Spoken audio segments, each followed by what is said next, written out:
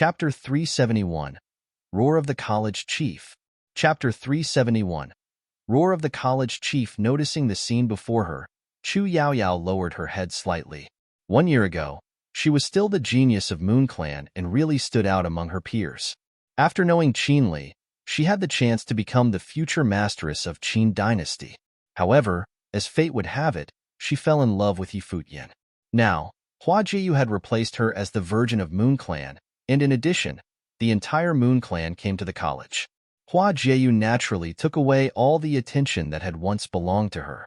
Thinking about this, Chu Yaoyao felt somewhat lost. Of course, nobody would care about her feelings at the moment. When Futian appeared beside Hua Jieyu, she, one of the top 3 beauties, was almost non-existent. In the sky, Zhuge Hui smiled and glanced at Futian. Then, she landed on the ground and said to Goddess Wang Yue, "Welcome to the college." "Excuse us for troubling you," Goddess Wang Yue said. "Master has gone to see the college chief." "Goddess, what are your plans?" Zhuge Hui asked. Mr. Du had gone to the college chief's place to discuss how they should handle the people from the Moon Clan. After all, Moon Clan was a large force, and its disciples were no fewer in number than the college.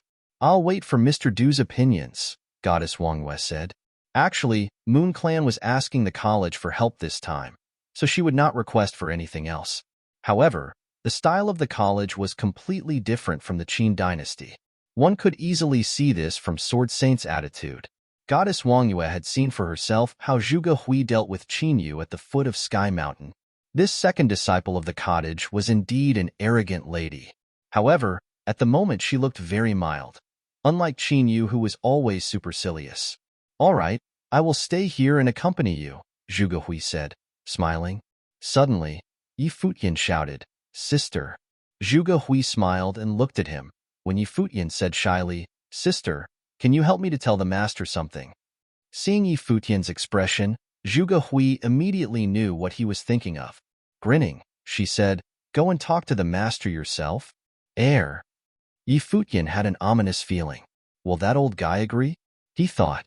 Zhuge Hui widened her eyes at Futian and said, "Did you make the master angry? Don't worry. The master will still agree to such a small request." "Thank you, sister."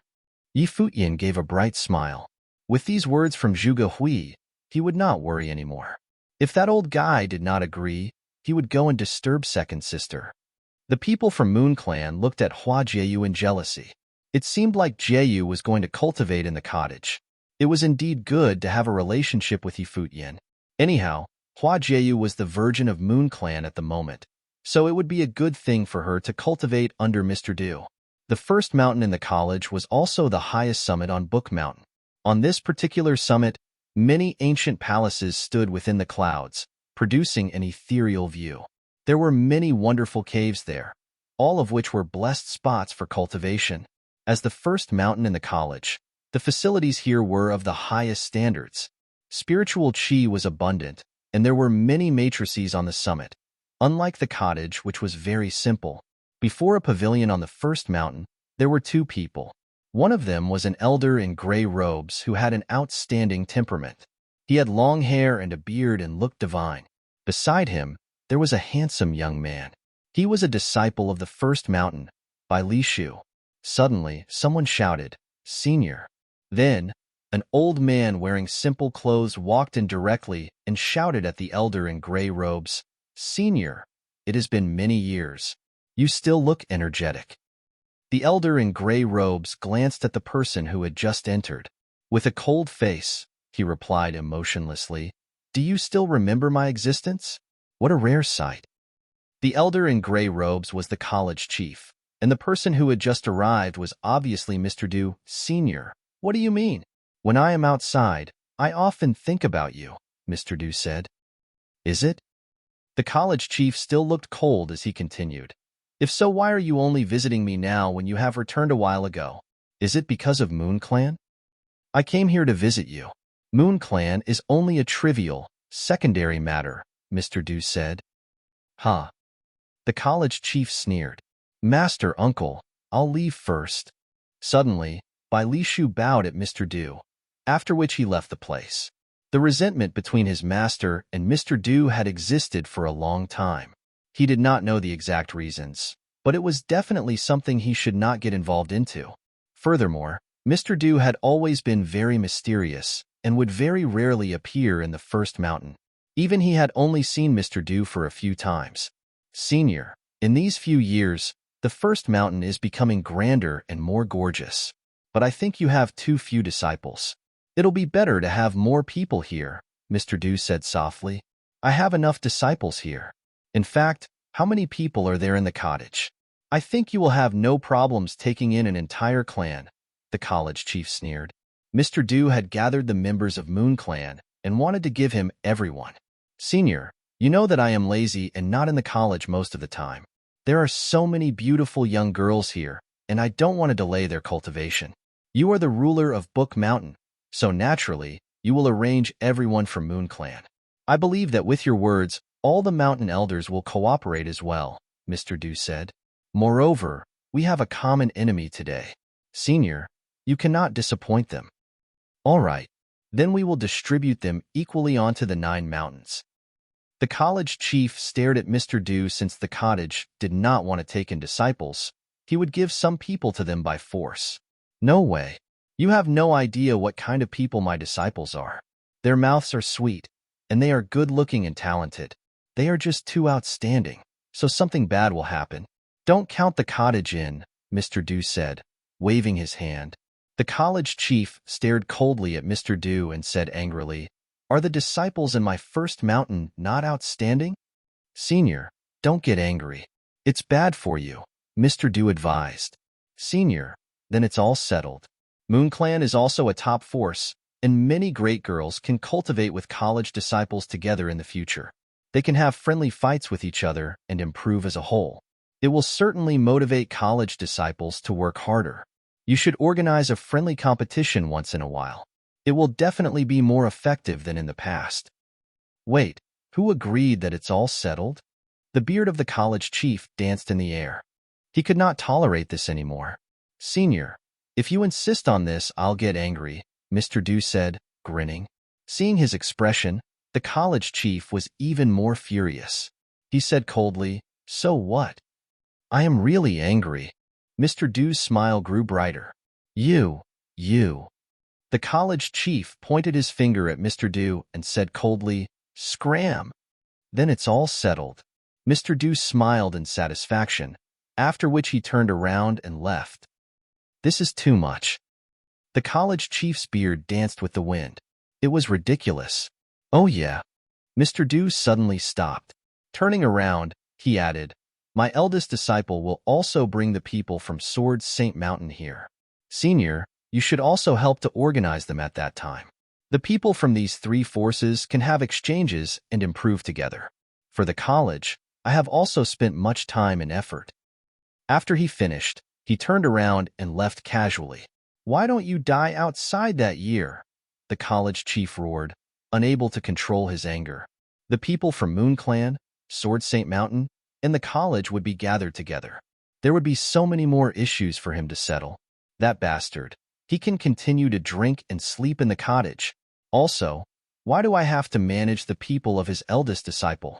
And his few disciples have never put the college in their hearts. Bai Li Shu, the college chief shouted. Bai Li Shu appeared beside him in a flash and said, Master. He did not know why his master was so furious. It seemed that Mr. Du had enraged him again. Go tell the few mountain elders to go down together and welcome the people from Moon Clan. Then distribute them into the few mountains, the college chief said angrily. Master, how do we distribute them? Bai Li Shu asked. Settle it yourself. The college chief swung his sleeves and left. Bai Li Shu gave a bitter smile as he shook his head. He was so innocent. Book Mountain became busy again. The college disciples were all very excited. The members of Moon Clan were actually really distributed to the various mountains. In any case, the number of people who went to Mountain Elder Zhu Qing's mountain was the largest. After all, Zhu Qing was a lady and there were many female disciples under her, while all the disciples from Moon Clan were female. Chu Yaoyao chose that mountain as well. The other disciples also chose the most suitable mountain for them, one after another. Although they felt somewhat awkward, They also anticipated cultivating with college disciples as they could have exchanges with each other and improve together. Book Mountain became lively. On the other hand, Goddess Wangyue went to the cottage along with Zhuge Hui. Yi Futian and Hua Jieyu were obviously with them as well. In the cottage, after Goddess Wangyue saw Mr. Du, she saluted and said, "Greetings, Mr. Du." She saluted him like she was a junior. Even though rumors in the Eastern Barren Territory claimed that Mr. Du could not cultivate, the first 3 disciples of the cottage were all at the same level as her. This legendary Mr. Du should clearly be respected. In addition, she was quite young, so it was all right for her to salute to a senior. You don't have to be so polite. You can treat Book Mountain like your home and do not have to be so restricted. Just behave like you are in Moon Clan, Mr. Du said, smiling. All right. Goddess Wangyue nodded gently. Mr. Du, after the disturbance in the Eastern Barren Territory. Don't worry. The college is not Qin Dynasty, and I also do not want to unify the Eastern Barren Territory. You don't need to think so much. Just take it like you're being a guest on Book Mountain for a while. Furthermore, you have also met with my eldest disciple. He will bring the people from Sword Saint Mountain here. My second and third disciples are also doing fine with their cultivation. When you have the chance, you can chat with them. You can come to the cottage at any time without restriction, Mr. Du said. Thank you, Mr. Du. Goddess Wangyue stopped worrying. It seemed that Mr. Du indeed had no intentions of ruling the Eastern Barren Territory. Jieyu, come and meet the master, Yi Futian suddenly said. Hua Jieyu nodded gently and said to Mr. Du, I am Hua Jieyu. Greetings, master. Mr. Du smiled and stared at Yi Futian, who smiled back nervously and scratched his head. Master, can Jieyu stay in the cottage and cultivate? Yi Futian asked. You have already asked her to call me master. How can I reject? Mr. Du widened his eyes at Yi Futian. Then he looked at Hua Jieyu and said, Girl, in the future, you can cultivate with me just like him. Meanwhile, you can help me to keep an eye on him. No problem.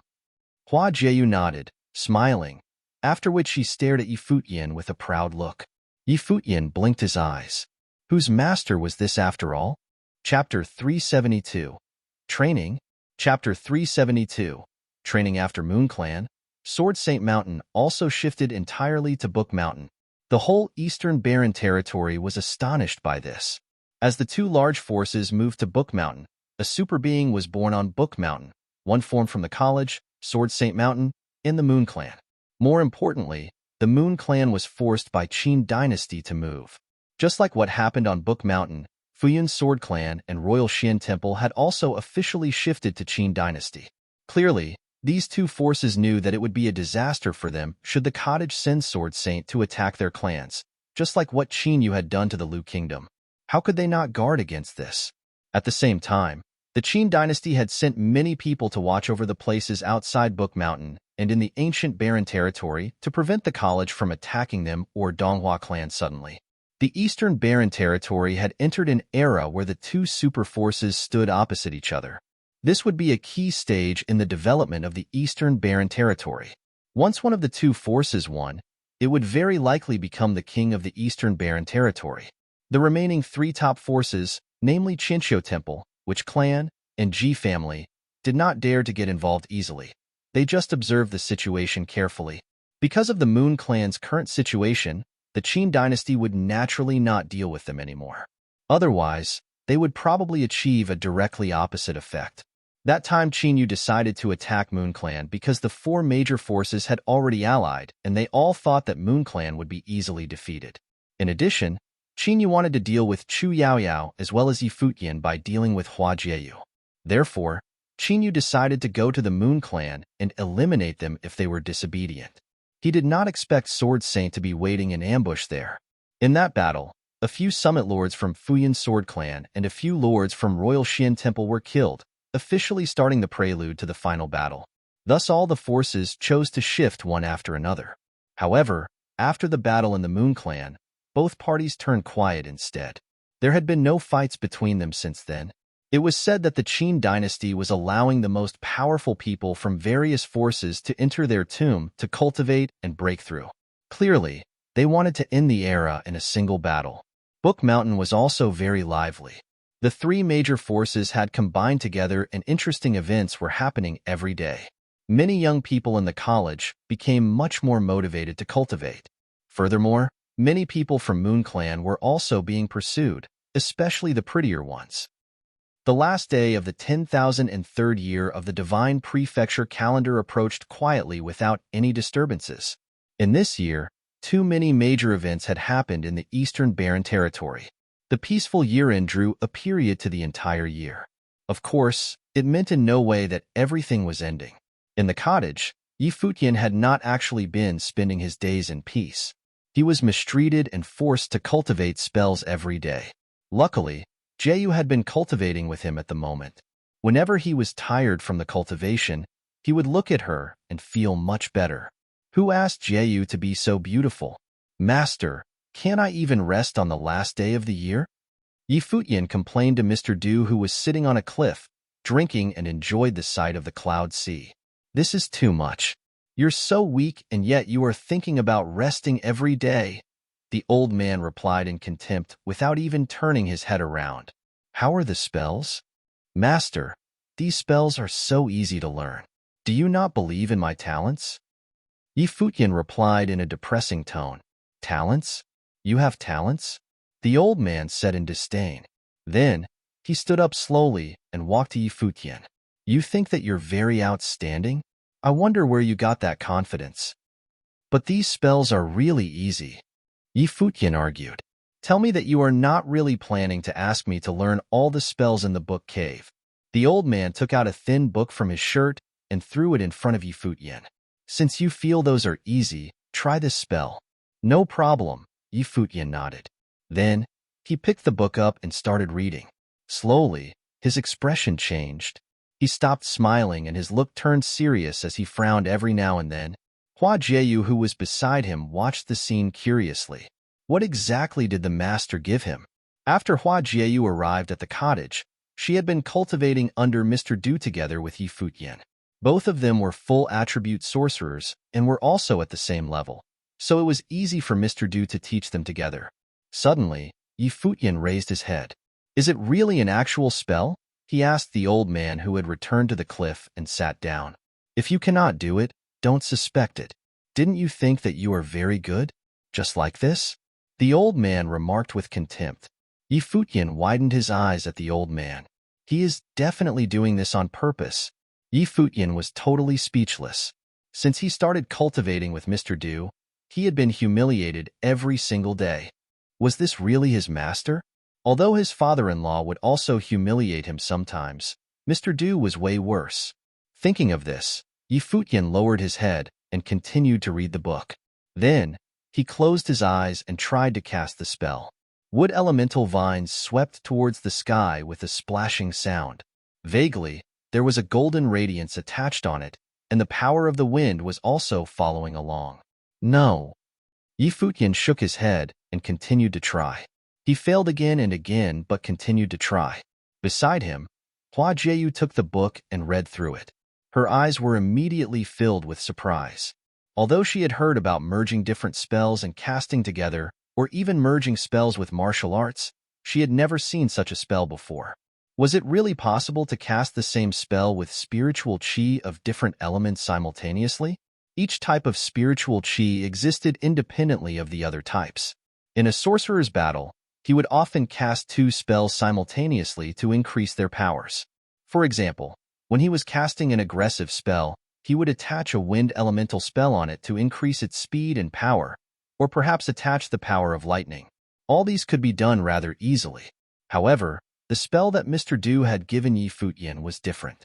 The spell should be formed by condensing spiritual chi of 3 different elements together. Perhaps they would be able to do this when their levels got higher. But could this really be done by an Arcana Plane cultivator? Futian had become totally serious, as if he was trying to beat himself. Mr. Du, on the other hand, lied down on the ground and drank his wine casually. He would occasionally glance at Futian and smile to himself. After a long while, Futian stopped trying. Looking at the cliff, he questioned suspiciously, "Did you just give me a spell which can only be learned by a person with a level higher than the Arcana Plane? If you can't do it, just admit it." With only such talents, I really don't know where your arrogance came from. I wonder why I even have such a bad disciple, the old man sighed. Futian gritted his teeth. This old bastard. The old man squinted his eyes. Grinning, he asked Futian, do you want to learn? Yes. Futian was cursing Mr. Du in his heart, but his face was filled with a bright smile. That's it? The old man asked. I know that I am not talented enough. Master, please teach me. I will tolerate this for this time. Since you know that fact, you can still be saved. The old man stood up slowly. Approaching Futian, he said, although you are a sorcerer, you are but a beginner. You don't even know what is a real spell. Using spiritual energy to communicate with spiritual chi and combining them in a simple way would only produce the easiest spells and most useless sorcerers. Spiritual chi in the world is like different strokes. You need to combine them into characters and then turn them into a language. There are countless ways to combine them, and different combinations will produce different spells. An outstanding sorcerer is skilled at controlling every single character and can form them into various spells with ease. Therefore, you need to know thousands of spells. Only when you are familiar with them, you can be more creative or even create a new spell. The old man said slowly. Futian and Hua Jieyu both listened very attentively. Spiritual energy is the bridge between sorcerers and the characters. An arcana plane cultivator has already merged his will with the world and can sense his surroundings much better or resonate with spiritual chi around him. You need to be able to see all the spiritual chi characters in your mind at the instant when you release your spiritual energy. They are like the extenders to your arms and legs. Your spiritual energy will then be everywhere. With just a thought, all the characters will move. Do you understand? The old man asked. Futian and Hua Jieyu were both deep in thought. They need time to digest the information and put it into practice. Haven't you comprehended noble will already? Can't you even understand such a simple reason? The old man added in disdain. Futian was stunned. He thought about the powers contained in fire elemental noble will, where he could feel an invisible power of flame. Maybe this was similar to what the master had just said. On Turtle Mountain, he had felt an even more mysterious power. It was like the rules of the world. How about a sage? Futian suddenly asked in curiosity. Sage? The old man looked at Futian and said, a sage can kill you with a single thought. Futian's eyes sparkled. You don't believe it? Your big brother is here. I'll ask him to let you experience the broadsword will of a half-sage. Mr. Du looked at the distance. The sword saint walked over and smiling. He said, Master, today is the last day of the year. Are you still teaching little brother? This guy is untalented and yet supercilious. To prevent him from causing me to lose face outside, I can only endure the tiring process of teaching him, Mr. Du sighed. You heard me just now. Let him feel it. All right, Sword Saint nodded and looked at Futian. Little brother, be careful. Yup. Big brother, please. Futian nodded. Sword Saint released his will. Immediately, Futian felt an endless coldness seeping into his body. He froze at the spot, not daring to move as cold sweat broke out from his forehead. At the moment, he was engulfed by broadsword will. He felt that even his body was going to be crushed under the will. If Sword Saint wanted to kill him, he did not even have to move. The feeling only continued for an instant before disappearing. In this short while, Futian's back was totally wet with sweat, as if he had just returned from hell. Seeing Futian's expression, Mr. Du said, work hard, and don't be lazy. Then, he and Sword Saint left the place together, while Futian was still standing motionlessly at the spot. In the distance, Sword Saint laughed and said, Master, little brother is already very outstanding.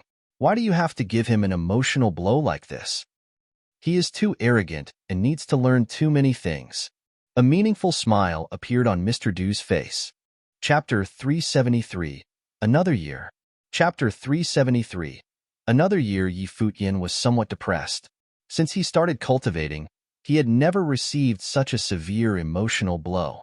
He continued cultivating the spell given to him by his master and tried to understand what his master had said. Although he was improving slowly, he was still not close to succeeding. After a long while, he stopped and asked, "What spell did this old guy give me exactly?" "It's indeed difficult to learn. Master must be trying to upset you on purpose. Don't be discouraged." Hua Jieyu gave a sweet smile. "My fox is the best." Seeing the bright smile on Hua Jieyu's face, Yi Futian opened his arms and added, "Come and encourage me then." "No, I'm going to cultivate as well." Hua Jieyu glanced at him, pouting prettily in embarrassment. Then, she turned around and similarly tried to understand Mr. Du's words previously. "What a disobedient girlfriend," Yi Futian muttered, after which he closed his eyes. Instead of continuing to cultivate spells, he started to sense his surroundings with his mind. His spiritual energy communicated with spiritual qi around him as his senses swam in the endless spiritual qi. Over these days, he had learned many spells and had indeed benefited much. While these spells were mostly mediocre and probably useless in future battles, learning them still helped in his cultivation. It became completely silent. A gentle wind blew over the bushy grass patches, causing them to feel comfortably cool. Yi Futian and Hua Jieyu were both sitting there quietly and closing their eyes.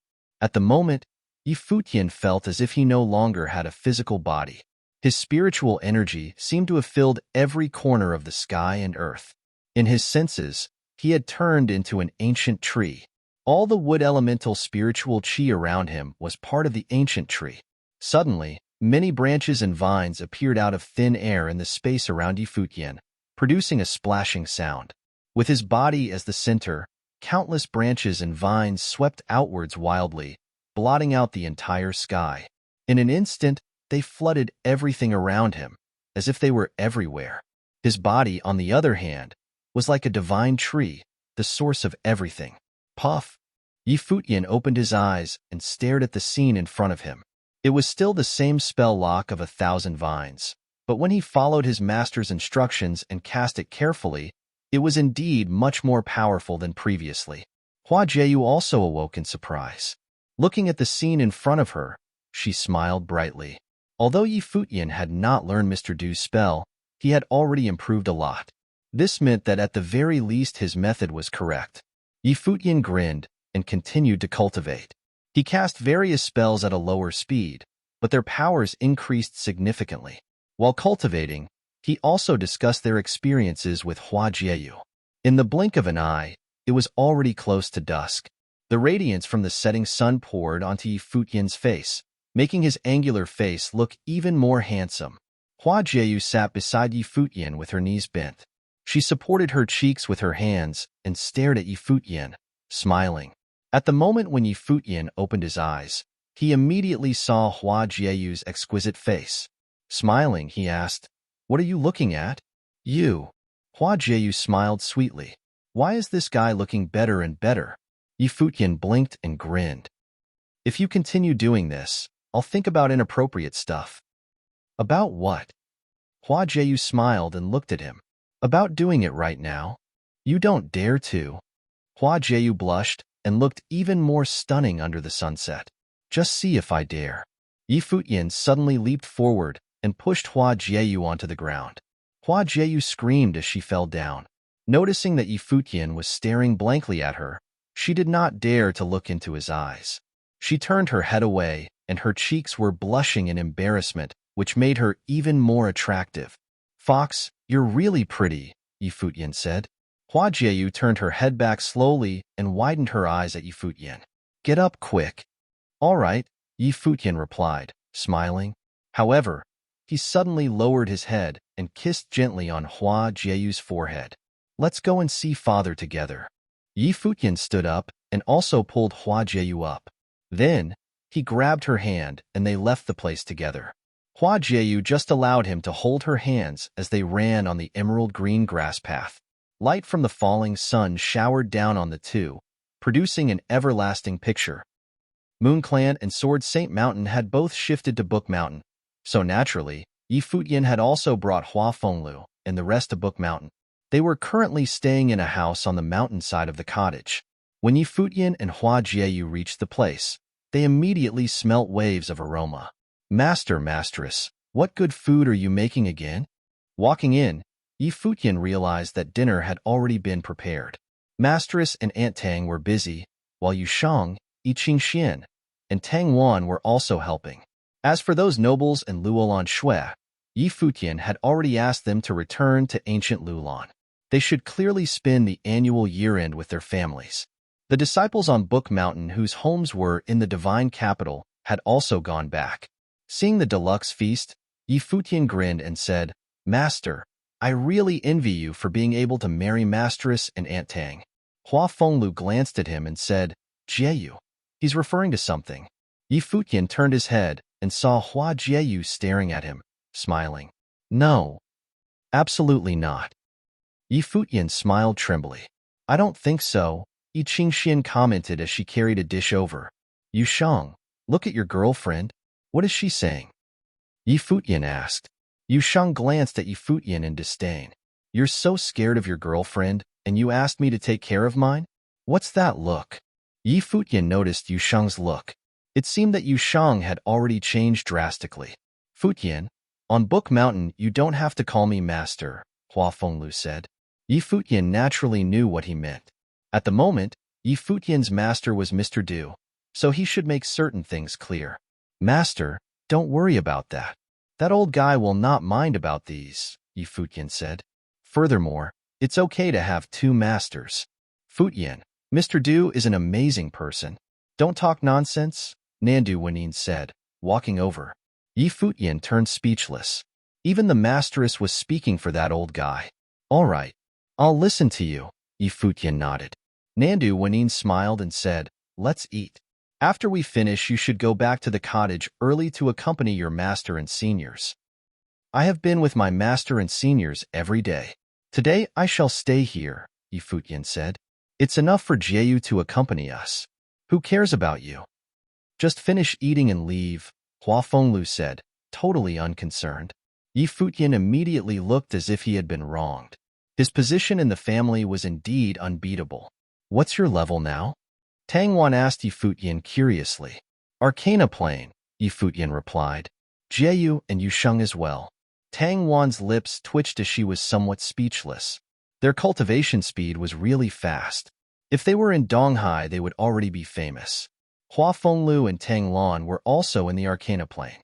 It has been over 4 years. Hua Fenglu sighed as he recalled the past. In the year 9999, he came to know Yi Futian in Qingzhou Academy and took him as his disciple. Now, this disciple of his was almost as strong as he was. In the past, Yi Futian was even compared to the disciple of Art Saint, but now so many things had changed as if it was all merely a dream. "Yup, I have also known Jieyu for over 4 years now," Yi Futian nodded. On the exact same day 4 years ago, they held their hands beside Qingzhou Lake and confirmed their relationship. Tomorrow it will be the year 10004. You'll both be 20. Hua Fenglu looked at Yi Futian and Hua Jieyu. Time passed really fast. "Yup, and I can get married," Yi Futian said, grinning. Everyone widened their eyes at him. This guy was really not serious at all. "Wait till you are as strong as your big or third brother." "It's too early now," Tang Lan said. "Aunt Tang, this is too much." Yi Futian stared at Tang Lan pitifully. Big brother and third brother were both grade 1 nobles and halfway into the Sage Plain. They were standing at the top of the Eastern Barren territory. How long would he need? "Let's eat." Tang Lan ignored Yi Futian, while Hua Fenglu and Nandu Wanyin laughed. Then, the family happily enjoyed the annual feast. They had not had such a warm time together for a very long time. However, Yi Futian felt really speechless when he was actually chased out after the meal. Luckily, Hua Fenglu did not cruelly take away Jieyu from him and allowed her to leave with him together. After returning to the cottage, Yi Futian ate again with Mr. Du and his seniors. Then, he went to chat with Yi Wuchen and Lu Qingyu. Without anyone realizing it, it was already late into the night. A crescent moon hung in the sky. Beside the cliff in the back mountain of the cottage, Yi Futian and Hua Jieyu were sitting on the grass. A melodious music spread out, adding some vitality to the silent space. The music was beautiful yet sad, as if it was telling a very ancient story. At the top of an ancient tree in the cottage, a figure was standing quietly. Her white shirt swayed in the wind, and she was like a fairy under the moon. Another person landed quietly on an ancient tree beside. He was similarly wearing a white shirt, and his face was extraordinarily handsome. In the darkness, he stared at the lady in front of him. The lady, however, did not seem to have noticed him as she continued to gaze at the distance. The young man also did not speak and accompanied her in the silence. "Little brother is amazing. Such a piece should only be present in heaven," the lady said, smiling. It was the second sister, Zhuge Hui. "You miss home?" Gu Donglu asked. "Why would I miss that place? Since I have left there, I'm not going back," Zhuge Hui replied. "One day, I'll bring you back," Gu Donglu said. "Can you?" Zhuge Hui turned around and looked at him. Gu Donglu did not say anything else. He flashed and left the place. Zhuge Hui looked at the vanishing figure. Raising her head, she stared at the crescent in the sky. At the highest place in the cottage, there was also a person lying quietly on a rocking, drinking. It was a slovenly old man in ragged clothes. As he drank, he listened to the music and seemed to be enjoying himself. "I'm really glad to be able to hear Yukio again in my life," the old man muttered to himself, smiling. His look seemed to have penetrated across time as he recalled the past. Over 300 years ago, the piece Yukio appeared along with the emperors of that generation. How about now? Chapter 374. A carriage pulled by the responding dragon. Chapter 374. A carriage pulled by the responding dragon, year 10,004 of the divine prefecture calendar. In the back mountains of the cottage, an ocean of clouds graced the skies along with a beautiful sunrise. Such a picturesque view. On a field of grass, music played from a guqin. The rays of the new year's first sun fell on Yi Futian's face. Both he and his music were full of youthful spirit. Beside him, Hua Jieyu sat quietly. As the music continued to flow, she sat audience while appreciating the beautiful sunrise. Everything seemed perfect. If only life was always like this. Looking around her surroundings, the spiritual qi took shape and fell continuously. It looked like tiny sparks of gold in the air. Every bit of spiritual qi was so clearly visible to them as it filled the area they were in. This was brought about by the sounds of the guqin. When Yi Futian used his spiritual energy to create harmony between his music and heaven and earth, all the spiritual qi in the air stood still. The first rays of sunlight shined on Yi Futian's handsome figure. A peculiar aura radiated from him. It was almost as if he was in control of everything in existence. All the spiritual energy materialized in his mind. Spiritual qi of all elements came together with the artistic conception created by the sounds of the guqin and assimilated into his will. Just then, the fingers of Yi Futian's right hand strummed across the chords of the guqin. As the music sounded, the spiritual qi around transformed into golden vines. They continued to grow endlessly, and as the gathered spiritual qi grew more powerful, the golden vines shot into the sky like flashes of lightning at an unbelievable speed. At this, a look of surprise spread across Hua Jieyu's face. He had succeeded. Yi Futian had actually successfully cultivated the spell given to him by the teacher in a day. The music stopped, and Yi Futian opened his eyes. Although the sun was on him, it was not blinding. The look in his eyes was pure and held the hint of a smile. 3 elements incorporated into one spell. This brand new spell had the tenacity of the wood element, the sharpness and defensiveness of the metal element, and the speed of the wind element. It was terrifyingly powerful, far more powerful than the lock of 1,000 vines. The name of this spell, the Fatal Entanglement. Not bad. Hua Jieyu smiled. Of course. That's because I'm your man, Yi Futian said pridefully. Hua Jieyu let out a soft humph. Do you think the old man has more of these types of spell that he's keeping to himself? Mumbled Yi Futian. If they were all spells of this level, he would definitely be able to defeat common attacks from any cultivator at the same level. He would also no longer need to rely on the 9 heavenly attacks during battle. His strong martial arts and sorcery abilities greatly complemented each other, taking his combat ability to a whole new level. This way, even if he made his way into the Arcana plane, he wouldn't have to worry about fighting cultivators from other planes. After all, as the levels of cultivation increased, the difference between each plane also increased. People went to new means and took more powerful measures. Thus, causing the effects of some of his skills to decrease. Yi Futian must do more if he wanted to have the same combat ability between different planes as he did before. How greedy, teased Hua Jieyu. This isn't greedy. How's this for greed? I want every day to be like today, so you're the first person I see in the morning. Yi Futian chuckled. Obviously, Hua Jieyu knew what he was insinuating. She smiled softly. What are you thinking? Would you have been able to release the fatal entanglement without the help of your music? Focus on cultivating. Don't you want to gloat in front of Mr. Du later? You've got a point. Indeed, my fox is the only one who gets me, Yi Futian nodded. Then, he closed his eyes again. Previously, he had entered a mysterious realm through his music and assimilated into the spiritual chi of the world by the means of spiritual energy. That was how he released the spell. Without the help of the Yukio song, it was difficult to do so. Yi Futian continued on his way to enlightenment through cultivation. Many hours later, the teacher strolled in while stretching. He smiled at the sight of Yi Futian and Hua Jieyu cultivating together. This rascal sure is diligent. Looks like I'll have to put him down a little more. Would Yi Futian spit blood in anger if he knew what the teacher was thinking at the moment? Need to be put down for being diligent? Teacher. Hua Jieyu turned around to greet him. Morning, Jieyu. Mr. Du smiled at her. Yi Futian stood as well.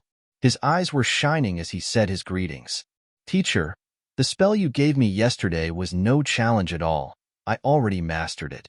Oh, really? Show me. The elder male placed his hands behind his back and smiled at Yi Futian. Yi Futian nodded in response and closed his eyes.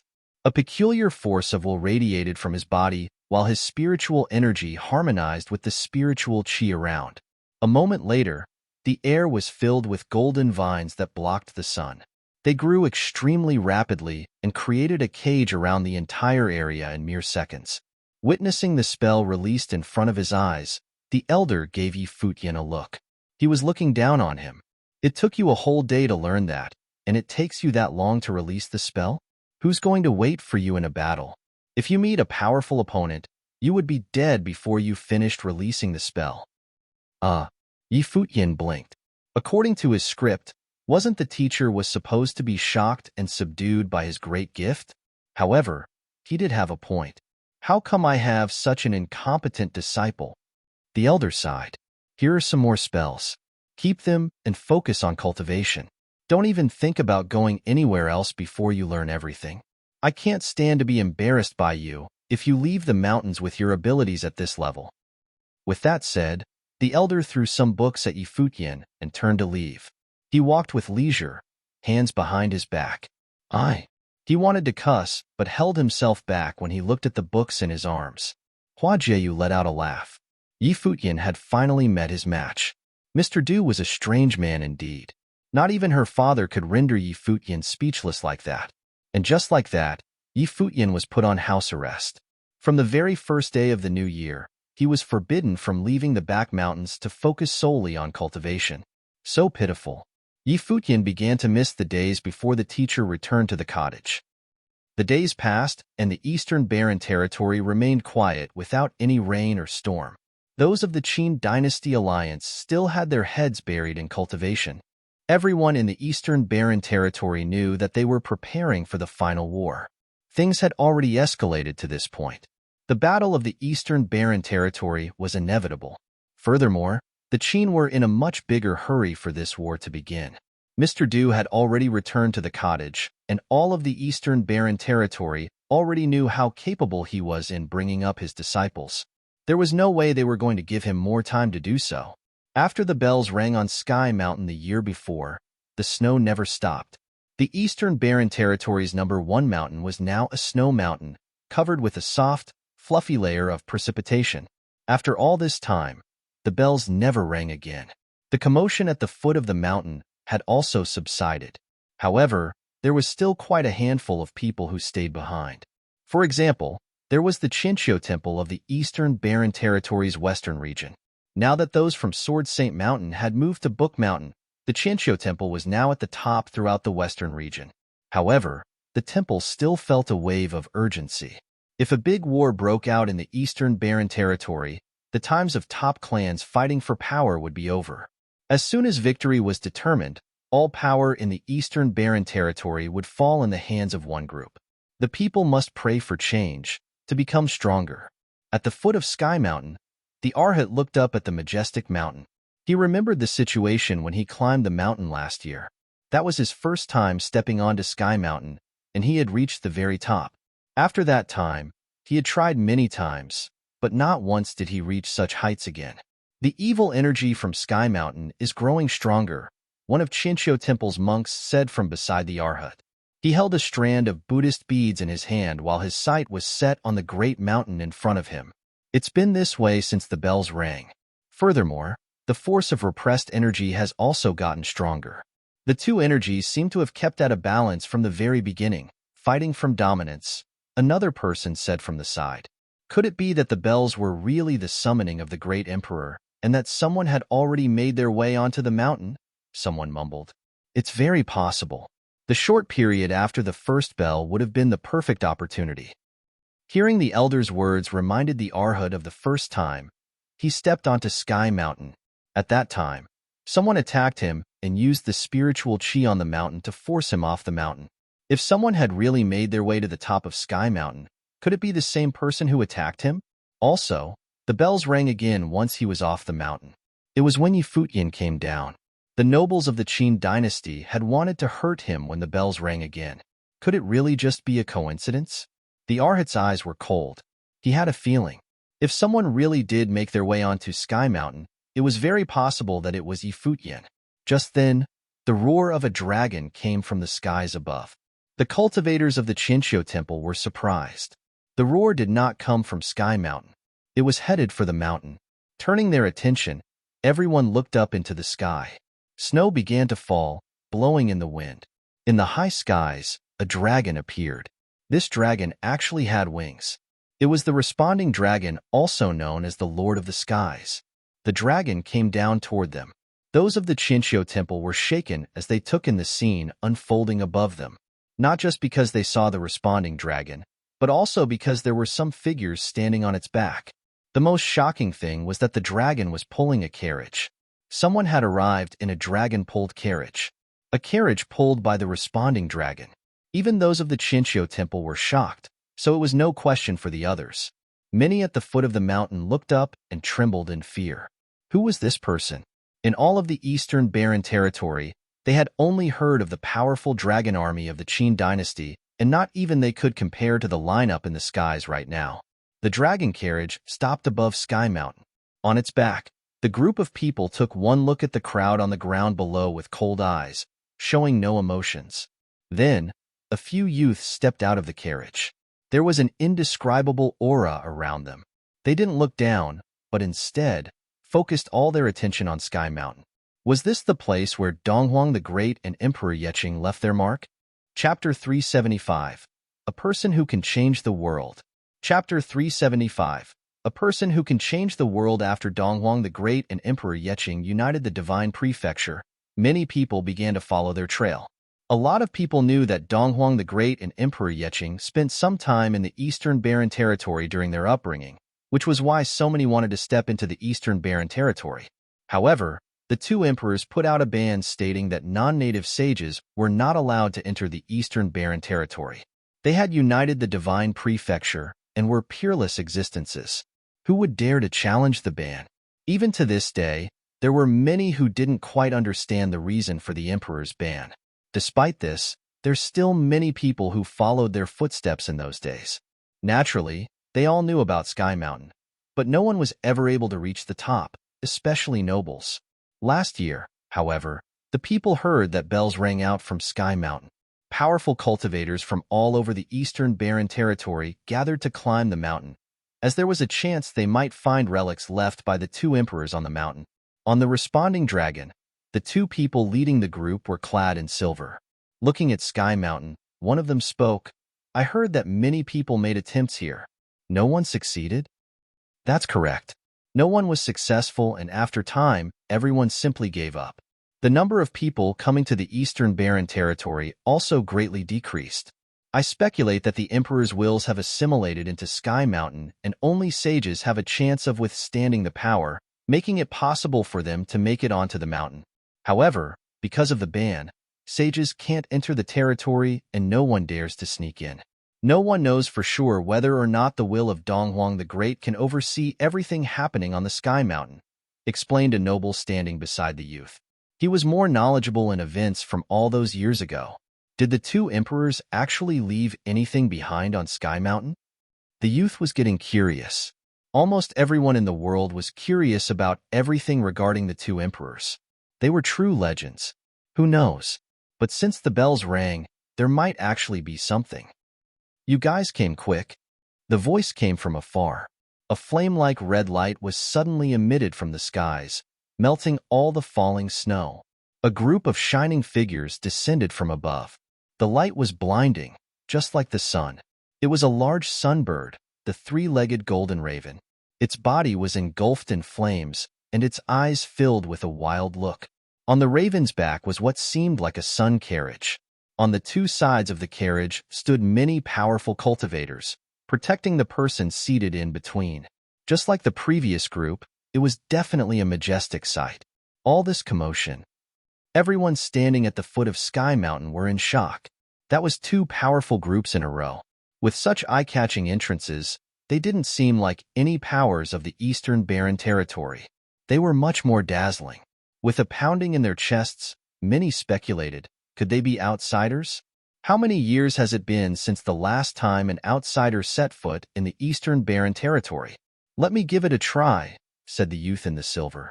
Without sparing a glance at the person who had previously spoken, he headed straight for Sky Mountain. Many youths beside him also stepped up to join him. They were all cultivators in the Arcana Plane. Nobody above the Noble Plane was allowed on Sky Mountain. They were all very clear on this rule. Youths from the carriage pulled by the three-legged golden raven also made their way towards Sky Mountain. The responding dragon and the three-legged golden raven stopped in the skies, attracting a lot of attention. The happenings of the next few days had the audience at the foot of the mountain feeling unsettled. In the next few days, people continued to arrive at Sky Mountain. Some people came in a flying battleship. This ship was quite intimidating. It flew in the skies and was carried by the winds. Obviously, it was an extremely powerful ritual implement used for flight. However, the people of the Eastern Barren Territory had never seen or even heard of anything like it. Same as the other groups, this ship carried many powerful cultivators.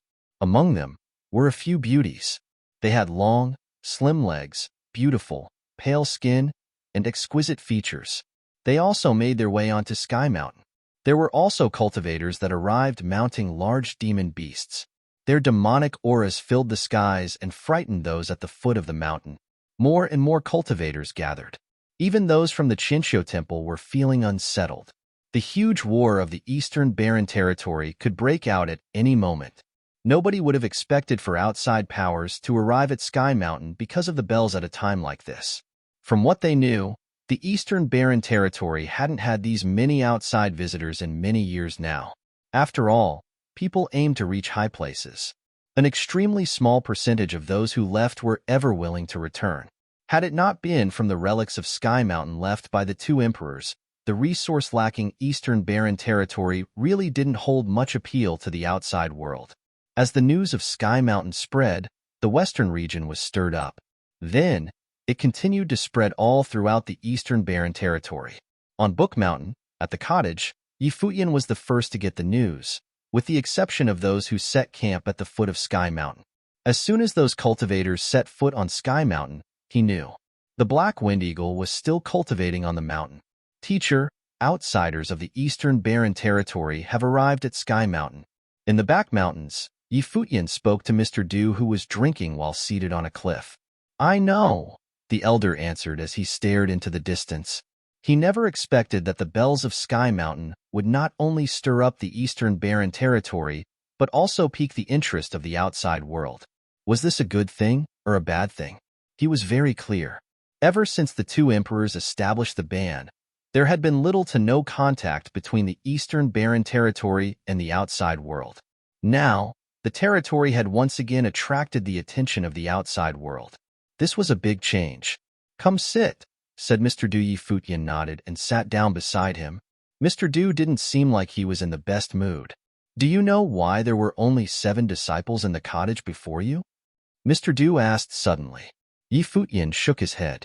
Although this old man was unlikable at times, there was no doubting his teaching abilities. It was evident based on his own thoughts after these days of cultivation, and also through the abilities of first senior brother and second senior sister. Because I'm lazy. Humans are the most complicated. Not even the disciples that you have taught yourself will agree with everything you teach them, especially as time goes on. It is so easy to throw away things you used to feel so strongly about. I'm just one person. There's only so much I can do. How can I influence many? All I can hope for is that the disciples I teach can influence even more people in the future. As he spoke, he took another drink of wine. This is the first time Futian had seen him like this, and so he spoke. I heard from first senior brother that you had your own dreams. That must be your reason for starting the cottage. What are your dreams? What dreams could a person like me possibly have? Mr. Du shook his head and continued. Do you know why Donghuang the Great and Emperor Yeqing gave orders for martial arts schools to be set up all around the world? To help martial arts thrive, Futian answered. This was what it said in the history books. 300 some years ago, the divine prefecture was in complete chaos. There were countless strong powers, and each of them controlled a different location. Or they started family clans. Some tried to develop their own religion. These people were their own masters. But was the existence of these powers a good or bad thing for the people? Question Mr. Du. Futian didn't reply. He simply sat and listened. Of course, there was nothing wrong with families and clans. However, when you had something they wanted, or if you became a threat to their interests, some things became inevitable. For example, why did the Qin dynasty want to take down the cottage? Naturally, Futian understood why. The cottage was strong and powerful, which the Qin dynasty felt was a threat. That was why they were so set on destroying the cottage. Mr. Du continued. In the vast lands of the divine prefecture, formidable beings that could greatly affect us were born. When they appear, you would be able to imagine things you've never been in contact with before. Take the many cultivators who arrived in the mountains today, for example. What would happen if they knew that someone had made it to the top of Sky Mountain and received the relics of the 2 emperors? Futian looked at his teacher. The elder still had his eyes focused ahead. He didn't know if there was a hidden meaning behind what Mr. Du said, but Futian understood. When these formidable beings appeared, they would most certainly gain the support of the best and be able to receive the best resources. Nobody would be able to restrict them from doing anything they wanted. This was something both the teacher and second senior sister had reminded him twice of. It was the same logic as a person with a weapon will produce the killing thoughts. Wasn't that exactly what Emperor Luo did to him all those years ago? The divine prefecture has always been run this way. It hasn't changed in millions of years. It's the same even today. Even so, there are always some who have remained untouched by the dirty ways of the world despite the hardships they have been through, and instead, they dream of changing the world. And that is how the 2 emperors of the divine prefecture were born. The elder looked serious. His tone was filled with admiration and respect. How could someone become a leader of the world without having the people of the world at heart? That is why martial arts schools were established. It was to try to give everyone in the divine prefecture a fair chance. However, it's not that easy, changing the world. Even for the emperors. It would be difficult to simply change the Eastern Barren territory, so forget about the divine prefecture. The elder seemed to be laughing at himself. It was then that Futian withdrew his playful attitude and became serious. He was now also filled with admiration and respect. So, this was the teacher's dream. Wanting to change the world. It sounded like a laughable thing, but at the same time, it was sad. So many people in history have wanted to change the world. However, when they reached a certain status, their mindset changes. If you were the college chief, would you want the other powers of the Eastern Barren territory to overpower the college? The elder continued, so, Futian, sooner or later, you'll step out of the Eastern Barren territory and you'll witness crueler things. You'll see the black and whites of the world. I hope that no matter what you experience, you'll stay true to yourself and remember your beginnings. If one day you can become a person who influences the world, even if it's nothing big, never forget your initial intentions. Never became the type of person you once despised. I understand, nodded Futian. All right, go cultivate, said the elder. Futian lifted his head slightly to look at the older male with a smile. Teacher, after all that, I see you in a whole new light. Scram! The elder gave him a glare. And there goes your good image again.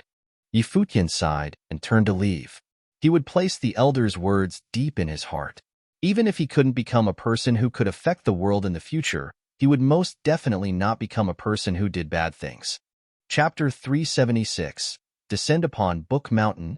Chapter 376. Descend upon Book Mountain at the foot of Sky Mountain. It was a beautiful sight with dragons, golden ravens, and floating warships. Many more people were attracted to Sky Mountain. They wanted to see the strong cultivators who'd come from beyond the Eastern Barren Territory. The extraordinary youths descended from the mountain those days to return to their camps. They couldn't climb Sky Mountain. Countless eyes focused on the beautiful figures in the sky. Even they couldn't climb Sky Mountain? Has anyone climbed Sky Mountain since the bell rang last year? A handsome youth on a dragon asked while looking down. Many people below him met his eyes and shook their heads. The Arhat's eyes flashed. The pressure of Sky Mountain increased after the last year. It was normal to be unable to climb the mountain no matter how strong you were. Yes, someone said at that time. A figure in a gold robe walked out of the robe. Seeing him, many people were confused. It was Qin Yu of the Qin dynasty. Shouldn't he be preparing the battle with the college? Why was he here? I am Qin Yu from the Eastern Barren Territories Qin dynasty. Greetings, he said, soaring into the sky. Who? The youth did not greet him back. Qin Yu had extraordinary temperament and cultivation, but he didn't care. He wanted to know who could reach the top of Sky Mountain. The sharp gazes of people of other forces landed on Qin Yu. They wanted to know too. A junior of mine reached the peak last year, Qin Yu said. Where is he? What's at the peak of Sky Mountain? A fiery youth from the Golden Raven asked. Fire and tint burned in his eyes. This was because of the technique he cultivated. He was so powerful that it showed in his movements. She is in my clan. The wills of the two emperors are at the peak. They left a famous piece called Yukio, Qin Yu. Hua Qingqing had admitted to stepping onto Sky Mountain. She wouldn't lie. Yukio. Everyone's eyes flashed. Yukio was one of the top 10 pieces. It was said that there would be no law with it. Apparently, when Donghuang the Great played it at his peak, he froze all the laws and time. Was it here again? If you dare lie, you will pay for the consequences. Where is she? I shall go now, the fiery youth said. I would like to see as well, a beautiful girl on a floating warship said. All strong cultivators were intrigued. They wanted to go forward and fight for the chance for Yukio. Everyone, my junior has limited cultivation, Qin Yu said, putting his hands together. She heard Yukio, but only heard it. She couldn't play it, and wasn't able to learn it. She can't perform it. At this, everyone grew disappointed, but it was normal. As one of the top 10 pieces, it couldn't be easy to get. However, if she could reach the top of Sky Mountain, she must be impressive. In that case, bring her here, the youth said. Qin Yu nodded. He came to Sky Mountain because he'd heard this news. If he could get connections with these people from outside the Eastern Barren Territory, the cottage would be nothing. He guessed that these people who'd crossed such miles were probably at the Sage Plain. The hearts of the people below trembled when they heard this. They couldn't believe that someone had actually climbed Sky Mountain and heard Yukio. The Arhat's heart was clear. He knew who Qin Yu was talking about. When he was resting on Sky Mountain, Futian's group had come. Hua Qingqing of the Donghua clan had been close behind Futian and Yusheng. Qin Yu meant that Hua Qingqing had stepped onto the peak. If she reached it, then why did Futian descend unharmed? This was interesting. Greetings, Crown Prince. Thinking of this, the Arhat descended and greeted Qin Yu. Qin Yu looked at him, confused. Why was the Qinxiu temple talking to him? Are you speaking of Hua Qingqing of the Donghua clan? The Arhat asked. Yes. Qin Yu nodded. Since he said it, he wouldn't hide it. He hoped Hua Qingqing could take these people up. The Arhat smiled. If that's true, I know someone else who also reached the peak. Perhaps Hua Qingqing never told you. Qin Yu furrowed his brow. Speak. When I climbed Sky Mountain, I had seen Hua Qingqing, the Arhat said. She was chasing after Yi Futian, perhaps because Yi Futian had killed the royal grandson of the Qin dynasty. Hearing this, Qin Yu's expression turned ugly. This was a thorn in his heart. If Hua Qingqing reached the peak, she must have caught up to Yi Futian. Why are they both alive now? Yi Futian had been gravely injured at that time and couldn't fight back, the Arhat continued. Hearing this, Qin Yu instantly understood what the Arhat was hinting at. His features twisted. Hua Qingqing hadn't mentioned this. She only told her mother, Lady Yu Xiao, that she reached the top but wouldn't say anything else. Because of her status, no one asked further. But now, he had to think more. Crown Prince, do you know about the bells after Yi Futian descended? The Arhat asked. Qin Yu nodded. Someone had naturally reported this to him. The noble sent to kill Yi Futian had been killed instead. It was very ironic. If Yi Futian stepped onto Sky Mountain, do you think it would be a coincidence? The Arhat was getting closer to the truth. You mean that Yi Futian received the relic on the mountain? Qin Yu's eyes were so sharp. The Arhat smiled without replying. Who is Yi Futian? The strong cultivator on the dragon asked. The cottage is the most powerful force in the Eastern Barren Territory, the Arhat said, bowing. Their disciples are extremely talented and no one in the Eastern Barren Territory can rival them. Yi Futian is the youngest disciple. He is monstrously talented. To him, the relic would be easy to take. If anyone of the younger generation can take it, it must be him. The Arhat praised Yi Futian generously. He knew the Buddhist law and understood a human's heart. These people from outside the Eastern Barren Territory had come with such a spectacle. They must have a special status. With their arrogance and special identities, they wouldn't think that they were below someone from the Eastern Barren Territory. Of course, he couldn't say that. It would be like looking for death. He just bragged about Yi Futian to compliment it. Really? The youth on the 3-foot golden raven replied coolly, as expected. His eyes seemed to have sacred fire. Was there somewhere like the cottage in the Eastern Barren Territory? Where is the cottage? Take us there, the strong cultivator on the floating warship said. Of course, the Arhat said with his hands in prayer. Please, the person said. The Arhat's body flashed and stepped onto the floating warship. The woman there was very tall. Her long legs seemed to take up more than half of her body. She was sexy and beautiful. The Arhat lowered his head, hands together. His Buddhist heart couldn't be swayed. The other girls had extraordinary looks too. They were obviously above average figures. Everyone turned around, ready to set off. Since Yi Futian could get the relic, they would go personally. Otherwise, he should come by himself.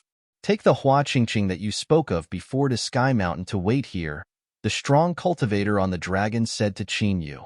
His attitude was arrogant, but Qin Yu didn't lose his temper. He nodded and said, yes.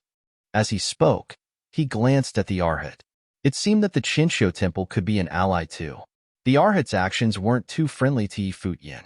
The floating warship shot forward like lightning. Dragons soared, spreading their wings and covering the sun. The sun god's bird screamed.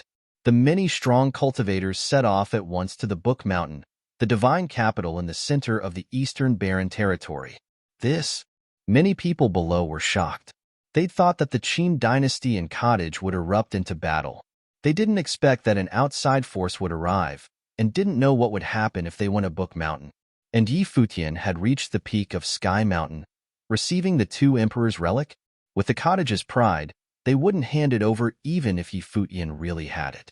The college, cottage, and Moon Clan were all on Book Mountain. Every day was lively with all disciples working hard on cultivating in preparation for sudden changes. Now, clouds rolled over the empty sky above Book Mountain. Many people looked up to see a horrible dragon rush down from the sky. At the same time, a huge, beautiful warship appeared overhead. Next, dazzling flames rose up in the sky. The golden raven had come with the sun chariot. Gradually, other strong cultivators arrived with demons and rushed down. Seeing this shocking scene, all hearts of the disciples trembled. What was happening? This was such a powerful spectacle. They'd heard that foreign strong cultivators had arrived at Sky Mountain, but why were they here at Book Mountain? May figures rose up. Countless mountain elders and strong cultivators of the sword Saint Mountain and Moon Clan sword. They stared at the comers. Even the college's headmaster looked up with furrowed brows. They aren't weak, the strong cultivators who went up to the sky thought. They didn't mind, though. If not for Donghuang the Great's law, the entire eastern barren territory would be ruled as one. The cottage also looked up. Zhuge Hui's eyes flashed coldly. Where were these people from? They were so impolite. Where are you going? Mr. Du called, just as Zhuge Hui was about to soar into the air. Teacher, I want to go see, she replied. Stay obediently, Mr. Du said, giving her a look. Oh. Zhuge Hui was sad, but she still obeyed. She naturally understood her teacher, but she didn't care. After all, she had been young when she came out back then. Chapter 377. Low-Class Clan. Chapter 377. Low-Class Clan. Zhu Qing stared at the newcomers and asked, What are you here at the college for? The strong cultivator in the air looked at her. The three-footed golden raven pulled the sun chariot. The youth who seemed to be bathed in fire said, Is this the most powerful sorcery paradise of the Eastern Barren Territory? He was from the center of the Barren State. The Eastern Barren Territory was only a small portion of the boundless Barren State. Because of Donghuang the Great's law, it became isolated from the rest of the state. Without the arrival of Saint Strong cultivators, it naturally fell from glory. Even if there were extraordinary figures, they would leave and never wish to return. The Barren State was boundless and had countless strong forces. He was from one of them, the sacred fire sect of the Barren State. The others with him had come from super forces as well. Otherwise, they wouldn't cross the world to come here. This is the college of the Eastern Barren Territory, Mountain Elder Zhong Su said, answering him. Is Yi Futian here? The beautiful girl on the warship asked. Why are you looking for him? A handsome and charismatic figure soared into the air. Clad in white, he looked like a scholar but had a sharp aura. It was Gu Donglu. We heard that Yi Futian reached the peak of Sky Mountain last year and received the two emperors' relic, the girl said in a cool and gentle voice. We wish to see him. Who said that? Gu Donglu asked coolly. He knew that his junior had made it, but he didn't know what he'd received. He didn't ask either. It was easy to cause trouble about this. The fewer people who knew about it, the better. Now that these outsiders knew about it, it was clear that someone had told them. No matter if Yi Futian really had the relic, the person who told them had ulterior motives. The woman didn't reply. The Arhat stepped down the warship. Where is Yi Futian? The strong cultivator on the dragon directed his question below him, ignoring Gu Donglio's interrogation. His voice shook the sky. They didn't have time for this nonsense. Many people were furious. They were so rude. Another figure rose up from the cottage. It was Yi Futian. He looked at them, confused. Did Hua Qingqing tell? If it was her, why would she jump down the mountain instead of attacking him? Why are you looking for me? Yi Futian asked. Yes, Yi Futian admitted. The college disciples stared. No one knew that Yi Futian had reached the peak last year. What did you receive? The man asked again. The two emperors left a melody at the peak. I listened to it, cultivated for a bit, and then descended, Yi Futian answered. Is it Yukio that they left behind? As expected, Yi Futian's words matched Qin Yu's. The peak really did contain Yukio. I do not know the name. The melody is very difficult and impossible to see its mystery, Yi Futian replied. Yukio indeed was very hard to cultivate. It was logical that he couldn't see its mystery. It would be strange if he could. The cottage thought of the melody that had rung out at the end of last year. They knew that Yi Futian had learned it. Of course, they wouldn't betray him. Are you done asking? Gu Donglio's eyes were sharp. He glanced at the intruders. They landed directly on Book Mountain, looking down on them and interrogating Yi Futian. He was pissed. Many people in the air looked at Gu Donglu with arched eyebrows. Book Mountain was very proud, and they seemed offended by them. If you're done, please leave, Gu Donglu said. He was telling the guests to leave. Of course, these people weren't guests. So arrogant. Someone on a demon smiled thinly. Come with us, he said to Yi Futian. The people on Book Mountain were angry. Arrogant? Who was the arrogant one? And they just told Yi Futian to go with them. That was so rude. You all came so impolitely and landed directly over Book Mountain. Now you are taking a disciple of the college away, and you want me to be submissive? Aren't you crossing the line? Mountain Elder Zong Su said coolly.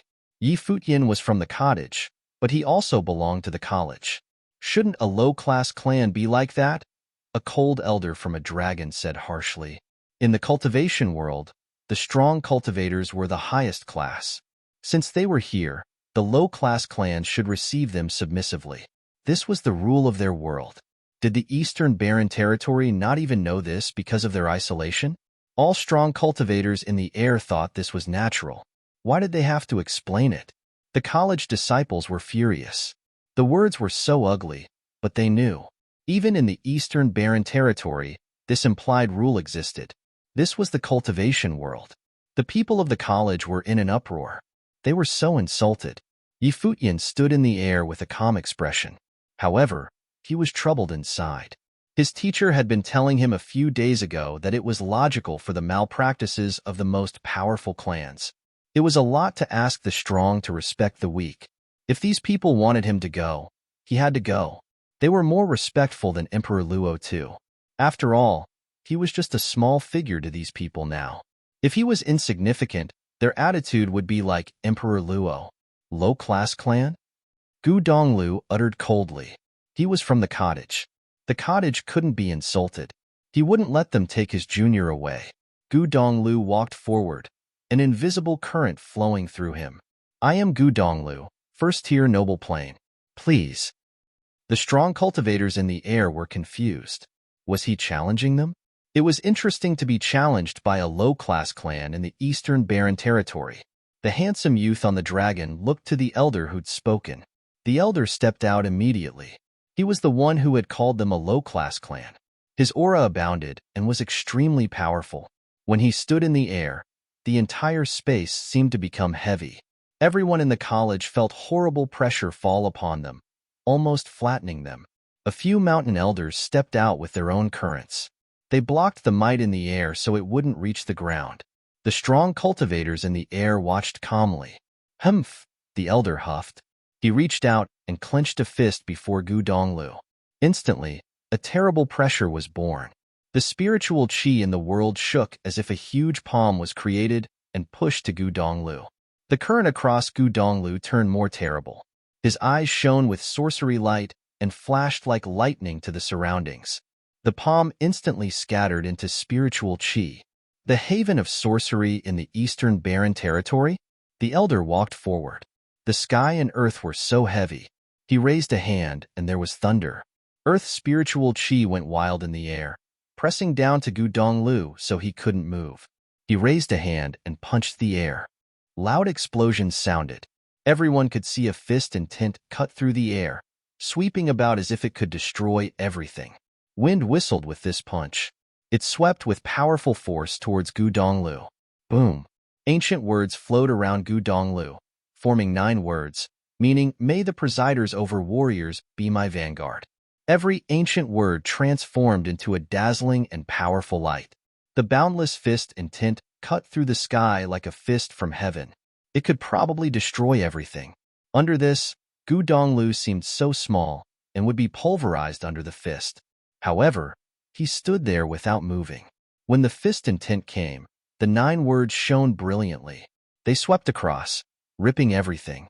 The fist and tint kept pressing down but vanished when they collided against the words. The strong cultivators in the air were shocked at this. They obviously felt that Gu Donglio's noble will had reached the pinnacle. Gu Donglio's eyes were cold. He stared at the other and stepped forward. With this simple step, he transformed into lightning and disappeared. After images appeared in the air. A shocking roar sounded through the air. The elder released his life spirit Dharma. It was an armored stone ape. It was huge and loomed behind him. He clenched his right hand and seemed to be one with the aggressive stone ape. Seeing the lightning, he roared angrily and punched. The stone ape roared, shaking the world. The terrifying fist was like a mountain, about to destroy everything blocking him. The fist and tint kept building up too. It seemed endless and unshakable. The light streaked across and crashed into the huge and terrifying fist. An explosion sounded, and the boulder flew. Heavy rumbles kept sounding. The crowd saw countless fist shadows get broken through. There seemed to be a beam of sharp light inside that couldn't be blocked. Boom! With that loud boom, the aggressive elder arched backward. A handprint appeared on his chest. The next moment, he flew back as if struck by lightning to the dragon. Someone behind him stepped forward and used powerful strength to stop him. The old man spat out blood, dyeing his collar red. High-class clan? You can't take a hit. Gu Donglu said coldly, gazing at the elder from where he had stood earlier. The elder spat out more blood, his face completely red. Chapter 378. Win over. Chapter 378. Win over. He'd been defeated instantly. The elder's blood boiled within him. He felt so embarrassed. Low-class clan? He had been defeated so pathetically. On the dragon's back, the charismatic youth at the front looked at Gu Donglu. I am from the Nantian house of the Baron State. If you wish to join my house, I will not treat you badly. He wanted to take Gu Donglu in. This was a low-class clan in the Eastern Baron territory, but it wasn't strange for there to be a powerful person. This place was known as the haven for cultivation in the Eastern Baron territory. It was natural there should be some shining stars. Thus, he wanted the other to join him in the Nantian house. If Gu Donglu was willing to follow him, he would be a great help in the future. After all, he had many competitors in the house. Having his followers deal with powerful figures wasn't embarrassing. The Nantian house is a familial clan. You can join the Taishan mountain for cultivation, another strong cultivator on a mountain said. Gu Donglu could summon the 9 words and had a special life spirit. Someone so powerful deserved to be won over. Would you like to join the mortal world? The beautiful girl on the warship also asked. Her voice was very gentle, and her benefits were obvious. Her force was called the mortal world. Below, the people of the college all had odd expressions at these words. They wanted to win over Gu Donglu, but who was Gu Donglu? He was the 3rd disciple of the cottage, someone who was known throughout the Eastern Baron territory. So what if they were powerful forces from the Outer Baron state? Was he supposed to submit to them? The college disciples didn't like the cottage, but that didn't mean they didn't look up to Gu Donglu and the others. Especially after that storm where the first 3 cottage disciples displayed their brilliance, Gu Donglu was like a legend to the younger disciples. So what if these intruders were outside forces? The strong cultivator from the Nantian house had still been defeated with 1 hit. Where does the loser get the confidence? How can the defeated still be so arrogant? Is this what a high-class clan is like? Many disciples started whispering on Book Mountain. They were upset by the tone of the youth from Nantian house. Perhaps the outsiders thought they were being polite to invite Gu Donglu, but to the disciples of Book Mountain, it was insulting. If you wish to join my house, I will not treat you badly. What did they take Gu Donglu as? They wanted him to become a personal guard? How laughable. There was another 20-year-old youth behind the Nantian youth who spoke. Hearing the discussions, his eyebrow jumped up and coldness flashed past his eyes. These low-class people of the Eastern Baron territory didn't respect the Nantian house at all. They were completely isolated from the outside world. His body flashed and jumped down like a rock. An arcana aura bloomed from him as he announced, I am in the lower arcana plane. I would like to see how the disciples of the cultivation haven are. He didn't report his name because the people here weren't good enough. He was just coming out because he'd heard the comments and wanted to teach a lesson. Let them know what the Nantian house was. The man who'd fought Gu Donglu couldn't represent the Nantian house at all. Dazzling light glittered on him with an extremely sharp silver glow. Seeming to be bathed in divine armor, he shot towards Book Mountain like lightning. The college disciples had sharp eyes. One stepped out and shot up quickly, straight towards the other. He wanted to see just how powerful the Nantian house was. Brilliant golden light stole everyone's attention. The college disciple waved his hand and cast his spell. Beams of golden light shot towards the outsider like swords. However, the Nantian house youth didn't dodge. He walked in the sky. The countless golden spears that stabbed towards him snapped under his feet. They either passed by him or he stepped on them. He was so domineering. After shattering the spell, he continued downward like lightning. Spiritual chi resonated around the college disciple. Boundless gold spiritual chi gathered. However, Before he could cast his spell, the other had arrived. He stepped down, and the college disciple's expression changed. The spiritual chi transformed into a golden spear that stabbed at the other in panic. Crack! The foot landed, snapping the spear. The college disciple tried to retreat, but there was no time. The foot came down squarely on his chest. He fell through the sky, leaving an arc of blood. Cultivation haven of the Eastern Barren Territory? The youth looked down. The silver light on his body was like true ritual implement armor. It was so eye-catching. He could shatter a spell with his feet. He was so powerful. Boom. People rose up from Book Mountain continuously. They were extremely fast with their wind spells and charged at the other. The youth gazed at them. Then he flashed and charged towards one. They separated at contact, and the college disciple dropped down, covered in blood. After that, the Nantion house youth continued to flash, leaving behind silver afterimages. Those who shot up from Book Mountain kept falling down. No one in the lower Arcana plane could defeat him.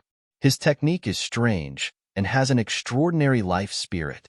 It's like a divine ritual implement, a strong cultivator from the college said. This youth was most likely a core figure of the Nantion house. It was logical that he was powerful. At this time, another figure shot up. It was Xiao Wuji. Of all current college disciples, he was the strongest in the lower Arcana plane. Bathed in full attribute noble will, Xiao Wuji created spells of every element, body dazzling. The two crashed against each other, battling in the air. The battle was very intense. It finally wasn't a one-sided fight. The strong cultivators in the air watched patiently. This was the most powerful cultivation spot here. Seeing these cultivators, they realized it still had some talents. This man was quite good. The youth below was the pride of the Nantion house. His name was Nan Yu and was in the top 10 of his generation. As a disciple of the main lineage, his technique and life spirit all had an advantage. It was quite a feat for someone in the Eastern Barren Territory to fight him to this extent. Nan Yu grew stronger and stronger. Endless silver light flowed through him, each beam extremely sharp. They pierced towards Xiao Wuji while a spear appeared in his hands. His spear technique was very precise and broad. He stirred the wind and clouds with his movements. Even when Xiao Wuji tried to dodge with a wind spell, the spear would follow, finally forcing Xiao Wuji back. Such precise techniques. The people of the college had sharp eyes. They didn't have such great spear techniques. Wind and clouds converged with the spear, forming a horrible force that took control of the air. The attacks went full out without restraint. Finally, someone talented that can do this, Nan Yu said coolly to Xiao Wuji. Thud. As he spoke, the ground shook. Another figure shot into the air with aggression. Cottage. The college disciples looked up. The person who'd appeared was Yu Sheng from the cottage. His eyes were cold as he went straight to Nan Yu. Nan Yu looked at him with interest. This man's aura was very wild. Yu Sheng, come back, Futian called. In the air, Yu Sheng stopped abruptly. He looked back at Futian with some frustration. He asked with his eyes why he couldn't fight. These guys were too rude and came to take Futian away so brashly. Futian gave him a hard look. With Yu Sheng's impulsiveness, anything could happen if he attacked. The youth had a high status.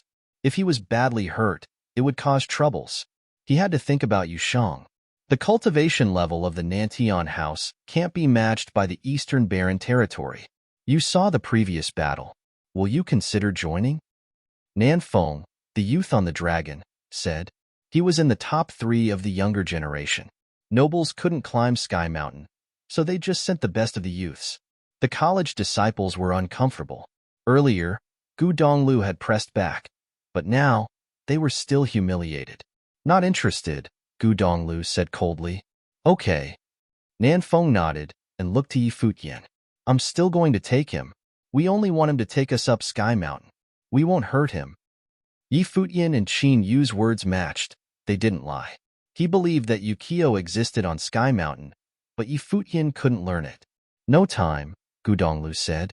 The people beside Nan Feng furrowed their brows. This guy was taking their kindness for granted. Coldness emanated from the strong cultivators in the sky. Weight pressed down. The low-class clans were so stubborn and disobedient. Third senior brother, Futian said, walking up. I'll go with them. Gu Donglu looked at him. Junior, no one is forcing you to do anything. Leave it to us. I know, but I want to return to Sky Mountain, Yi Futian insisted. The cottage was surrounded by enemies, and the Qin dynasty watched like a predator.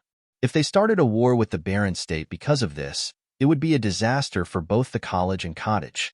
Naturally, he didn't want them to just care about him and not the others. Furthermore, nothing bad would happen if he went to Sky Mountain. Let him go. A voice came out of the cottage. Gu Donglio's eyes flashed and he nodded. Yes, teacher. Mr. Du was the owner of that voice. Since their teacher said so, Gu Donglu wouldn't keep insisting. The strong cultivators in the air retracted their auras. It seemed that someone was smart here. Sages couldn't enter the Eastern Barren territory, but they still couldn't defeat the powerful forces from the Barren State. Chapter 379. The Opportunity. Chapter 379. The opportunity. Staring at those figures in the sky, the people of the college were not very happy. Even when confronting the Qin dynasty's alliance, the college and the cottage had never flinched. The Qin dynasty had lost many talents because of the cottage, but still couldn't handle them. But now they had to be subject to a foreign force. It was obvious to all that the college was anything but the match of the Barren State's forces. That was why Yi Futian chose to compromise despite Gu Donglio's insistence. Let's go, Nan Feng said to Yi Futian. Yu Sheng made a step forward. He was vexed. Calm down. Yi Futian glanced at him and then looked up at the sky with a smile. He moved in the air, not heading for the dragon but that warship. Nan Yu furrowed his brows. He glanced at Yi Futian with some discontentment. May I come in? Yi Futian smiled at the lead woman on the ship. This woman with long, slender legs was Chu Shang, a rare beauty in the world. Seeing Yi Futian coming, she smiled gently and responded, Please come in. Thank you. Yi Futian stepped up on the warship in the air. Seeing this, the college beneath was speechless. This guy really picked a good place, but they felt good because Nan Yu on the dragon's back didn't seem happy about that. Since it's settled, it's time to go. Standing on the dragon's back, Nan Feng chose not to bother since he had reached the goal. The dragon rose into the sky, and the warship also set off. All strong cultivators all left the Book Mountain. Standing with the cottage, Hua Jieyu looked a little anxious. She asked Mr. Du, Sir? Don't worry. Mr. Du said gently. When he waited at the Sky Mountain that day, he'd sensed something from the bell's tolls. Then at the end of the year, he heard Yukio played in the cottage. He knew what that meant. That meant if Yi Futian went to the Sky Mountain, it would be very advantageous for him. Further, he was a very shrewd guy. Let me go to have a look. Zhuge Hui was not very reassured. Mr. Du didn't stop her.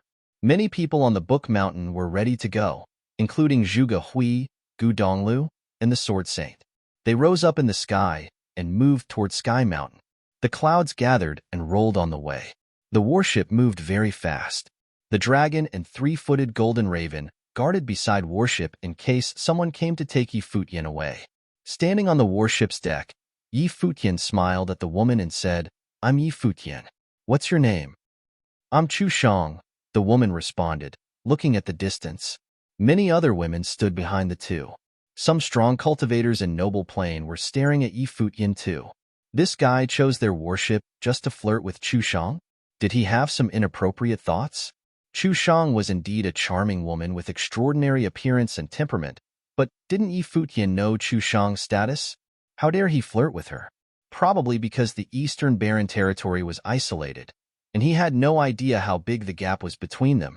I heard you talking to my third senior brother. You said you were from Mortal World. That is a pretty name. What kind of a force is your Mortal World in the Barren State? I guess it must be a very famous clan there, Yi Futian said casually. Those people behind them thought too much.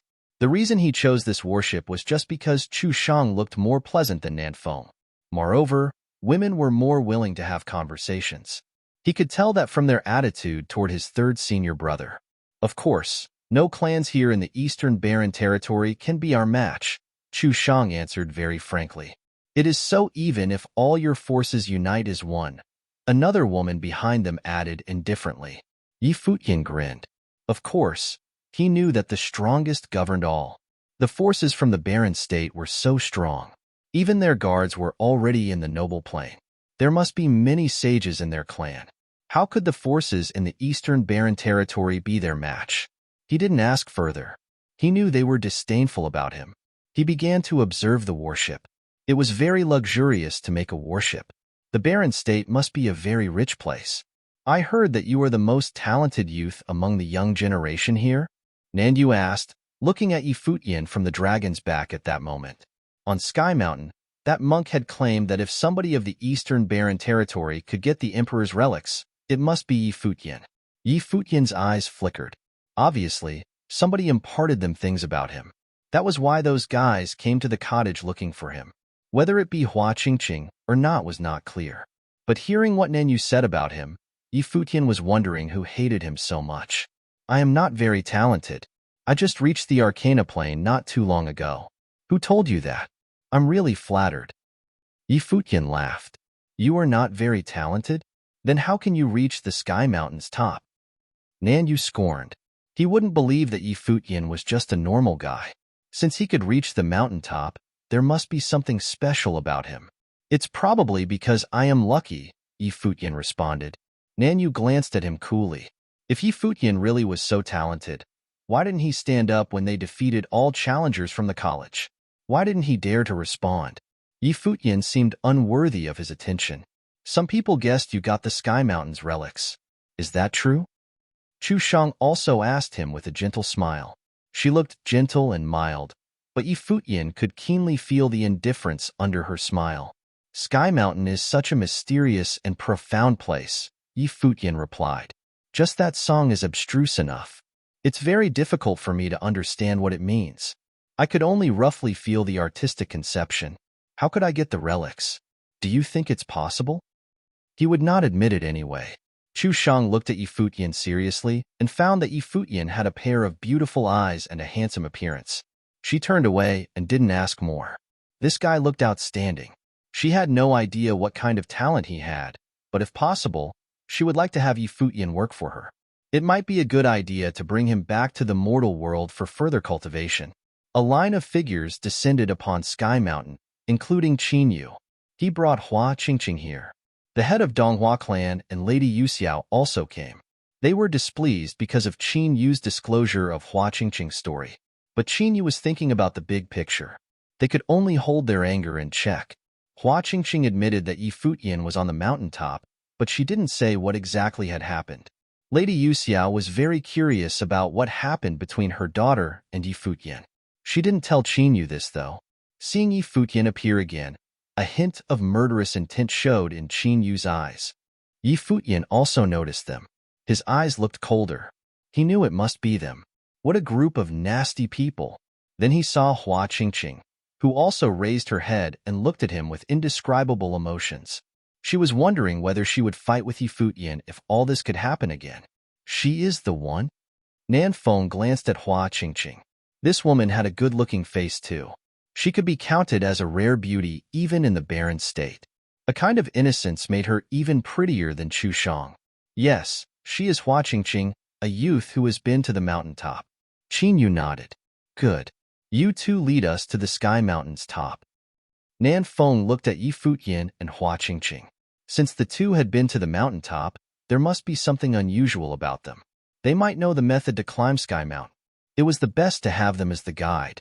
But the pressure from the Sky Mountain is much stronger than before. I'm not very sure whether we can go up, Hua Qingqing said lightly. Standing at the foot of the mountain, she could feel that pressure. How would you know if you don't try? Just lead the way, said the youth bathing in flaming light. He was from the sacred fire sect, named Duao. Hua Qingqing glanced at Duao and nodded. They moved toward the Sky Mountain. Be careful, Lady Yu Xiao warned her daughter. She looked at Qin Yu coldly. Obviously, she was very unhappy about this. Futian, Hua Qingqing, and other youths from the top forces all headed for the mountain. Those in noble plains stayed at the foot and saw the youths go up. In the distance, a few figures stood in the snow and stared at those youths too. They were Sword Saints group. They worried about Futian. Though these forces from the barren state came for the Sky Mountain and they wouldn't hurt Futian, they still needed to be on guard. On the way to the mountaintop, Futian and Hua Qingqing led the way. They didn't talk to each other. A horde of strong cultivators followed behind them. Last time, these cultivators had tried but failed. Every snowflake here seems to be transformed from the Sky Mountain's spiritual chi. Chu Shang reached out her hand and looked at the snowflakes on her palm. Then she looked up at the endless snow on the mountain. Does it mean that the whole mountain is a just heap of spiritual chi? Futian laughed, but he knew that Chu Shang was right. The Sky Mountain was indeed full of spiritual chi. The two emperors will melted in the whole mountain. Every snowflake was a share of their intent. When stepping on the snow of the Sky Mountain, he felt so familiar with everything here. Every part of his body felt good. His little eagle was still cultivating on the mountain. He could see everything on the mountain. How did you get on top of the mountain last time? Chu Shang asked. My level is quite low, so I didn't suffer a lot from the pressure. I was lucky, Futian answered. The Sky Mountain is covered with two emperors' deterrent force of will as well as strong demonic will. If you can resist that, then you can go up to the mountain. But this time, both powers became much stronger, Hua Qingqing murmured. She didn't expose Futian. Even the Arhat could only infer. Only she knew that Futian managed to learn the Ukiyo by the two emperors. When he went down the mountain, that bell tolled. It was not an accident. That bell rang just for him. Let's speed up, a strong cultivator from the Super Xian Mountain urged. The deterrent force hadn't threatened them so far. They could speed up. At the foot of the mountain, Qin Yu informed the head of Donghua clan. The Sword Saints group is here. What do you want to do? The head of Donghua clan asked. Of course, he knew that the Sword Saints group was here. The Sword Saint, Zhuge Hui, and Gu Donglu were all here in the snow at the foot of Sky Mountain. Qin Yu sneered. Isn't it the opportunity that we want? Chapter 380. General. Chapter 380. General Sky Mountain was still covered in boundless snow. On the mountain path, a group of cultivators was walking upwards. It was Futian and the rest. As they ascended, their speed gradually dropped because the pressure was becoming larger and larger. Hanlan, the young man from Taishin Mountain, asked Futian, how long do we need to reach there? They had already been walking on Sky Mountain for quite a long while, and yet they still could not see the end, just like the previous time. Since Futian had been to Sky Mountain, he should know the answer. I can't tell. If you want to reach the peak of Sky Mountain, you should not talk about how long you need. As we go higher, the pressure we experience will increase. The last bit will be the hardest, Futian replied. You look so relaxed. Nanyu from Nantian House glanced at Futian. I have been here for many times, so clearly it'll be easier for me.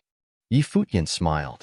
Nanyu glanced coldly at Futian, and some faint evilness could be seen in his eyes. He was affected by the evil thoughts on Sky Mountain and felt somewhat manic. Apart from him, the rest felt the same as well. As the group continued their ascent, more and more people could no longer endure the pressure and chose to leave Sky Mountain. Chu Shang also looked at Futian, who was walking with ease and looked calm. The influence Sky Mountain had on him was indeed minimal. Apart from him, Hua Qingqing also did not seem to have encountered any difficulty as she walked in the dancing snow. Although Hua Qingqing was advancing with the others, she appeared to be alone by herself, like a plum flower blooming in the snow. This caused everyone from the barren state to have a strange feeling. They would not think that they were weaker than the two, but why did Futian and Hua Qingqing look so relaxed? If the two really had mastered the secrets of Sky Mountain, they would have discovered it long ago. The group passed through regions after regions and had already been on Sky Mountain for a few days. It was extremely difficult to climb the mountain, so the number of cultivators in the group had been decreasing consistently. At the moment, there were only over 10 people left, and they no longer looked as imposing as they were at the start of the climb. Their speed was also decreasing. Even the geniuses from the major forces in the barren state were more and more affected by the evil thoughts. Duao from Sacred Fire Sect was still covered in a holy radiance to resist the coldness and pressure on Sky Mountain. However, an evil flame seemed to be burning in his eyes. He felt an extremely evil power seeping into his mind continuously, influencing him. Suddenly, Hua Qingqing turned around and said softly, "The pressure and evil thoughts are both becoming stronger. We should give up." Everyone in the snow stared at her pure eyes, which were still not affected by the evilness at all. Standing in the snow, she looked cold and ethereal. Since you can reach the peak last time, we can do it this time as well. Duao from Sacred Fire Sect walked forward.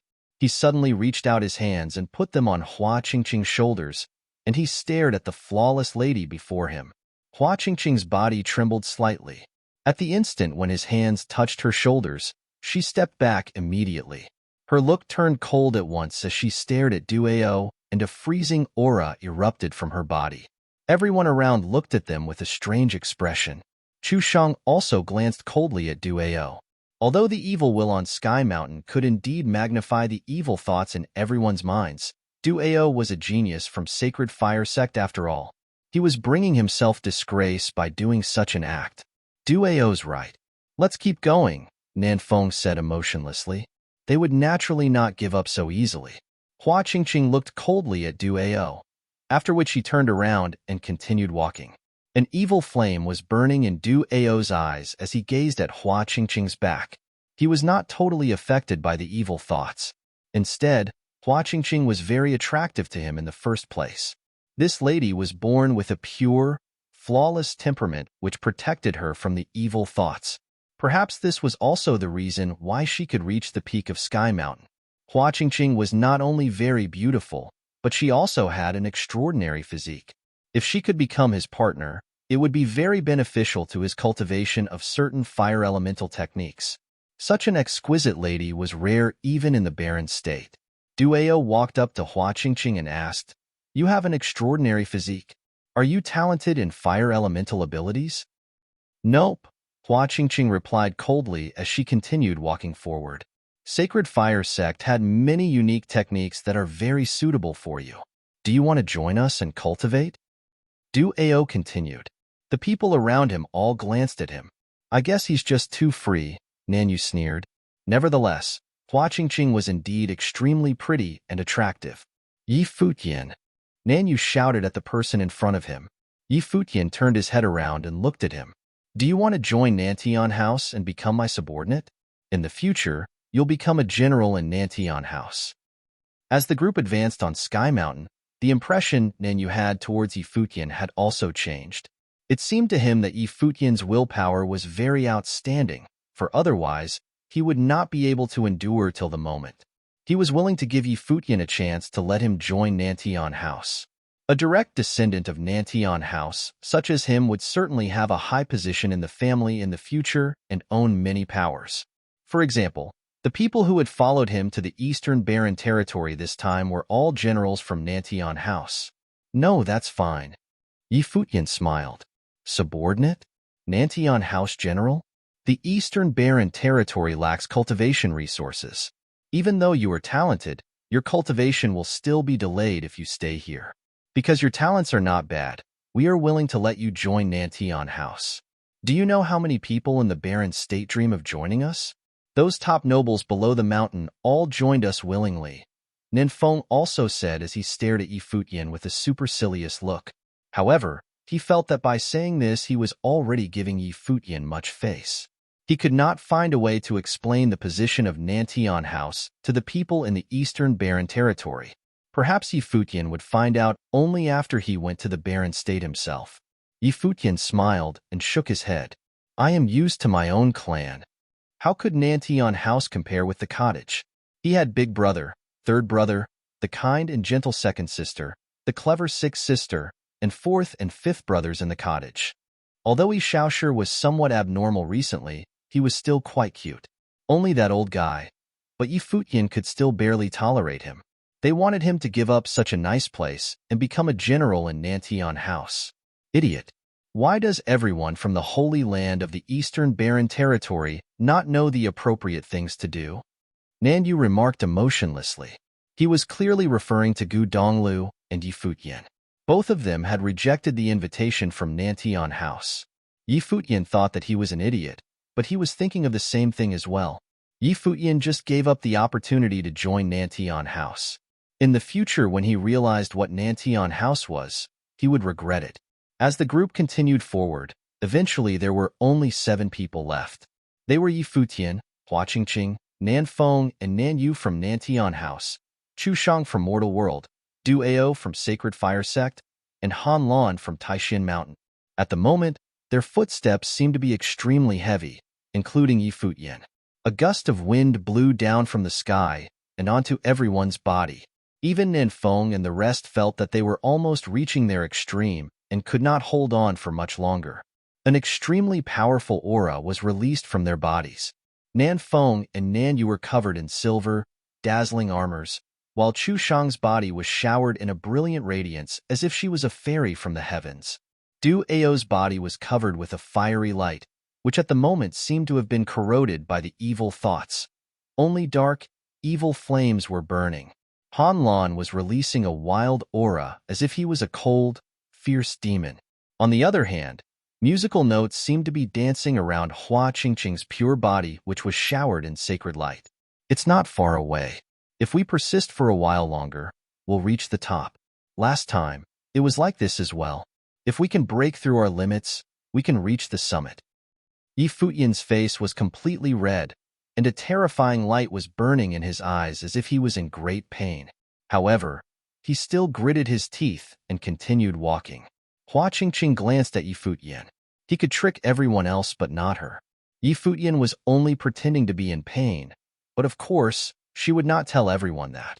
Their current location was still quite far from the summit. Last time, the Arhat intercepted Yi Futian and the rest right here. She knew well that these people would not be able to reach the peak, especially when Yi Futian was present. Everyone tried to endure the pressure, and their speed slowed further. The evil thoughts were everywhere, and they could even feel a monstrous demon bird appear in their minds. Nanyu frowned and asked Yi Futian, "How long do we need exactly?" "Soon," Yi Futian replied with much difficulty. After a while, the flames surrounding Du Ao turned into darkness. His look was filled with evilness, and his will could no longer take it. "How long?" Du Ao also asked. "Soon," Yi Futian said. "How many times have you repeated that word?" The evil light in Du Ao's eyes blazed, and his tone was very threatening. "We're almost at the top. Every step that we take now is as difficult as climbing the sky. You're the geniuses from the barren state, so since I can endure it, I believe you can as well. If I can no longer take it, I'll quit," Yi Futian said. Du Ao gave a cold humph, and the others also did not know whether they should give up or not. Yi Futian and Hua Qingqing were both continuing. Yi Futian sneered in his mind. Didn't they want to climb Sky Mountain? Since this was the case, he would accompany them to the end. They were all geniuses from the barren state and thought that they were extraordinary. Yi Futian really wanted to see how long they could hold. He sneered and continued advancing, keeping to an extremely slow speed so that the rest could follow him. Suddenly, in the minds of everyone, a terrifying, illusory demon bird appeared. It was as if the demon bird could attack their wills, causing them to be in great pain. Giving a muffled humph, Nanyu stopped and could not lift his feet anymore. Yi Futian turned around and asked, "What is it? Are we there yet?" Nanyu stared at Yi Futian. "Soon." It was still the same reply.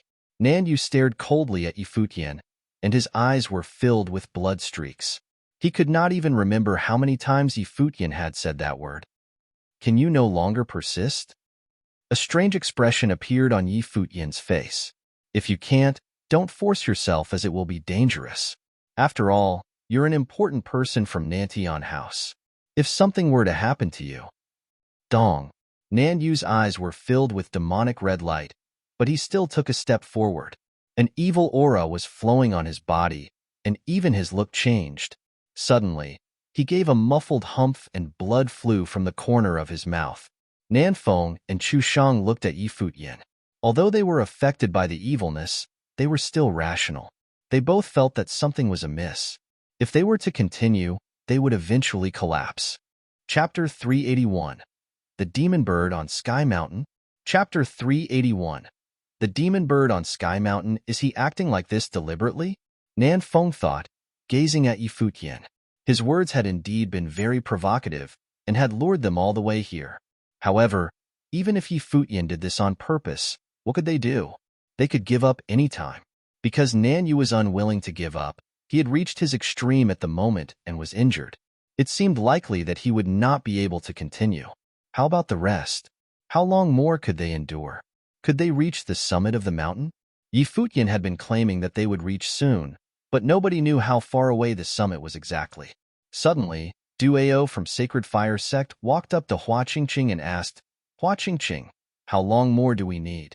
Hua Qingqing felt somewhat disgusted. Duao had been following her all along. However, Sky Mountain this time felt different from the last. She was also enduring a great amount of pressure. The willpower that had merged into the mountain seemed to have revived, as well as the evil thoughts. She was similarly reaching her extreme and could not keep her distance from him. We still have some distance to go. You should give up. Although I did manage to reach the peak the last time, I indeed walked up myself.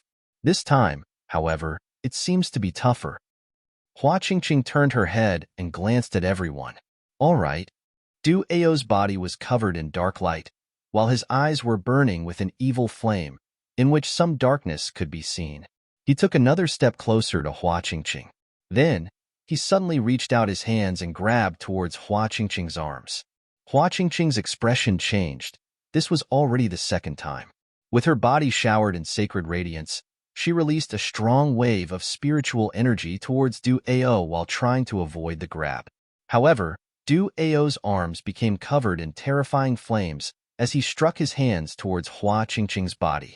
Under the pressure of Sky Mountain, she could not dodge the surprise attack at such a close range. Thus, Duao still grabbed the upper parts of her arms.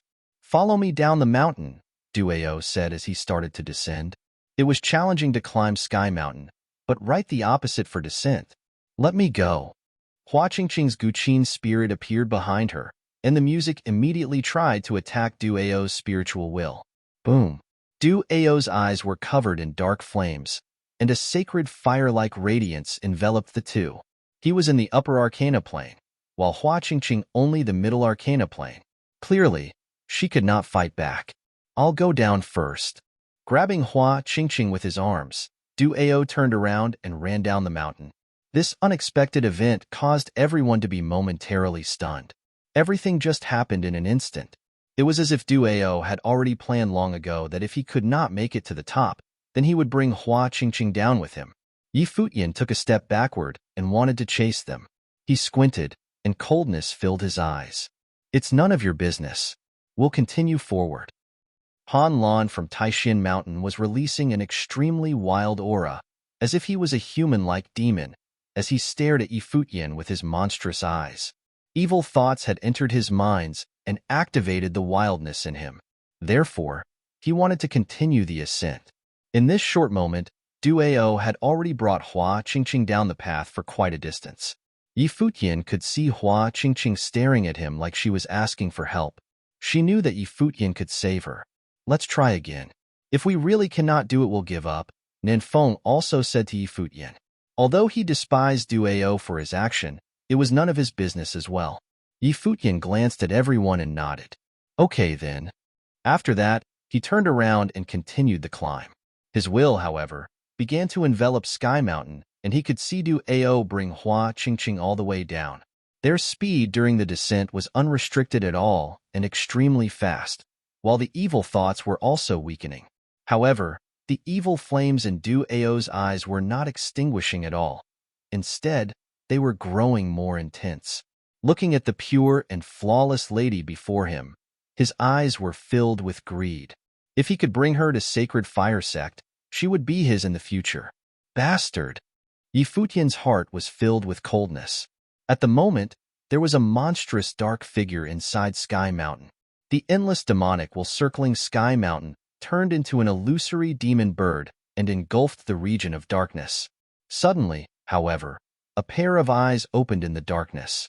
The pair of eyes looked unruly and unrestricted as if they were from the demon bird itself.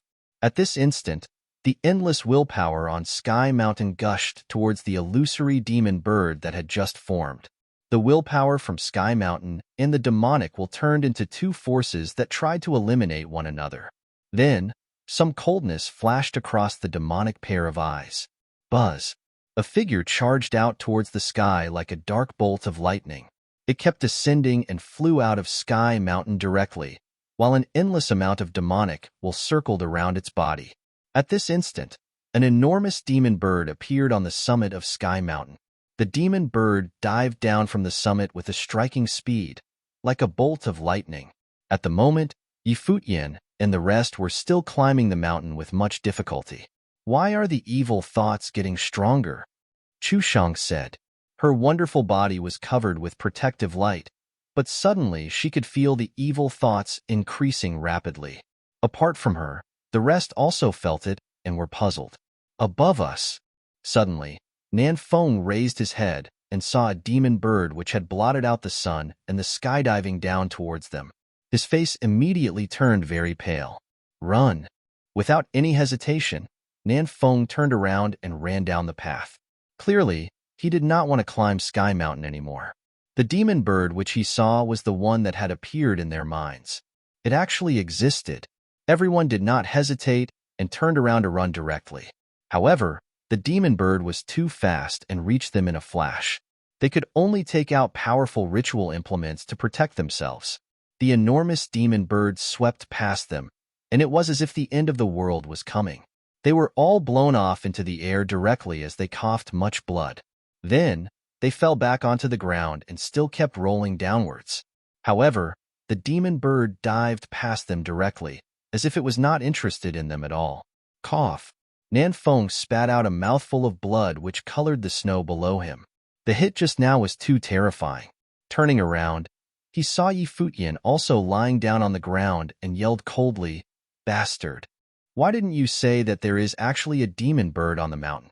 "I didn't see it the last time here," Futian replied. "Idiot!" Nanyu was even more severely injured.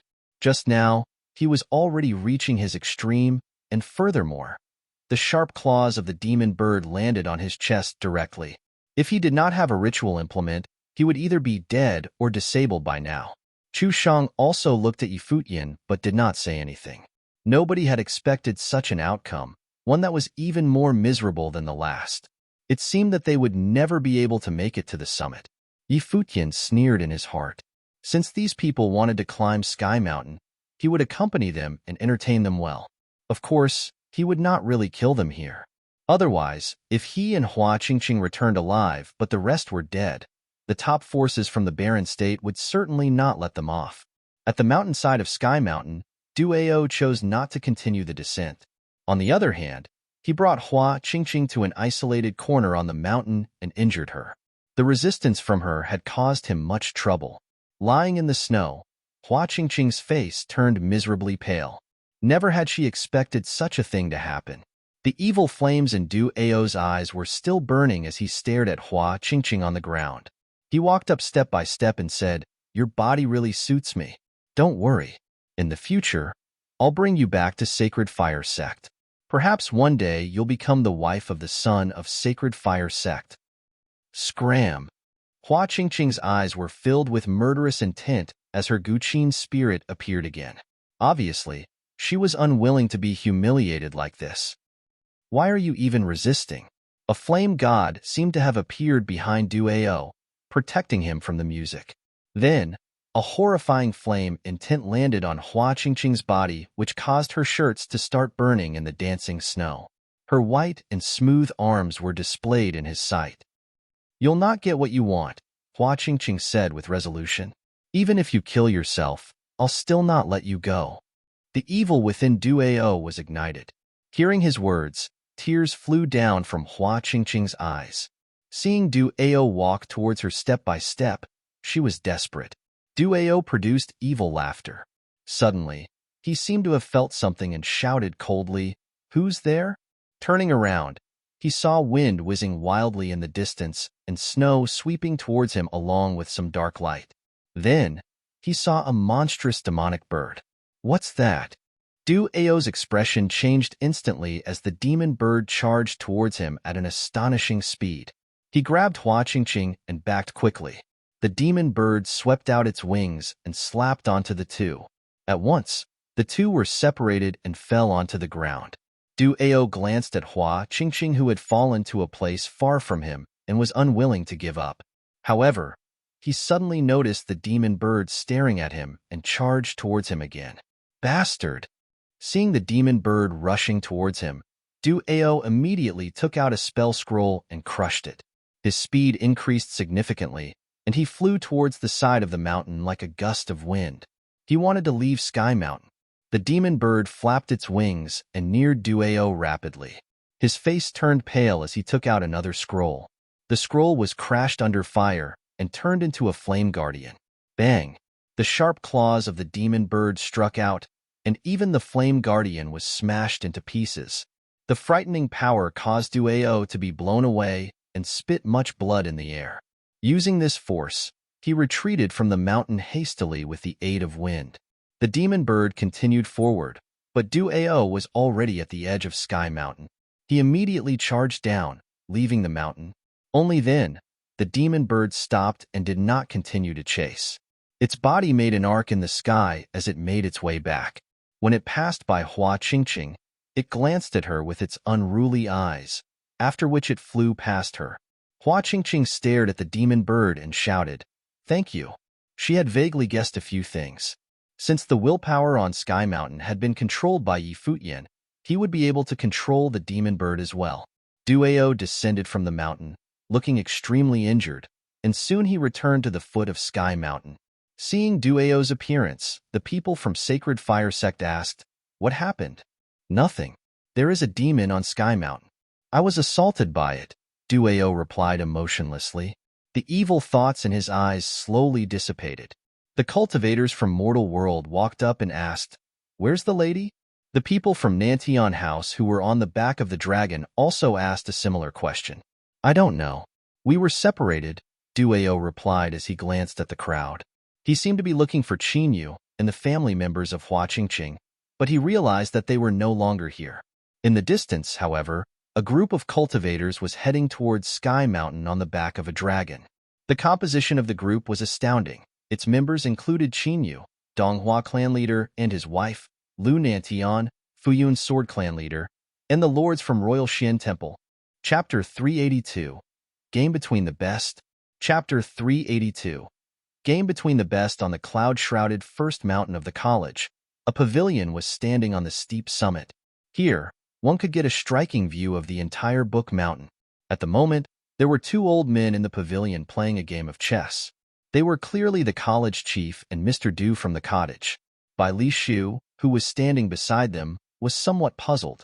Such a scene was indeed extremely rare. It was the first time he saw his master and uncle playing chess. What wind was blowing today? Why does it feel abnormal? It has been so long since we last played. Senior, your skills have improved significantly. You are less direct than you were in the past. Now, every move of yours seems natural and yet hidden with more moves. You are a master at it, Mr. Du remarked, smiling. Your moves may seem mild, but you have secretly gained control of the entire game. Over these years, you're becoming better at planning and calculation. The long beard of the college chief swung in the air, and he was sage-like. Although he was old, his voice was firm and stable. This is not planning. This is momentum. Mr. Du shook his head. You made your moves in the whole Eastern Baron territory in an attempt to fulfill your wish. So now, how's the momentum? The college chief sneered, staring at Mr. Du Sr. Why do you have to be so unhappy? Mr. Du smiled. How many years have both of us been cultivating? How long more do I have? Sooner or later I'll pass away. I want to leave here to find a way to break through. Is it so difficult to give you this position? The college chief snarled, looking at Mr. Du. Even if you don't want it, what about your first disciple? Why did you ask him to leave that time? To fulfill your wish? Hearing the conversation between the two, Bai Li Shu was shocked. Rumors outside claimed that time, Mr. Du asked his first disciple to establish his own clan instead of staying at the college. The college chief was extremely dissatisfied with this, and a conflict broke out between the two. The real reason was actually that the college chief was looking for a person to take over his position, but Mr. Du rejected. Therefore, he thought of the Sword Saint. This was indeed surprising. Senior, do you think I'll be a good chief? Mr. Du smiled with a lazy expression. Moreover, I think you're well aware of some other reasons. College Chief Xiao stared at Mr. Du eventually. He heaved a long sigh in his heart. He knew why Mr. Du would not take over his position, but he did not even allow Sword Saint to take over. The college chief was extremely unhappy. He did not have much time left. Although cultivators could live much longer, they were not immortal. He was not yet a sage and would still die eventually. Only after he made the breakthrough, his lifespan could be extended. Hence, he wanted to leave the Eastern Barren Territory and look for opportunities outside. With his talents, he would not be able to feel the sage plane and take the last step by secluding in the Eastern Barren Territory. Senior, I know that you have high hopes for me. I have also thought about how you can leave without worries after all these are finished. But Mr. Du gave a bitter smile and shook his head. If you wish to fulfill your ambition in the Eastern Barren Territory, you will go against the benefits of the others. It's certainly not as easy as you have imagined, College Chief Xiao said. He knew what his junior wanted to do. That's true. It's so difficult to change just the Eastern Barren Territory. Mr. Du continued shaking his head. He gazed into the distance and added, "What's coming will come." Hearing his words, College Chief Xiao similarly raised his head. In the sky, wind and clouds whizzed. Suddenly, the howl of dragon erupted, shocking the entire earth. On Book Mountain, countless people looked up at the sky, where they saw a real dragon devouring clouds and descend from the height. The enormous dragon was golden and majestic. 3 people were standing on its back. The person who was in front had a crown on his head and was wearing the emperor's robe. He looked all-powerful. He was the most powerful person in the Eastern Barren Territory, the King of Qin. On each side of the King of Qin, there was also an elder. They looked unfathomable. Apart from them, many cultivators appeared in the sky around them as well. They were powerful nobles from the 4 major forces which had allied. Now, they had also come to Book Mountain. Immediately, Book Mountain was shaken. Many people ascended into the air to face their common enemy. Qin Dynasty finally sent their army to Book Mountain. Standing on the back of the dragon, the King of Qin looked at the pavilion on the first mountain, as if his look had penetrated across space. He stared at the 2 elders playing chess and laughed. "Greetings, College Chief Xiao," Mr. Du. With a cold expression on his face, College Chief Xiao lifted his head and shouted, "Scram." He wished that the King of Qin could scram as far as possible. At the moment, he was somewhat anxious.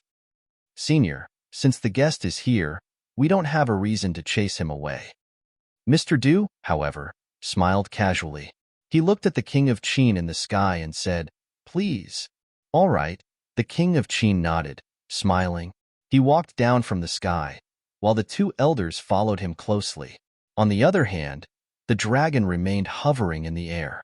The various mountain elders of Book Mountain, as well as the cultivators from Sword Saint Mountain and Moon Clan, ascended into the air one after another.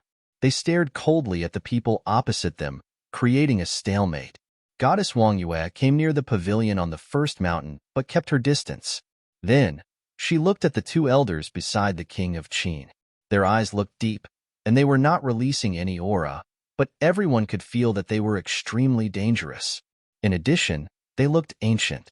If they still seemed old despite having cultivated to this level, they must have lived for many years. The King of Qin landed on the ground, after which he saluted to Mr. Du by folding his hands and said, "I have heard your name for very long, but unfortunately have not met you in person. Today, I came here to visit you. Please do not blame me for disturbing." His tone was sincere, and he was not hypocritical. Instead, he meant what he said. Mr. Du was indeed a respected figure in the Eastern Barren Territory. There were 8 disciples in the cottage. The first 3 were already famous in the Eastern Barren Territory, and any one of them could establish their own clans and stand at the peak of the Eastern Barren Territory. The other disciples were still growing, but they had already displayed their remarkable talents. In the future, it seemed unlikely that they would be much weaker than the Sword Saint and the other 2. Even if Mr. Du did not know how to cultivate, he would still be considered as a legend by picking these disciples and teaching them to such a level. Furthermore, the King of Qin did not believe that Mr. Du really could not cultivate. The 2 people beside the King of Qin also stared at Mr. Du, as if they were trying to feel something from him. "You're too polite." Mr. Du smiled casually. He had noticed that while the king of Qin had brought many cultivators here, the leader of Donghua clan and his wife, as well as several other important figures, were not here. Mr. Du smiled mildly. He knew what had happened. College Chief Xiao and Mr. Du, you have been enjoying yourselves? I am mediocre at playing chess. Mr. Du, are you interested in playing a game with me? The king of Qin said, looking at Mr. Du, please. Mr. Du extended his arm. College Chief Xiao stared at him, and his beard swung in the air. Senior, Mr. Du shouted at College Chief Xiao. College Chief Xiao was, however, still staring at him. Senior, our visitors are our guests, Mr. Du added. Only then, College Chief stood up unwillingly. Then, he walked to the side that glanced coldly at the king of Qin. College Chief Xiao, I apologize for the trouble. The king of Qin nodded at the college chief. Then, he sat down opposite Mr. Du. The pieces returned from the board as they started a new game. In the sky above Book Mountain, the people from both the college and Qin dynasty and its allies all gazed at the situation in the pavilion, feeling somewhat emotional. The most powerful person in the Eastern Barren Territory and the mysterious and low-key legend from the cottage were playing a game of chess on Book Mountain. They all knew clearly that in this game, the pieces would still fall onto the chessboard, but they would affect the whole Eastern Barren Territory. Mr. Du, I heard that you are College Chief Xiao's junior, so you're more senior than me. You should go first, the king of Qin said politely. Mr. Du nodded gently and landed his first move casually, as if it only depended on his mood. The king of Qin smiled and similarly made his move. Book Mountain seemed to be very quiet, but the atmosphere was somewhat tense. The sound of chess pieces landing on the chessboard was exceptionally clear. Mr. Du, you seem to be making your moves randomly, but without me realizing it, you are already taking control of the whole game. Terrific. The king of Qin smiled. Then, he made his next move. Seeing the scene, College Chief Xiao's eyes sparkled. Mr. Du wanted to take control of the game, while the king of Qin followed him closely. All his moves were direct and aggressive. Mr. Du smiled and continued the game. As the two played, slowly, an invisible aura actually spread out from the king of Qin and enveloped the space. Mr. Du, you're a legendary figure. Why are you confining yourself to such a small place? The king of Qin made his move. On the chessboard, there seemed to be a dragon charging out and devouring everything. I make my moves after careful consideration. Mr. Du smiled and continued to make his move casually. Immediately, the region where his piece landed seemed to be rescued from the siege. Once they were rescued, they could respond to the whole game and form an unstoppable force. The king of Qin held a piece in his hand, but his hand hovered in mid-air. The aura around him turned into the shape of a dragon. It was as if he was temporarily trapped. Finally, his finger landed onto the board. The dragon charged out and wanted to kill its enemy at all costs. At all consequence? Mr. Du shook his head, after which he made his next move. He never once spent time thinking before making his move, as if he had already known everything. However, his move was still defensive. You take control of the whole game. If your plans work out, you will be unstoppable. We do not have much time left. We'll either make or break it, the king of Qin said emotionlessly. He looked at the chessboard, where he felt an invisible pressure. Then, he made his move, which charged into the enemy's territory in an attempt to break the balance. You leave yourself with no paths of return. If you lose everything. Why? Mr. Du said again and continued the game. The people on Book Mountain listened to the conversation between the two. There were many hidden meanings which they could not understand fully. The pieces of the king of Qin and Mr. Du landed on the chessboard, but the chessboard itself could be the entire Eastern Barren Territory. The king of Qin froze as he stared at the chessboard. When Mr. Du made his last move, the situation changed drastically. He had always been in a defensive position, but after that move, it felt like he could clear all his enemies with one strike. The pieces which the king of Qin sent on the siege all seemed to be in a dangerous position now, as if they would be killed immediately. Do you still want to continue? Mr. Du asked. The king of Qin was shocked in his heart. His fingers trembled gently as he stared at the chessboard, after which he made his move. The two ends of his pieces on the board worked together to form a siege, as if they were two dragons. If any of them won, they would engulf their enemies together. I have already made my move and cannot return. Qin Yu and the rest have gone to Sky Mountain. After the battle there ends, they'll come here. Unrepentant. Why? Mr. Du shook his head and put down his next move with his hand. Immediately, a region that was under the siege also changed drastically and cut the connection between the two dragons. It was as if this move could decide the game. It'll be difficult for them to leave Sky Mountain in one piece, Mr. Du remarked casually. Chapter 383, Battle Between the Best. Chapter 383, Battle Between the Best at the foot of Sky Mountain. The wind was blowing and snowflakes were dancing wildly in the air. In the distance, there was a group of cultivators. Many people looked in that direction and were astonished. The group consisted of Qin Yu, the crown prince of Qin dynasty, Donghua clan leader, and his wife, Lu Nantian, Fuyun sword clan leader, the lord from Royal Xian Temple, as well as several elders from Qin dynasty and Donghua clan. So many strong cultivators had appeared at Sky Mountain, and they were heading directly towards the place where the three strongest disciples of the cottage were at. The Eastern Barren territory was about to change drastically.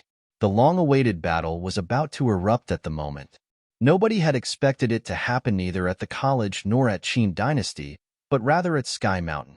The only question was why the king of Qin was not present. Sword Saint, Zhuge Hui, and Gu Donglu also noticed the group. Standing proudly in the air, their eyes were only filled with coldness. It seemed like the group was aiming directly at them. At the other side, the cultivators from various top forces of the Barren State all seemed to be interested in the situation. It seemed to them that the Eastern Barren territory was not in a peaceful state. They would probably be able to see how strong the best cultivators of the Eastern Barren territory were. The crowd beside Sword Saint and the other two retreated as far as they could.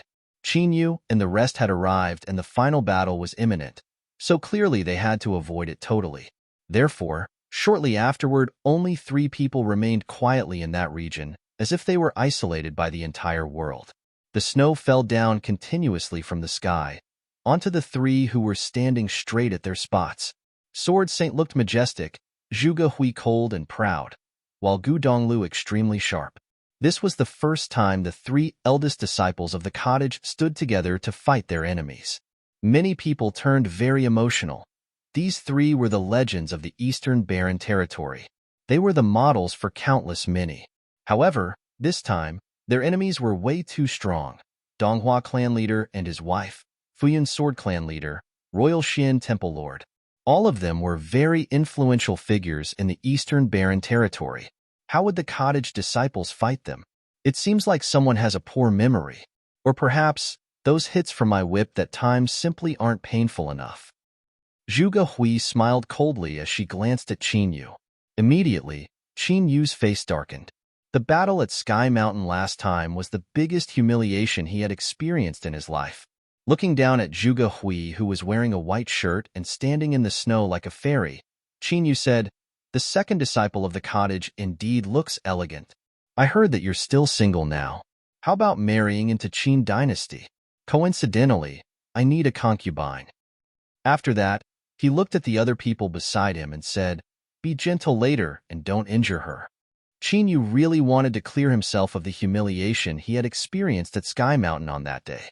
The only way was for Zhuge Hui to submit herself below him and be played by him. She would use her entire life to repent for that battle. Lady Yu Xiao glanced emotionlessly at Qin Yu and felt somewhat disgusted. Qin Yu was humiliated because he was weaker, and yet he wanted to humiliate Zhuge Hui in such a way, which was really distasteful. That day at Sky Mountain, Qin Li was killed and Qin Yu lost badly in the battle, which totally shattered his confidence. His mentality, therefore, became somewhat distorted. This could also be seen from his act of using Hua Qingqing to get closer to the people from the Barren State. At the moment, Qin Yu would achieve his goal at all costs. However, Lady Yu Xiao did not say anything. Donghua clan had also crossed the point of no return. Just as Qin Yu finished speaking, an extremely sharp aura bloomed from Gu Donglu and ascended into the air, charging towards Qin Yu. His murderous intent filled the sky. Hearing Qin Yu's words, Zhuge Hui suddenly laughed. Concubine? She then put her hand near her waist.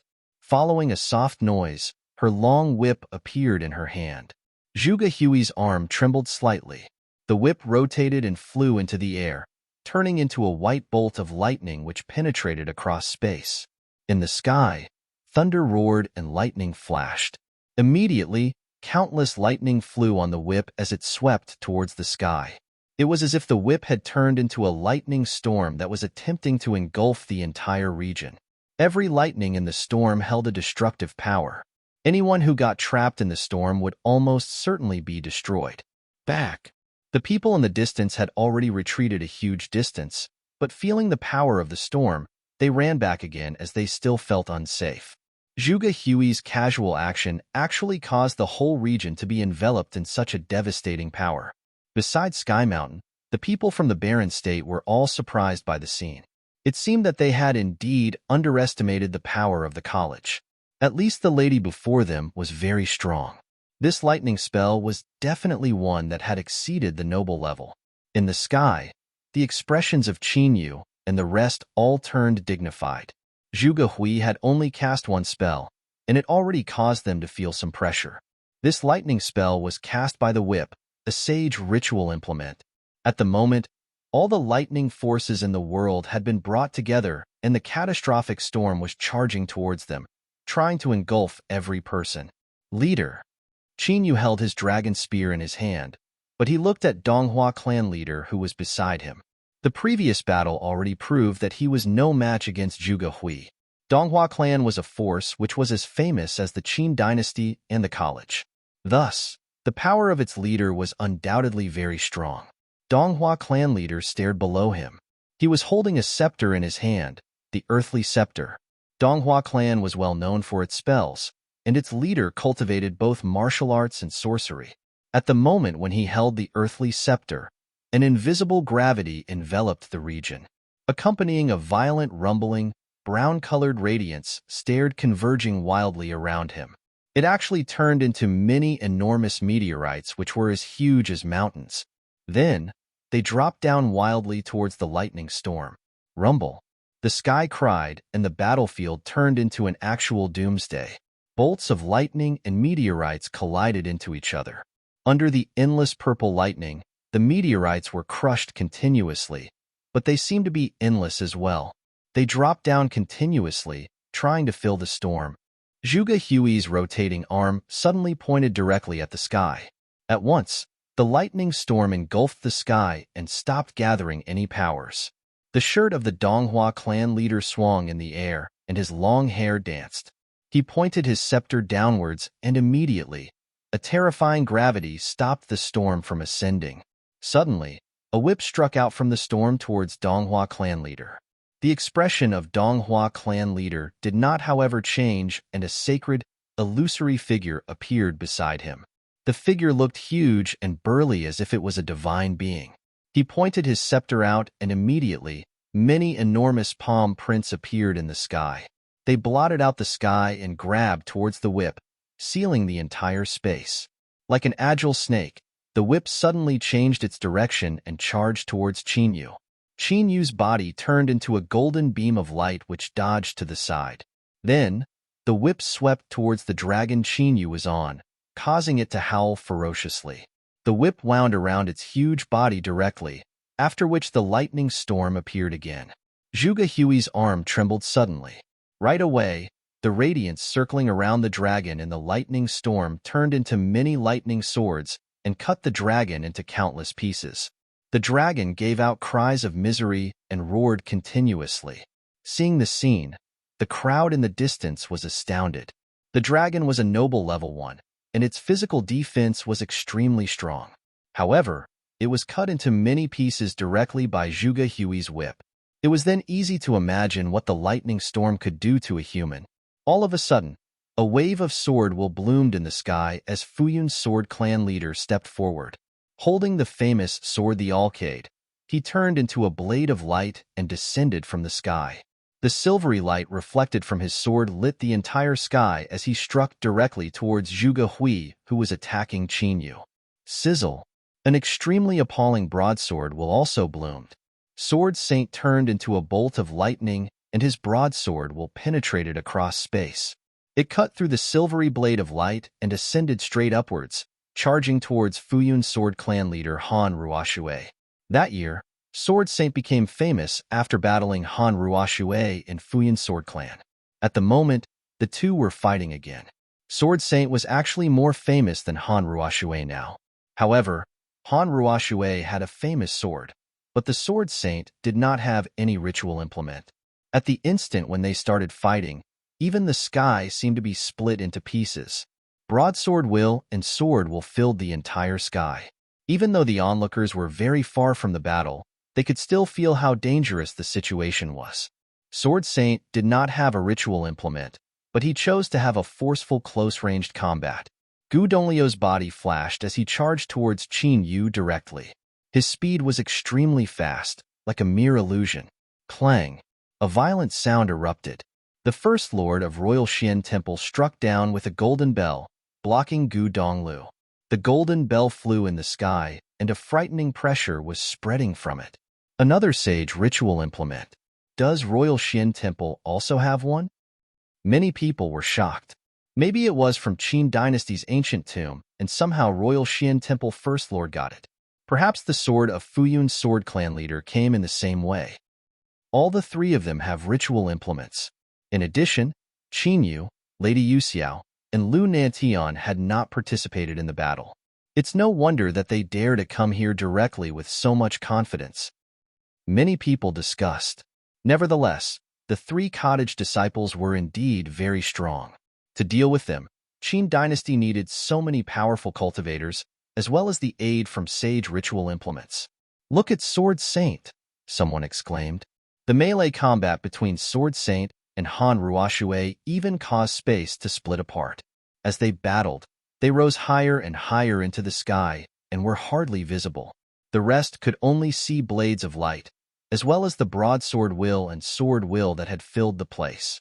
However, Sword Saint's actions suddenly became much slower, but the broadsword will from his body grew in intensity. A broadsword appeared in his hand, and his every move looked all natural as he turned the forces in the world into broadsword will. When he struck out, a straight beam of light appeared, cutting the sky into two halves.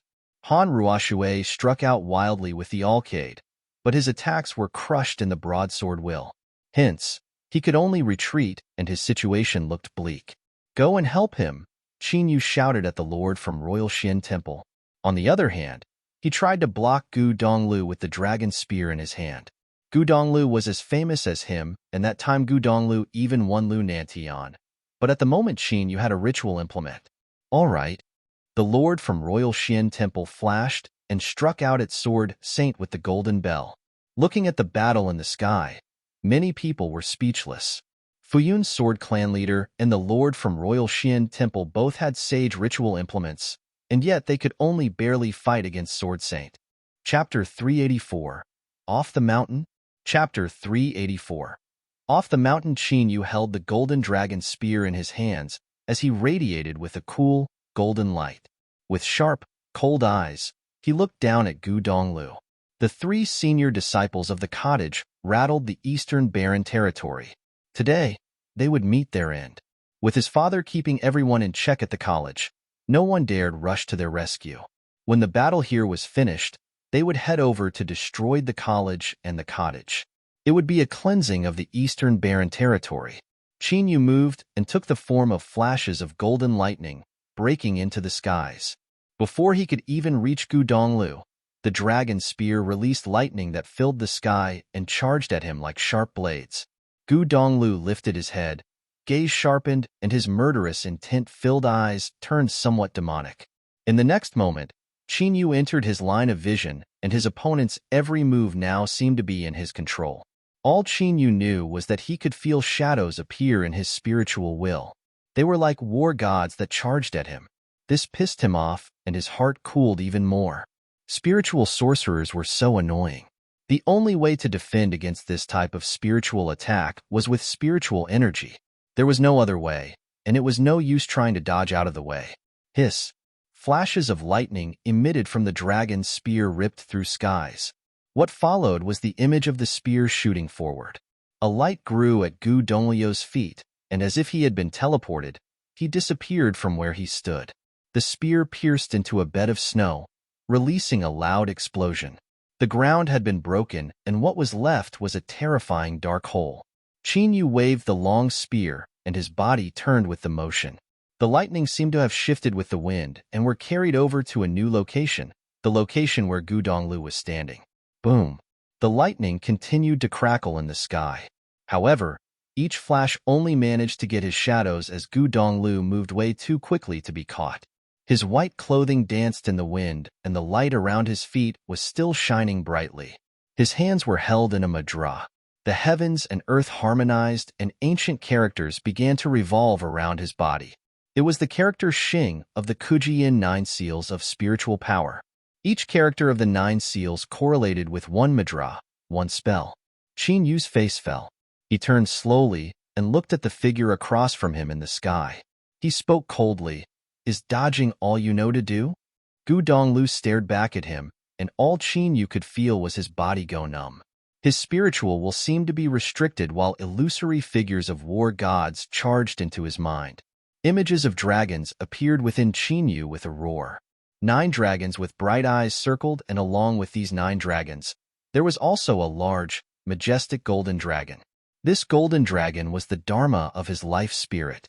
With loud roars, the dragons, as well as the long spear in his grasp, were on the move. Qin Yu took a step forward and waved his spear once, splitting the skies. However, his attack was still unable to touch Gu Donglu because he was just too quick. Whoosh! The 9 seals continued to revolve around Gu Donglu. A bright image of a figure appeared behind him, basked in the light from the 9 seals. Gu Donglu looked like a deity at this moment. The Xing character floated in the air and was imprinted on his body. When his environment harmonized, more lines of ancient characters appeared. Following that, Gu Donglio's body could be seen zipping through the air. Only his shadow could be seen in the vast space. It was beginning to get hard to tell which image of him was real and which were fake. These images all came in front of Qin Yu and were destroyed by the spear in his hands. Then, the images continued to come at him. It was a wild scene to witness, as there seemed to be no end to these images of Gu Donglu. Behind Qin Yu, the dragons rushed out only to realize that a powerful force of energy gathered, which led to the release of war gods. The images of 9 war gods graced the skies. They were majestic and formidable, with ancient characters revolving around them. They were ready to take on the dragons. So powerful, thought the crowd as they observed from afar with racing hearts. They were too powerful. The 3 eldest disciples of the cottage were ready to take on the top dogs of various great forces. The second disciple, Zhuge Hui, a goddess-like beauty, was up against the clan leader of the Donghua clan. The first disciple, the Sword Saint, fought 2 men, while the third disciple, Gu Donglu, fought Qin Yu, who had a ritual implement. However, the Qin dynasty had people who had yet to make their move. Lady Yuxiao watched the battle between clan leader Hua and Zhuge Hui. She was ready to tag him out at any time. It was obvious the couple didn't want to bully a junior cultivator by fighting together.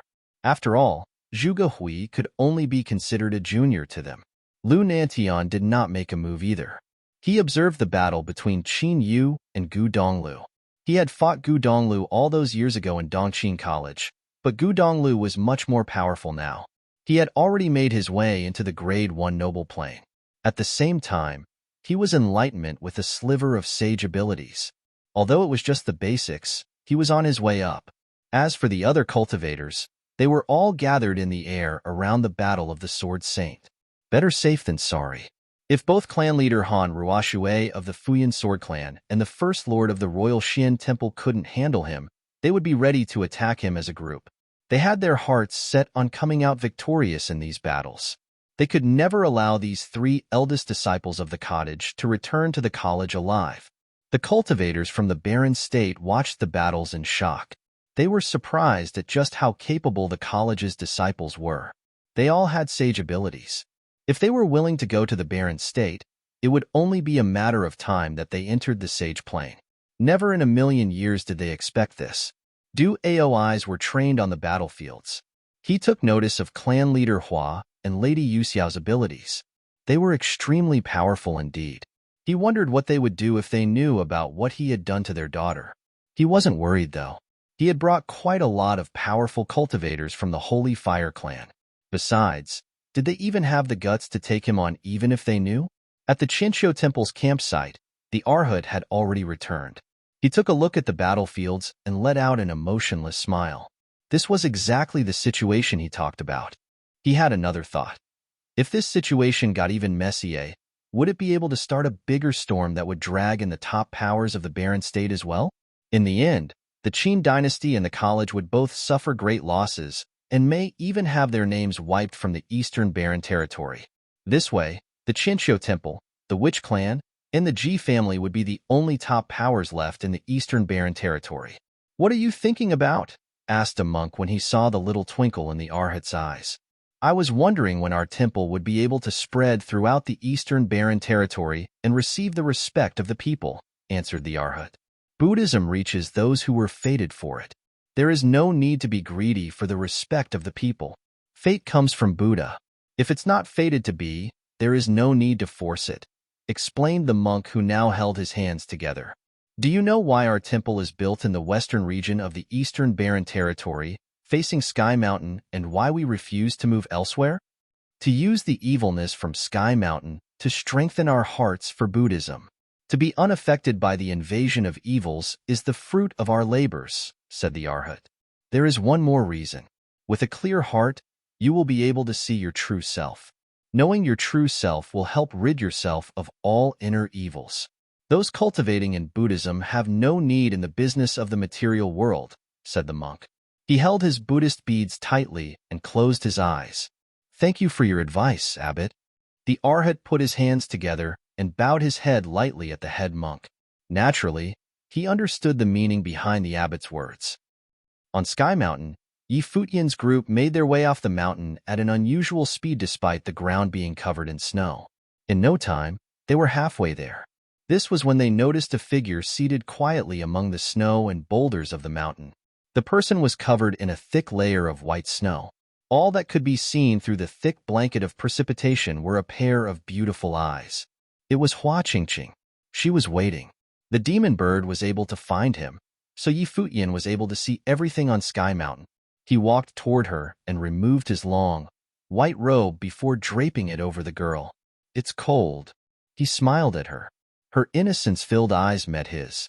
"He has great eyes." "Thank you." Hua Qingqing spoke softly. Futian smiled and turned away.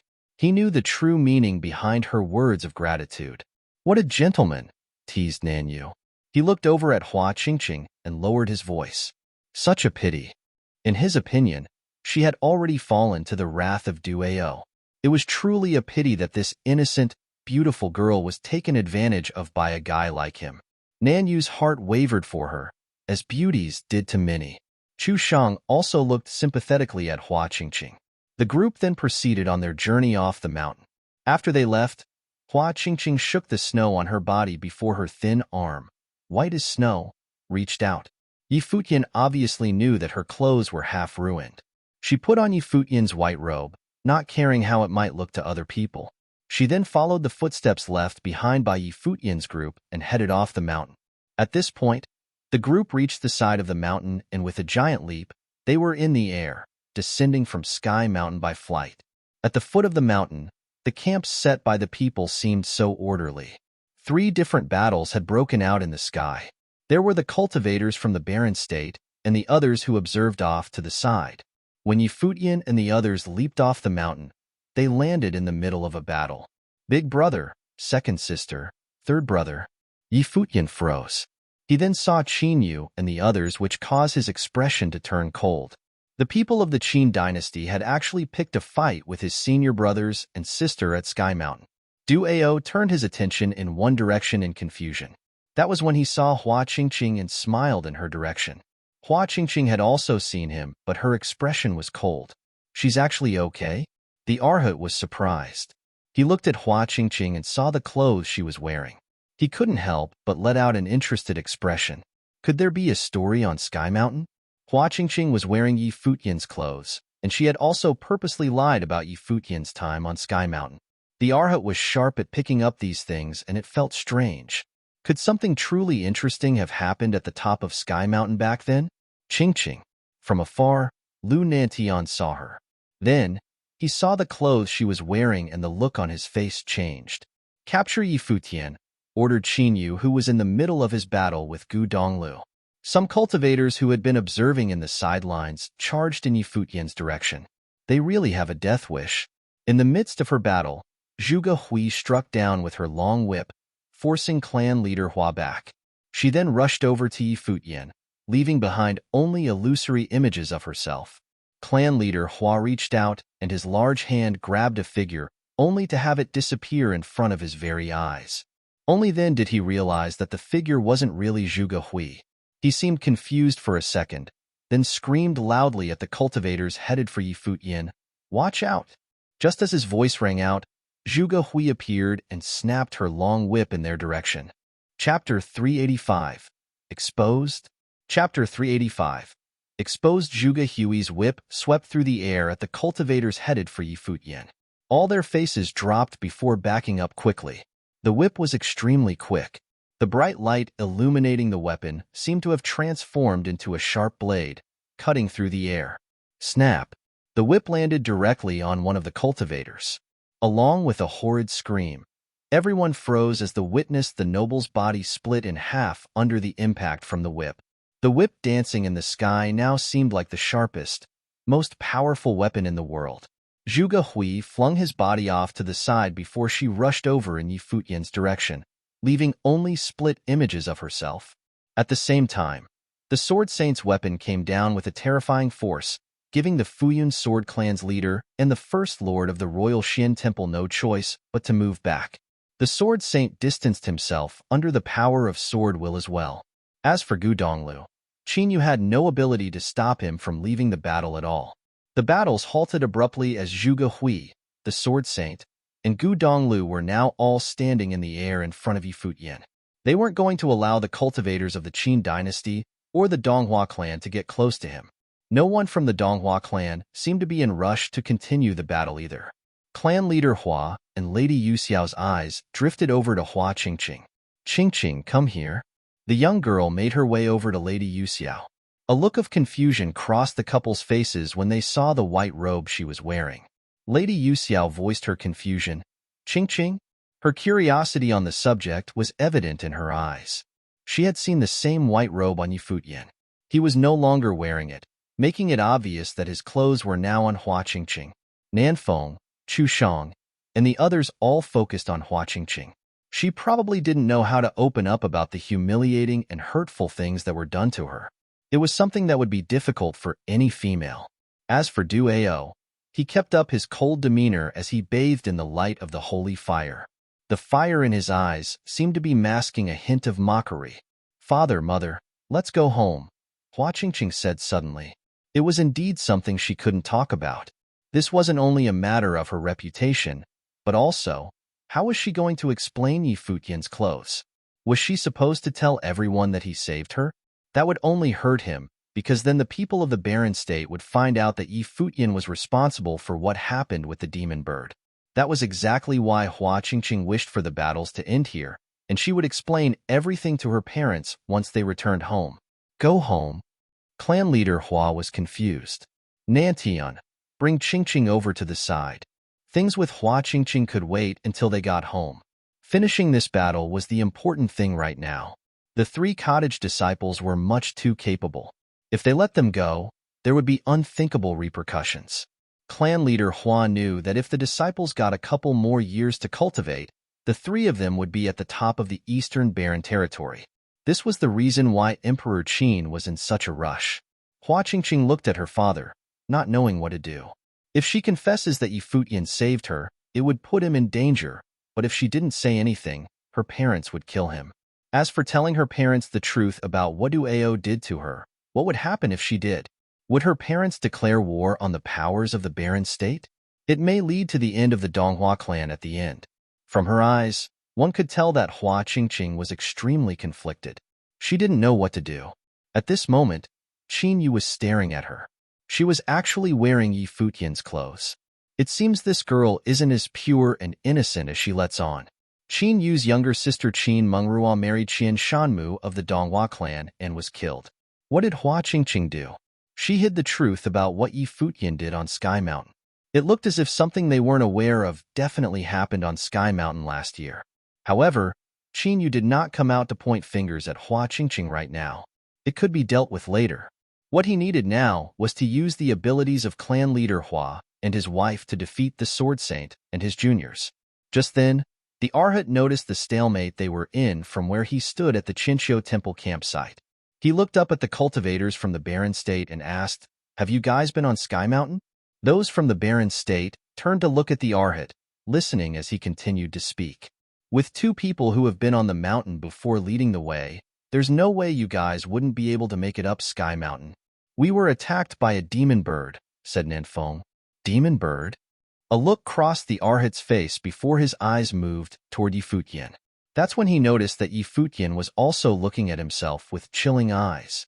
In this instant, Yi Futian suddenly realized who had tattled. He never thought it would be the Arhat of the Qinqiu Temple. He should have guessed. "I get it now," said the Arhat. His eyes moved away and folded his hands. He chanted the name of Buddha and said nothing else. "What does that mean?" asked Nanyu. "I can't say." The Arhat shook his head. Nan Yu's brows knit together in confusion. Han Lan of the Taishan Mountain spoke next. "If you know something, say it. You wouldn't believe it even if I were to tell you. Also, I wouldn't be very well liked after saying so. I am not yet a very experienced monk and can't take the hatred that would result from telling." The Arhat shook his head once more. Kongming, the Qinqiu Temple's abbot, looked at the Arhat and called out for him. The Arhat's monastic name was Kongming. Du Ao moved toward the Qinqiu Temple group while the three-legged golden raven and the cultivators of the Holy Fire clan followed behind him. Looking down at the Arhat, Du Ao said, "Say it and I can guarantee that no one will be able to hurt you." "The abbot forbids me from speaking about it." The Arhat shook his head yet again. "I'm afraid that the abbot would be held responsible for what I have to say. How would I continue to cultivate at the temple after that?" "You can come with me to the Barren State and join our Holy Fire clan for cultivation," said Du Ao. The Arhat looked around and saw that Nan Feng had also approached. "I can also guarantee not to let anyone hurt you." The Arhat bowed, his head sliding, and then bowed deeply at the Qinqiu Temple's abbot. "Abbot, monks don't lie. I have to speak the truth." After that, he turned back to Du Ao. "There is no demon bird on Sky Mountain. Do you think we're blind?" Nanyu spoke coldly. He was attacked by the demon bird and also suffered injuries. The Qinqiu Temple has been in the western region, facing Sky Mountain, 4 years now. No one is more knowledgeable on the matters of Sky Mountain. There is only the will left by the demon bird, but it's not actually here. "If you guys don't believe me, you can ask the abbot," said the Arhat. Everyone's attention shifted to the abbot immediately. All they saw was that he had his hands clasped tightly and that he was chanting the name of Buddha. He was greatly disappointed. "Wise monk," Nanyu called to the abbot. "Observing Sky Mountain can help you understand your heart and see who you really are. For the looks of it, Kongming, you already know your own heart," said the abbot. The Arhat nodded and replied, "I do." "If so, then you can go now," said the abbot. "Thank you for everything." The Arhat bowed again. Of course, he understood his own heart. The more he cultivated in Buddhism, the clearer things became. Buddha says that all living creatures are equal, but where was this equality? People only respected those of high status. Cultivating Buddhism was simply a pursuit of power for him. Now that it was clear to him that the Qinqiu Temple had no ambitions, there was nothing left for him there. Plus, there were also the changes in the Eastern Barren Territory. Buddha talks about chance. His chance was here now. "Let's go," said the abbot. He turned to leave, leading the others of the Qinqiu Temple with him. Many of them looked back at the Arhat. His comprehension of Buddhism was so great. The Arhat was able to comprehend the true meaning of scriptures easily and was even given the title of Arhat because of that. However, it seemed like he was also extremely capable in hiding who he really was. What a pity.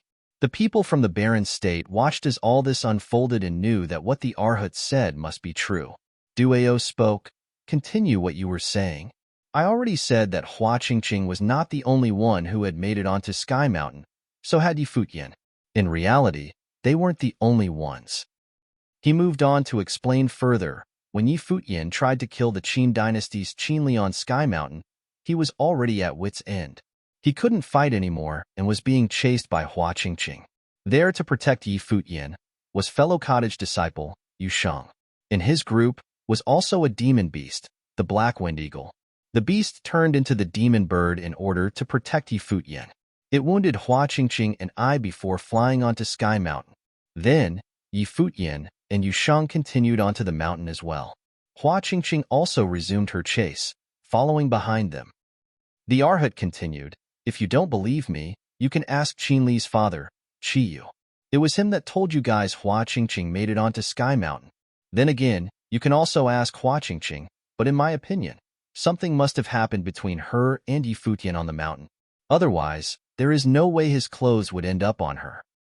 Abruptly, Duao's face turned green, as did Nanfeng and Nanyu's faces. After listening to the Arhat's explanation, they believed a good half of what he said. So, there wasn't a demon bird on Sky Mountain at all. Then where did the one they saw come from? "That demon bird saved Hua Qingqing," muttered Duao. Nanfeng and the others felt enlightened as everything suddenly seemed so clear. The demon bird appeared suddenly on Sky Mountain and saved Hua Qingqing. Then, Yi Futian put his clothes on her. How funny. They had thought that Yi Futian was simply being a gentleman. It seemed as if they were too naive. They had been played by a youngster from the Eastern Barren Territory. Interesting. Nanyu clapped and turned around slowly. His eyes stared in Yi Futian's direction. Interesting indeed. He brought them onto Sky Mountain and had the demon bird attack them, wounding them. No wonder he kept trying to get them to keep climbing up. Du Ao's eyes were chilling and radiated with a murderous intent. That demon bird almost killed him. Maybe Yi Futian wasn't gutsy enough to kill everyone, but if just one person was killed, there was no way anyone would suspect it was his doing. Plus, there were others present. Who would have thought that he almost died in the Eastern Barren Territory? Yi Futian didn't look at them because his eyes were trained on the Arhat. After the Arhat spilled the beans, everything was now out in the open. Yi Futian could no longer hide anything. Why did he do this?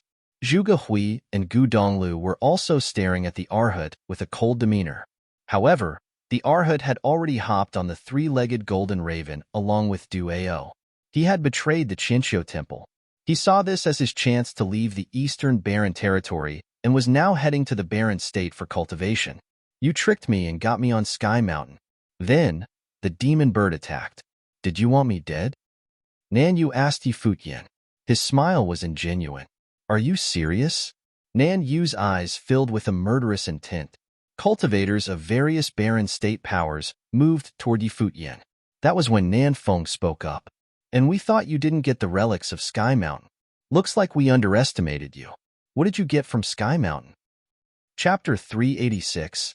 Do you deserve it? Chapter 386. Do you deserve it? Hearing the Arhat's words and the inquiry of people from the Barren State, people all stared at Yi Futian. They had never expected that Yi Futian really reached the mountaintop and got the Sky Mountain's relics. For centuries, countless people had tried but failed. However, Yi Futian made it.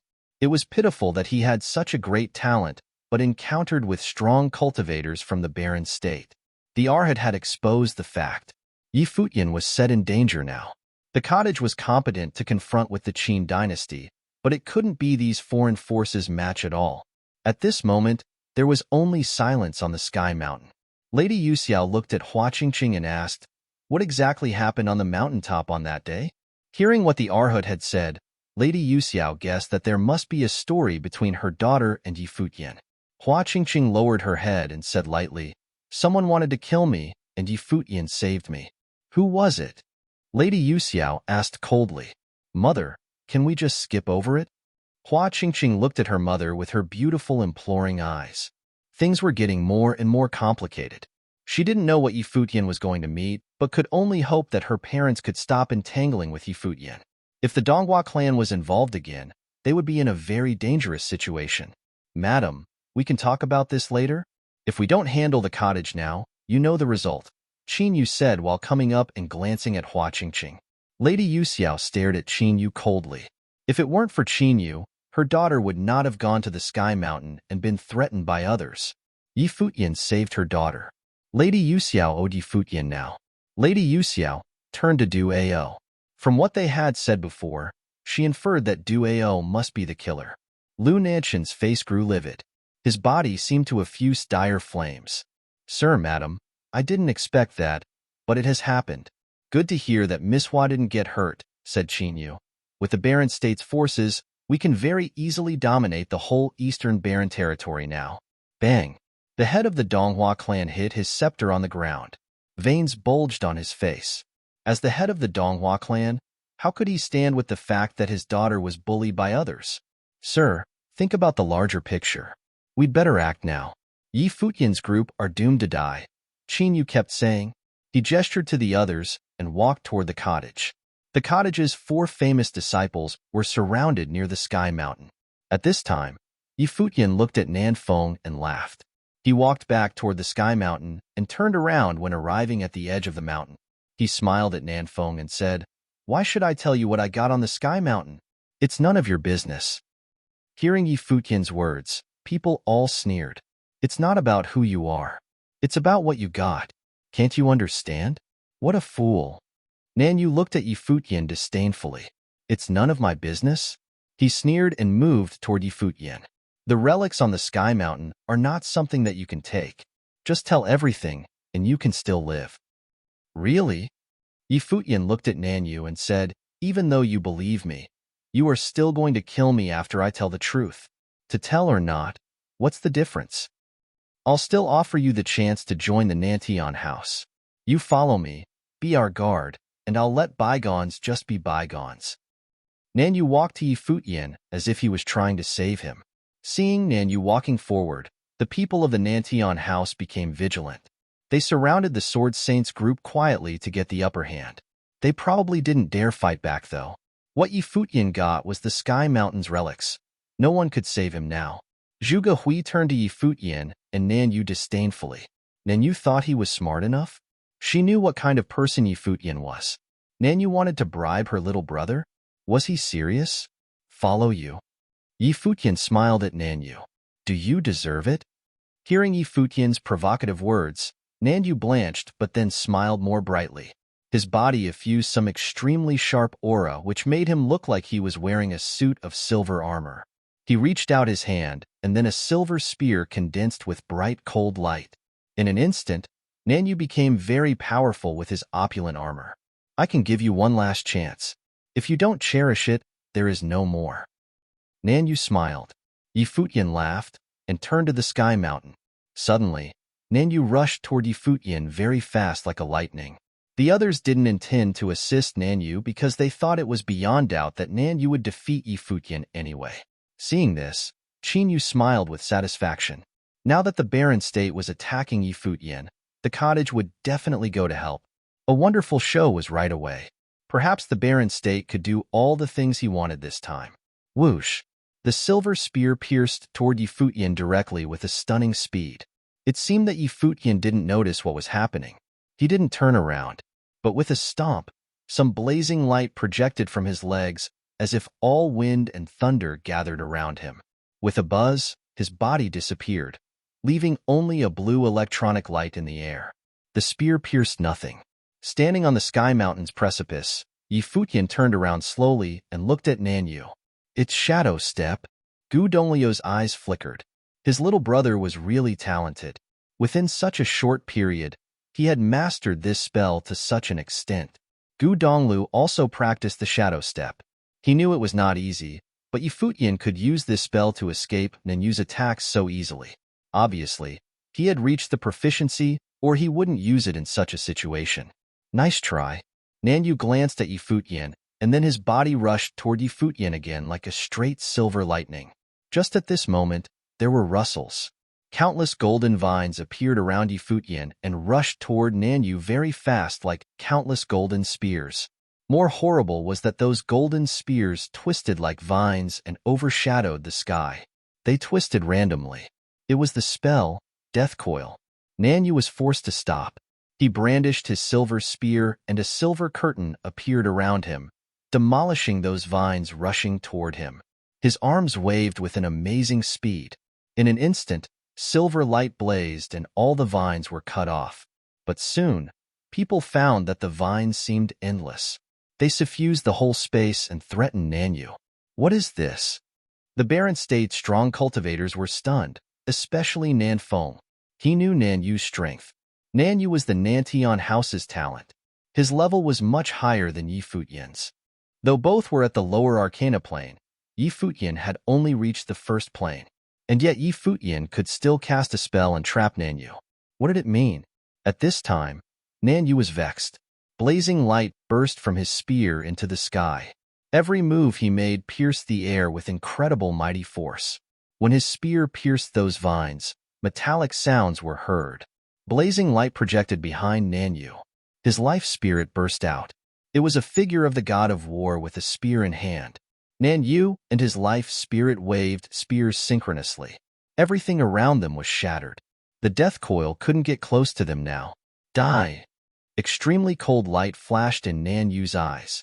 He turned into a flash of silver lightning and shattered all the coming vines. Nantian House's talent is forced to release his life spirit? The Barren State's people didn't doubt the result they expected, but were still a little surprised by the process. They looked at Yi Futian on the precipice. Yi Futian reached out, and blazing purple lightning soared like thunder chains. His body bathed in this brilliant purple light like a god. The sky changed color. People at the foot of the mountain looked at the sky with astonishment. They had never seen purple lightning. Your defense is really strong. Yi Futian's eyes turned demonic.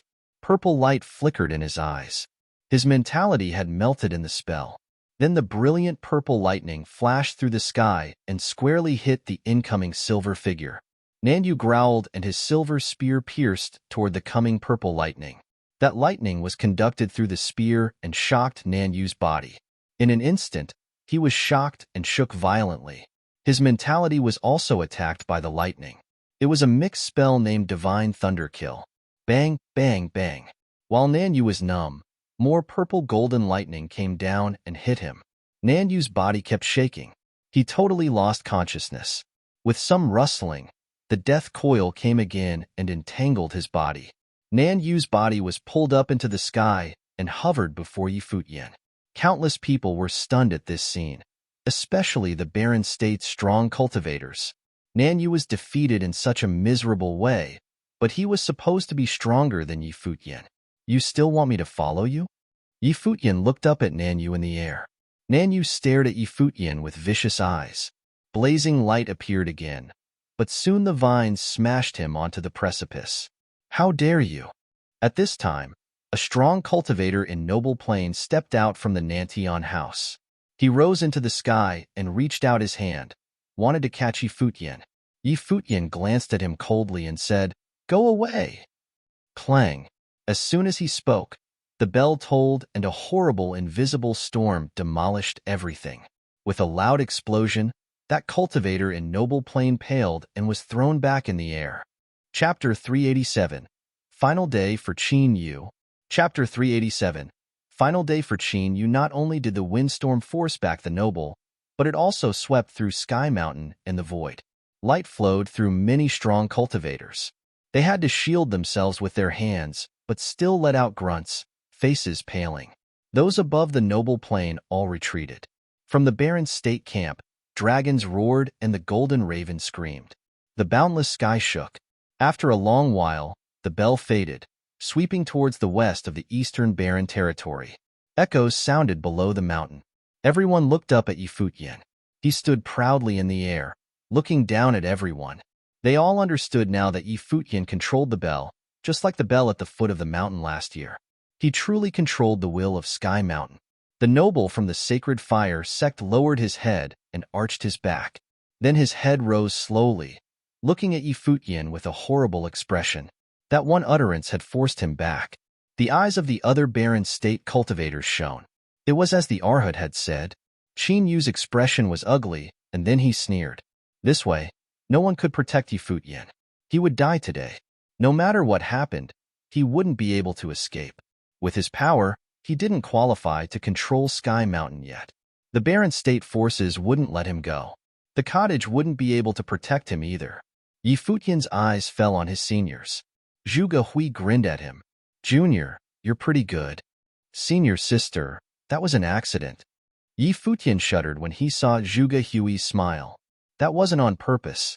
I was wondering which bastard did it last time. Didn't think it was you.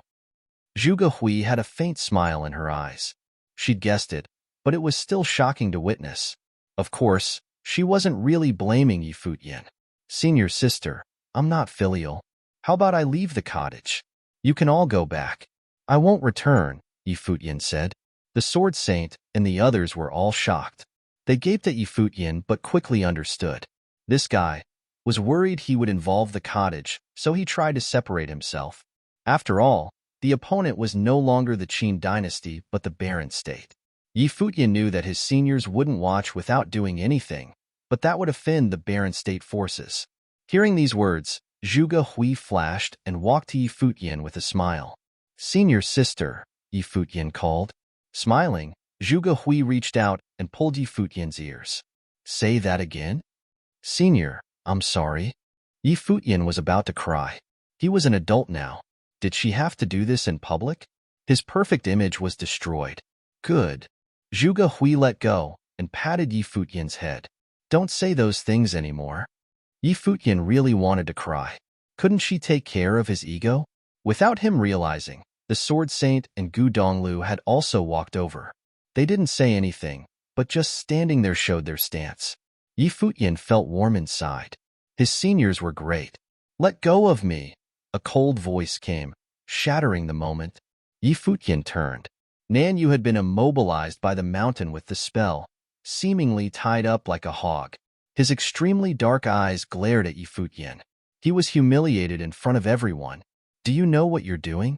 I am from the Nantian house of the barren state. Nan Yu's voice was frigid. If people heard that the descendant of the main lineage of the Nantian house was humiliated in a place like the Eastern Barren Territory, he would become a laughingstock. You asked why I didn't challenge you at the college. Do you know why now? Staring at Nan Yu scornfully, Yi Futian mocked. A failure like you can't even take a hit. It's meaningless to defeat you, other than making you threaten me with your family. Do you know what insulting is? Nan Yu's immobilized body trembled. His expression was extremely dark. He couldn't refute Yi Futian's words. Enough, Nan Feng said from a dragon. Let go of him. Yi Futian gazed coldly, ignoring him. Are you willing to join the mortal world? We are a clan. You are talented and will find a place there, Chu Shang suddenly said, inviting Yi Futian to the mortal world. Yi Futian smiled at her. Would he still be free after joining the mortal world? He would be handing his fate over. Thank you, Fairy Chu, but I like the clan I'm with now, Yi Futian said, smiling. I received the Sky Mountain relic by chance. It belongs to me. Can you take your people away now? Chu Shang studied Yi Futian. He was too naive. The relic was Yukio, one of the 10 top musical pieces. Yi Futian couldn't keep it. Even if Chu Shang agreed to leave, the other forces wouldn't. It wasn't that simple. What about you all? Yi Futian looked at the other forces. They looked back without saying anything. I'll attack if you try to rob me. Will we just stay here in a stalemate? Yi Futian asked. He hated how low his level was. Otherwise, he could just kill whoever wanted to rob or kill him. There was no need to be so careful. He knew he couldn't do things out of loyalty. It would be better if he was alone. He could escape after killing. But with the cottage, college, and his family, how could he escape? He couldn't only think about himself. Everyone. He can attack using the Sky Mountain's will. He would be useless without it. If you go to the cottage, he will return, Qinyu said, expression cold. Since Yi Futian had Sky Mountain's will, it would be hard to kill him here. If they won a Book Mountain, it would be easier. The bell doesn't affect people of the Arcana Plane as much. They can take him, the Arhat said from the Golden Raven. He obviously felt the bell earlier, but he could bear the reverberations. Many Arcana Plane cultivators had come from the barren state. They could capture Yi Futian easily. As for nobles, Yi Futian's side only had 3. How could they fight back? If Yi Futian used Sky Mountain's will to fight, all nobles would be hurt, including his seniors. That works. Qin Yu's eyes flashed. Take them, Dueo said coldly. Strong cultivators of both the noble and arcana plane walked forward. Senior sister, I want to start killing, Yi Futian said. Me too. Zhuge Hui scanned the crowd coldly. Let's kill Qin Yu first, Yi Futian said. He looked at Qin Yu as if the man was already dead. Okay. Zhuge Hui nodded. Yi Futian looked over at Qin Yu, and then saw the leaders of the Donghua clan with Hua Qingqing. The girl looked at him and said, Mother, father, can you not fight? Qingqing, go back? The leader sighed. He wanted to step out, but that was impossible now. The Baron state was involved now. Yi Futian and the cottage had their fates decided. The Eastern Baron territory would belong to the Qin dynasty now. How could they step out now? Emperor Qin and the Qin dynasty would wipe them out. Clan leader, the Donghua clan will become the top clan after this battle, Qin Yu said. He knew that Lady Yu Xiao didn't like him. The clan leader nodded and stepped forward. Countless strong cultivators charged towards Yi Futian's group. Below the mountain, everyone watched this with shaken hearts. Seniors, if I do anything, I swear it's not on purpose, Yi Futian pleaded. Zhuge Hui glared. Was he going to do it again? Don't use too much force, Zhuge Hui said. Of course. Yi Futian smiled tremblingly. Then he soared into the air, eyes turning cold while looking at Qin Yu. Qin Yu, Sky Mountain will be your burial ground. With that, he started communicating with Sky Mountain's intent. That moment, the snow fell stronger from Sky Mountain. They swept towards Yi Futian, and everyone felt a terrifying spiritual qi. All the snow on the mountain turned into spiritual qi, filling the space. Every snowflake contained spiritual qi. He can use Sky Mountain's spiritual qi. Everyone's expressions changed. Now they understood that people of the Arcana plane couldn't kill him. Golden vines suddenly extended from Sky Mountain, reaching above everyone. They expanded wildly and quickly, covering the sky and even the snow. Yi Futian stood there with his handsome eyes shut tightly. He quietly sensed everything. Qin Yu's group looked up. Retreat, he said. Rustles sounded endlessly as the vines covered the heavens. Qin Yu tried to retreat, but then the bell started ringing again. The ring swept through. That moment, an ancient bell appeared in everyone's minds. The bodies in the air shook and grunted. Qin Yu's face turned white. Clang. The bell rang again. A huge bell fell from the sky in their minds, shaking everything. With a grunt, Qin Yu spat out blood. His face was white. In addition to him, all nobles on Sky Mountain were like this. Blood seeped from many mouths. The powerful figures of Baron State were pained. The Sword Saint, Zhuge Hui, and Gu Donglu sat before Yi Futian with closed eyes. They didn't have to care about anything other than fighting against the power, so it was easier. Qin Yu roared. Golden light covered him. He wanted to escape. Clang, clang. The bell kept ringing, and he kept spitting out blood.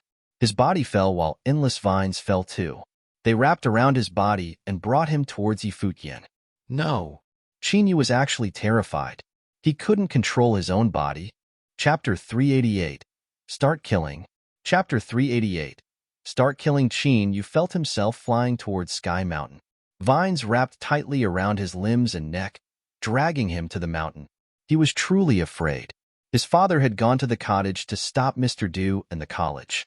If they killed the Sword Saint and the others, the Eastern Baron territory would belong to the Qin dynasty. But he never thought that not only could Yi Futian activate Sky Mountain's bell, he could also control its spiritual qi. I won't die. Qin Yu had a strong will to live. Gold flashed brilliantly from his body, tearing through everything. At the same time, his ritual implement armor flashed, blocking the spell's attack. The gold vines were cut by the powerful metal intent. Qin Yu got some hope, but then he heard a clang. He spat out a mouthful of blood. His hope was extinguished. Yi Futian was truly going to kill him. Fear intensified inside Qin Yu. There was an explosion. He felt himself crash against the mountain as the vines transformed into blades that pierced him. However, Qin Yu was covered in the ritual implement armor, blocking that attack. Ding, ding, ding. The bell flattened everything. The boundless sky trembled. Bastard. Stop. The noble figures of the barren state were all on the ground, vomiting blood. The majestic dragon was limp on the ground, blood flowing from its mouth. The golden raven was also weak on the ground, bleeding fiery blood. It was tragic. All strong cultivators were forced down on Sky Mountain, while the weaker ones still stood. They didn't know what to think about the nobles on the ground. The bell kept echoing in their minds. Futian controlled the bell on Sky Mountain, defeating them instantly. He was so cruel. Chinyu was tied up on the side of the mountain like Nanyu. He was weak to the point that he was on his last breath. The ritual implement dimmed, and his spiritual energy was down. He couldn't use spiritual chi to armor his body.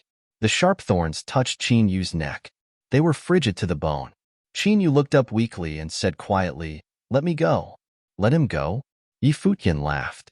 Chinyu hadn't thought about letting anyone go when he plotted to destroy the Liu Kingdom.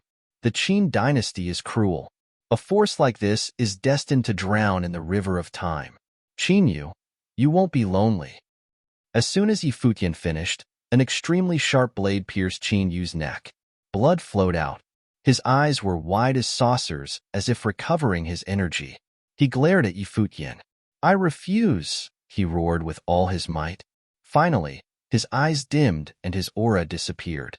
He was nailed dead to the mountain. The snow and ice of Sky Mountain covered him. Instantly, he was turned into an ice statue, sealed to the side of the mountain. "The Liu Kingdom refused too," Futian muttered. Beside him, Nanyu trembled in fear. The unimportant low-class figures he looked down on now had an aura that scared him. Futian had used Sky Mountain's intent to defeat all strong cultivators here and crucified a top-level noble. Futian turned slowly. Countless eyes at the foot of the mountain gazed at him in terror. He had received the Sky Mountain relic and controlled its intent.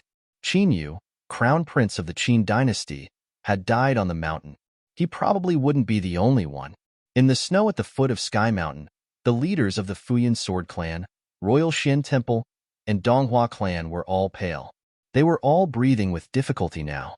They knew that since Futian could kill Chinyu, he could kill them too. In the sky, the golden vines covered the sun. There was no snow anymore. Futian gazed at the leaders of the Futian Sword Clan and Royal Xin Temple. The vines went to them. Boom. The Futian Sword Clan leader used his last bit of power to transform into swordlight to escape. With a clang, the bell rang and he dropped down, powerless and hopeless. Vines swept over and curled around him. Then they snaked up his arm. His sword was raised into the sky and cut a beautiful arc. With a soft sound, the Futian Sword Clan leader, a top figure in the Eastern Barren Territory, had his neck sliced by his own sword. Like Chinyu, he died on Sky Mountain. "No, I'm willing to submit to the cottage." The Royal Xin Temple leader gazed up at Sky Mountain, at the handsome figure hovering there. He was willing to submit to them. Right now, he just wanted to live. "Don't insult the cottage." Futian looked at him in scorn. The sword flashed and blood spilled onto the snow. Everyone's hearts were numb. This was the third top figure that Futian had slain. He had started killing. Who would have thought that these top figures would die like this? The Alcade's sword flew towards the leaders of Donghua Clan as fast as lightning. The leader's face was white. He stood with his wife and sighed inwardly. The Donghua Clan had always wanted to be the #1 clan. Thus, they joined with the Qin dynasty. Who would have thought that the disciples of the cottage were all this talented? Instead of dying in the hands of the Sword Saint, they would be killed by the youngest disciple. They really had been dreaming. The Alcade transformed into icy lightning filled with murderous intent. Then a beautiful figure stood before them. "Qingqing," the leader yelled. It was Hua Qingqing before them. She looked up at Sky Mountain. The Alcade was coming down like lightning with extreme sharpness. Boom.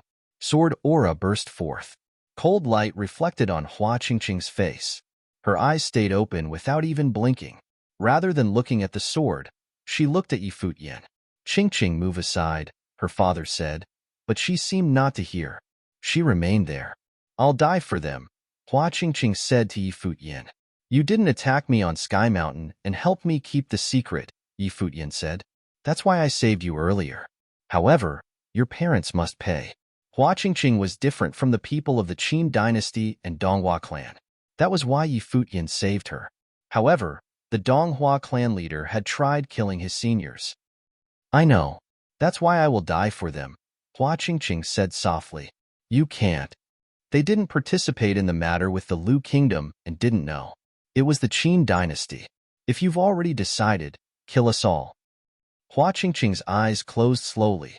A teardrop fell from the corner of her eye. She wasn't afraid of death. She just thought of the snow on Sky Mountain and that beautiful melody. If she knew this day would come, would she have attacked Futian? Would she have kept the secret for him? Junior, forgive them, the sword saint murmured with his eyes closed. Futian heard his words and looked in Hua Qingqing's direction. What will the clan leader do in the future? I will retreat and never be involved in the Eastern Barren Territory again, he said. What if you can't? Futian continued. If they can't do it, I'll die. Hua Qingqing opened her eyes and looked at Futian. Futian looked at those determined eyes. The next moment, the vines with the Alcade sword whooshed away to another direction. He didn't kill the Donghua clan leader and Lady Yuxiao. The other direction was where the sacred fire sect was. The Arhat's expression changed drastically. Help me. He flashed and hid behind Duao of the sacred fire sect. The frigidly shining Alcade came over. Duao looked up at Futian and said coldly, Do you dare kill him? Whoosh. The vines curled around the Arhat, tying him up and taking him into the air. Let go of me. The Arhat looked up at Futian in fear. The golden vines took him straight into the air, right across from Futian, who looked at him. You wish to enter the barren state? The Arhat wanted to use Futian's life as a spring to cultivate in the barren state. I don't agree, Futian whispered. Behind the Arhat, the Alcade came with the vines. With a squelch, the blade cut into the Arhat's head. Slain. His eyes were still open, but blood kept flowing. The vines disappeared, and he dropped down the sky. His heart was utterly cold. Wasn't this his chance? Strong cultivators from the barren state had come. He could leave the Qinqiu temple in the Eastern Barren Territory and enter the barren state to cultivate. Everything was so perfect. He even knew Futian's secret. Why was this the ending? Why did he die? The Buddha spoke of reincarnations. Where was it? A person died just as a candle would be extinguished. They would disappear from the world. His life was still so short. He had so much talent but hadn't shown yet before dying at Sky Mountain. He wasn't willing. But even so, he had died. His corpse fell onto the snow like the clan leaders of the Fuyun Sword Clan. None of them were willing. None of them had expected this ending. I'm sorry. These personal rivalries have nothing to do with you, Futian said to Duao. His voice was calm, but Duao's expression was extremely ugly. These were personal rivalries that had nothing to do with him? That was a slap to his face.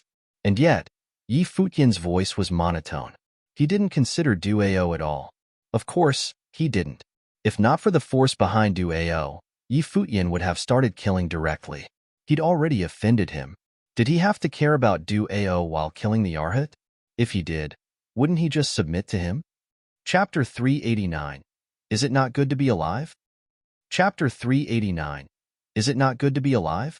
Sky Mountain fell into a deafening silence. After killing Qinyu and the others, the vines dancing in the sky slowly disappeared. Snow fell down from the sky, along with waves of coldness. Countless people gazed at Futian. At the moment, the handsome young man seemed to be the only person left in the world. Qinyu had died. So had the Fuyun Sword Clan leader and the Lord of Royal Xian Temple. Donghua clan leader and his wife announced that they would live in seclusion in the future. The final battle in the Eastern Barren Territory ended in a way that nobody had expected. It felt somewhat unreal, but certainly very shocking.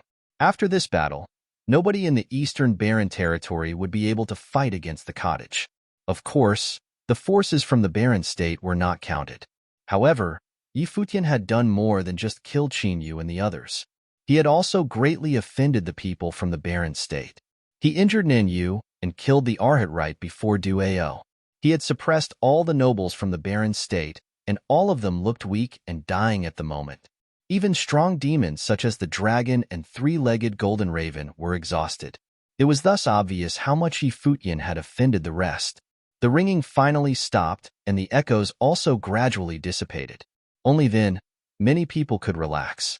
The nobles stood up one after another. All seemed to be injured, after which they stared coldly at Futian. Although Futian did not aim this attack at them, the unexpected calamity still caused them to be extremely furious. They were humiliated in such a ridiculous way, so of course, they would feel unhappy. "Are you not going to let him go?" Nan Feng said to Futian. At the moment, his tone was not as domineering as it had been. He had witnessed everything that had happened. If they really forced Futian too hard near Sky Mountain, their ending would be more or less the same as Qinyu.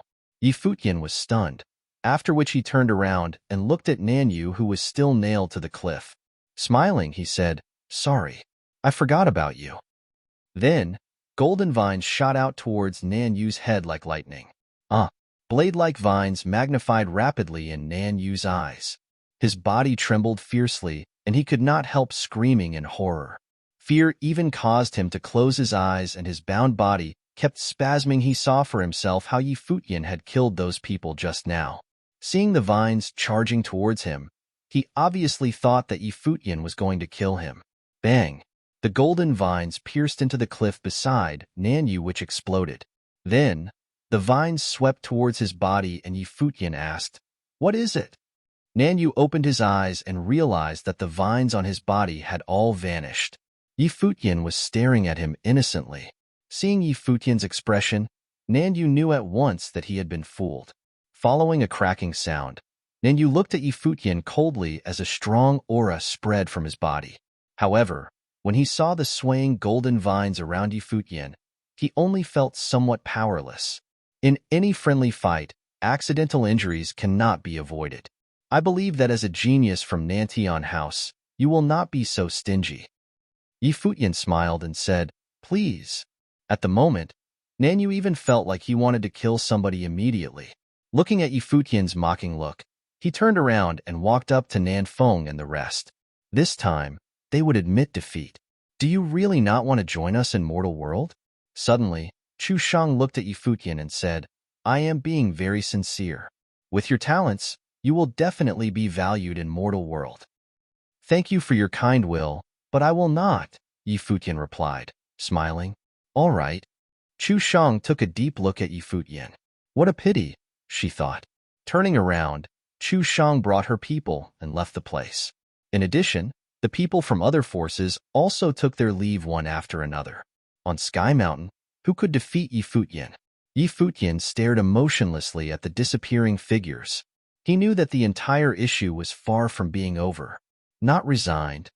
Suddenly, Zhuge Hui opened her eyes and smiled at Futian. "Somewhat," Futian said. He had the ability to kill everyone on Sky Mountain, but he could not. Instead, he could only let all of them go, so he would, of course, feel dissatisfied. If you are not resigned, then become stronger. When you are more powerful than everyone else, you don't have to be scared of anything anymore, Zhuge Hui said, smiling.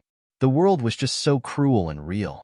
The people from the barren state could threaten Futian in so many ways, but Futian could not kill them even though he had the ability to. Nanyu was so supercilious and arrogant, but only because he had Nantian House behind him. Otherwise, who would he be compared to Futian? Looking at the handsome young man before her, Zhuge Hui smiled brightly. He was so clever and talented. One day, he would stand way above those from the barren state. Yup, I'll try my best. Futian grinned and nodded. If he was alone and had no families, perhaps he would kill all the people from the barren state, but he was not. Okay, next, it's time to clear the debt between us. Zhuge Hui smiled and stared at Futian. Futian blinked his eyes. Then, he raised his head to look at the snow on Sky Mountain and remarked, "Sister, the snow scenery on Sky Mountain is really beautiful, just like you." Zhuge Hui was still looking at him, smiling. "Big brother, third brother, are you feeling better now?" Futian said again. In the pavilion on the first mountain of Book Mountain, two people were sitting there, playing a game of chess. In the sky, there were many cultivators. Some were from Qin dynasty while others from the college. They were all staring nervously at the two. At the moment, the game between the King of Qin and Mr. Du seemed to have reached its climax, especially after the sentence from Mr. Du. He said that it would be difficult for Qin dynasty to leave Sky Mountain in one piece.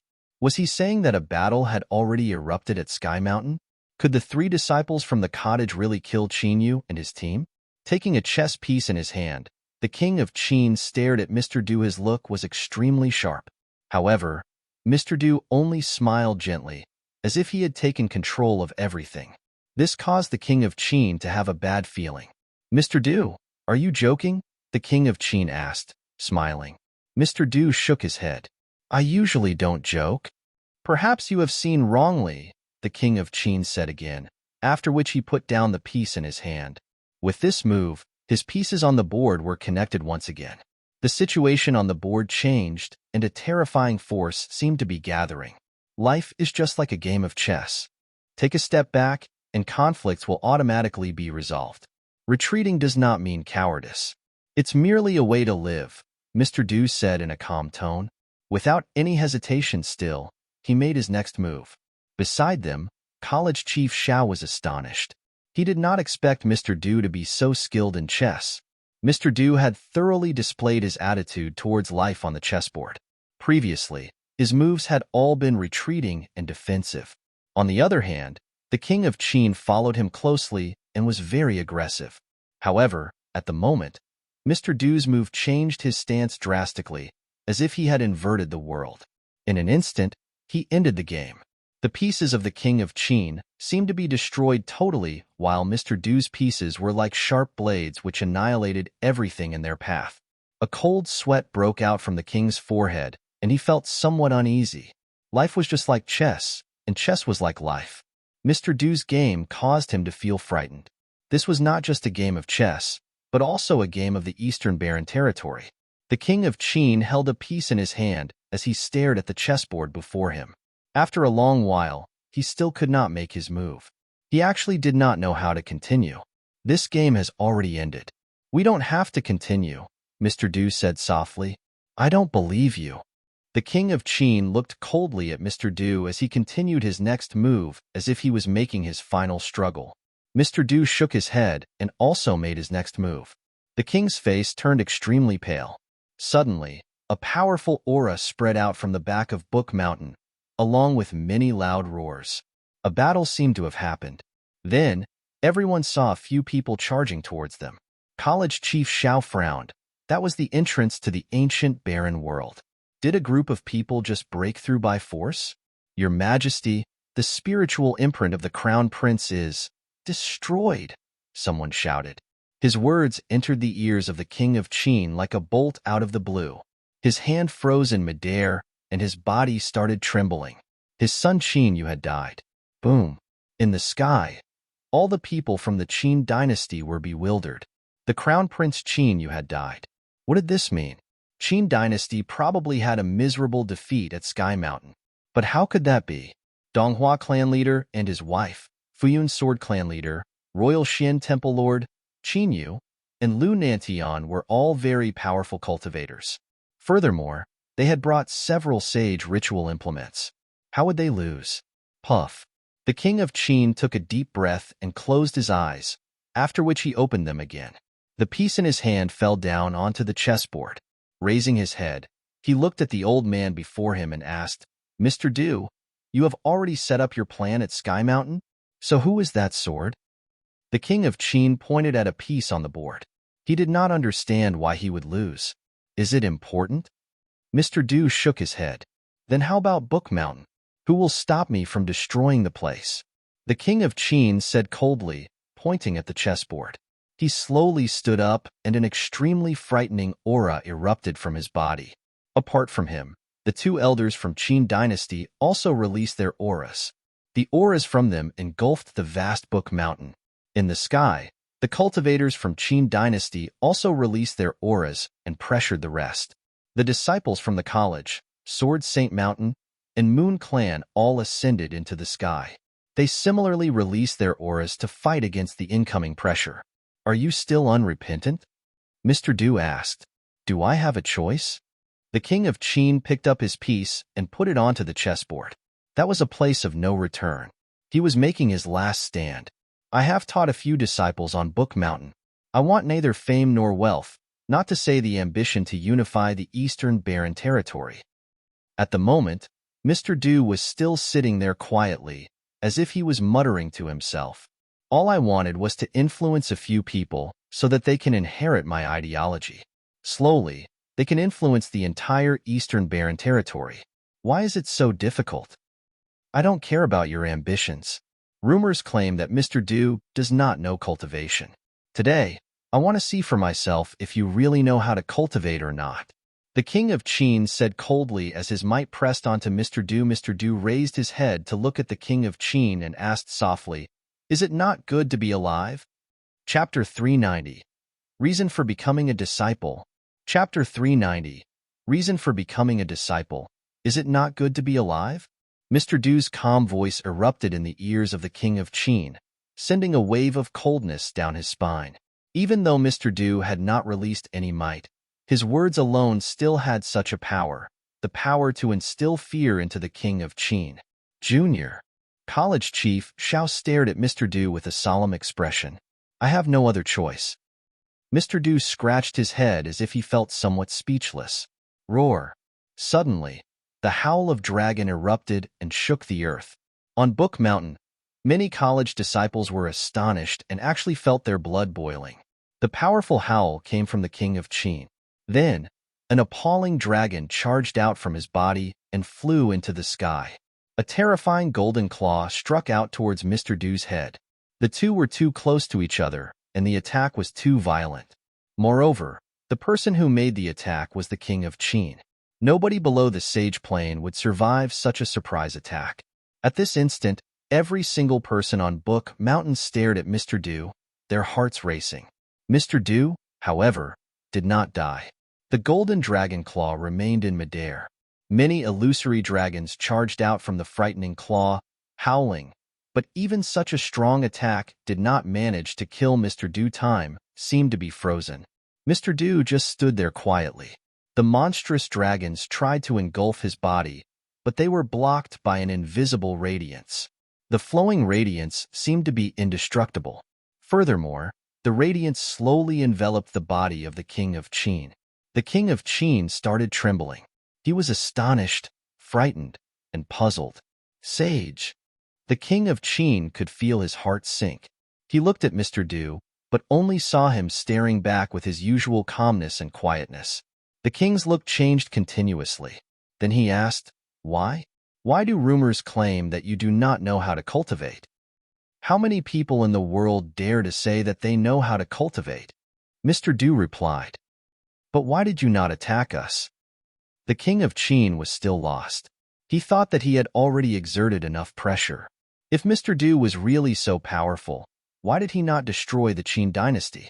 He had never once assumed that Mr. Du really did not how to cultivate, for he did not dare to underestimate a person who could teach Sword Saint and Gu Donglu. However, Mr. Du had always kept a low profile, which made him feel that although Mr. Du could cultivate, he would only be as strong as College Chief Xiao, or perhaps even slightly stronger. But he would certainly not be a sage. Otherwise, why would he only make his move now? Am I not attacking you now? Mr. Du said slowly. Then, the dazzling radiance brought the body of the king of Qin up into the sky. All of a sudden, an illusory figure appeared behind the king of Qin. His pupils seemed to have turned gray, and a horrifying will charged towards Mr. Du at this instant. Many illusions appeared on Book Mountain. Many evil dragons seemed to have emerged in the sky above the mountain, blotting out the sky and the sun. Countless people were bewildered as they stared at the frightening illusions before them. Many also felt scared. The two elders from Qin dynasty went beside the king of Qin and released a similar power. It was as if they had turned into death. A face formed from dark current appeared in the sky and looked down at Book Mountain. Who dares to touch my descendant? An extremely cold voice erupted, causing many people on Book Mountain to feel frozen. The king of Qin? His descendant? It was said that the Qin dynasty had opened the tomb of their ancestors. It seemed that they had actually found a will left behind by their ancestors. The scene was too scary. Everyone felt that their bodies were enveloped by death. Was this the real reason why Qin dynasty dared to come to the college? Mr. Du raised his head to look at the illusory figure in the sky and said emotionlessly, "Your descendant has been unfilial.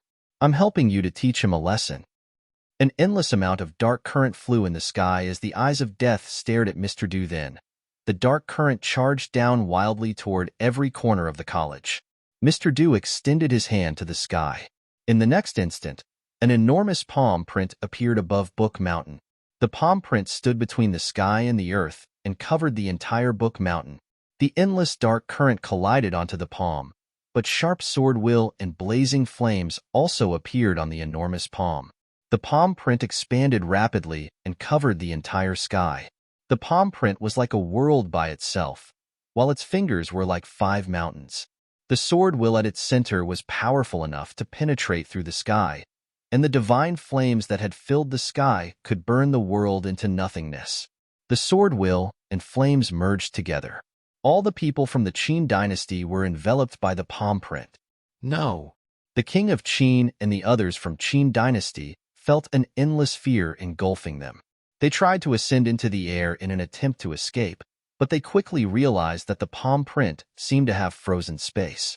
They could not move at all, and a heavy gravity pulled them downwards. Instead of escaping, they were only sinking down. It seems that the only thing that can solve everything is still power. In this world, the biggest thing is indeed the fist. Mr. Du gave a self-mocking smile. He closed his palms slightly, and in the sky, the enormous palm print started to clench. "Mr. Du, please," many people begged. However, at the moment, Mr. Du was not merciful at all. The palm print clenched directly. Accompanied by an ear-piercing bang, everything turned into ashes. The palm print turned into spiritual qi and slowly dissipated. Sunlight poured down from the sky, but everything in the sky was gone. There was no more dark current, neither was there any cultivator from Qin dynasty. There was only some willpower that had remained behind. Everything else had turned into insignificant pebbles in the long river of history. With that clench, the Qin dynasty had completely turned into the history of the Eastern Barren Territory. On Book Mountain, countless people trembled and were shocked beyond words. Nobody could adequately describe their feelings at the moment.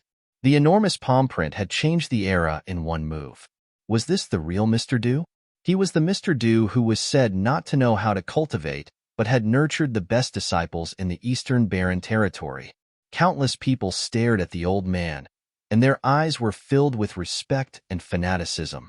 The disciples from the college, Sword Saint Mountain, and Moon Clan all had only one feeling. Mr. Du from the cottage was unquestionably the strongest person in the Eastern Barren Territory.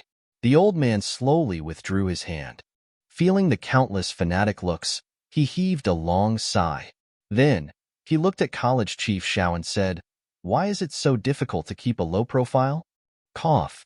College Chief Xiao was instantly drawn back into reality and looked at Mr. Du speechlessly. However, Mr. Du only put his hands behind his back and walked away slowly. This bastard. He is still in the mood to feel complacent. College Chief Xiao cursed softly. On the path between Sky Mountain and Book Mountain, a group of cultivators was traveling in the air. They were precisely Sword Saint, Zhuge Hui, Gu Donglu, Yi Futian, and the rest. After resting for a while, they started their journey to Book Mountain. "Brothers and sister, will anything happen to the cottage?" Yi Futian asked, feeling somewhat worried. Since Qin you had intercepted them here without the king of Qin, he had very likely gone to Book Mountain. Apart from that, Yi Futian had also offended the cultivators from the barren state. "Don't worry. The master is there, so nothing will happen," Gu Donglu replied. Yi Futian's eyes sparkled, after which he asked again, "What level is our master at?" He would be an idiot if he really believed that Mr. Du did not know how to cultivate. "Sage," Gu Donglu said directly. Yi Futian's eyes brightened. It seemed that he had been worrying for nothing. "Actually, I worry for the master," Sword Saint suddenly said. "Cultivators from the barren state had come here, and Qin dynasty also forced us so tightly. I think that the master has to display his powers." Both the second sister and third brother kept quiet. This caused a strange expression to appear on Yi Futian's face. Since the master was a sage, Why should they worry? Little brother, do you know how we became the disciples of Mr. Du? Sword Saint suddenly asked Yi Futian. Yi Futian shook his head. I'm an orphan. Many years ago when I was young, I wanted to enter a small clan to learn broadsword techniques. However, I was rejected because my talents were too poor. I could not even go up the mountain. Someone pointed at a stone wall at the foot of the mountain and told me that if I could carve a word on the wall, they would let me onto the mountain. I took my broadsword and attempted for 3 months. Finally, I managed to make a very light mark onto the wall. Excited, I tried to enter the clan but was chased out again. An old man passed by that told me that I was too stupid to cultivate and that I should follow him to do miscellaneous work. Disheartened, I decided to follow him. Thinking about his past, a warm smile appeared on Sword Saint's face. He would never forget this. Then you became Sword Saint in the Eastern Barren Territory. Yi Futian blinked his eyes. It was really a simple story. Second sister, how about you? Yi Futian asked curiously. I forgot, Zhuge Hui said. Yi Futian was totally speechless. She ran away from her home that time, and her family members were all looking for her. Master told her that there was a good place where she would never be found by her family. So he brought her to the Eastern Barren Territory, Sword Saint said, smiling. Heir. Yi Futian did not know what to say. What about third brother? Yi Futian asked again. That's even simpler. That year when the master brought your second sister out to play, they met your third brother. I heard that after seeing your second sister, your third brother decided to follow them and would never leave again, Sword Saint said. Yi Futian was somewhat dazed. Were these really the 3 cottage disciples who had become famous in the world? What amazing reasons they had for becoming disciples of Mr. Du. Chapter 391. Removal of the Ban. Chapter 391. Removal of the ban. According to Sword Saint, the reasons why the 3 became Mr. Du's disciples were really simple. In reality, however, there were much more hidden behind the simpleness. Sword Saint did not tell Yi Futian that in order to carve something onto the stone wall that time, he did not sleep for 3 months. His sword-yielding hand was rubbed to bleeding. He fell down countless times but stood up every time. Finally, he succeeded but was still chased out, after which he lost consciousness. Mr. Du was beside him and watched him for 3 entire months.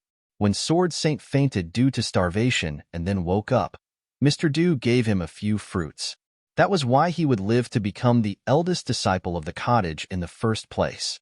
Sword Saint also did not tell Yi Futian that the people who were searching for Zhuge Hui that time were extremely powerful, but Mr. Du still managed to bring her out. Similarly, he did not tell Yi Futian that after Gu Donglu and Zhuge Hui met, Gu Donglu once saw the young and beautiful Zhuge Hui using lightning to cultivate her body, which was almost a self-abuse method. He asked Mr. Du why he would mistreat his disciple in such a way and questioned his ability to teach. Then, Gu Donglu, who had already displayed his talents that time, had a friendly fight with Zhuge Hui and lost badly. He was still not convinced and asked Zhuge Hui if she could stop cultivating using that method. Zhuge Hui smiled and asked him if he would protect her, to which the severely injured Gu Donglu agreed. Therefore, everything after that followed. Unfortunately, until today Gu Donglu still could not win Zhuge Hui. Of course, all these had all become history. Apart from themselves, nobody would know their feelings towards their master, as well as towards each other. The Eastern Barren Territory was wildly astonished. In a single day, a catastrophic event that had not happened for hundreds of years occurred.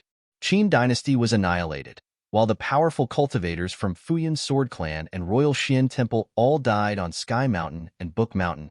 Donghua clan leader announced that he would seclude in the future. Mr. Du and Yi Futian from the cottage had once again shaken the world. On Sky Mountain, Yi Futian controlled the willpower of the mountain and caused the bell to ring, suppressing all his enemies. On Book Mountain, Mr. Du displayed his powers as a sage, eliminating everything with a single palm print. Everyone in the Eastern Barren Territory realized that an era had ended.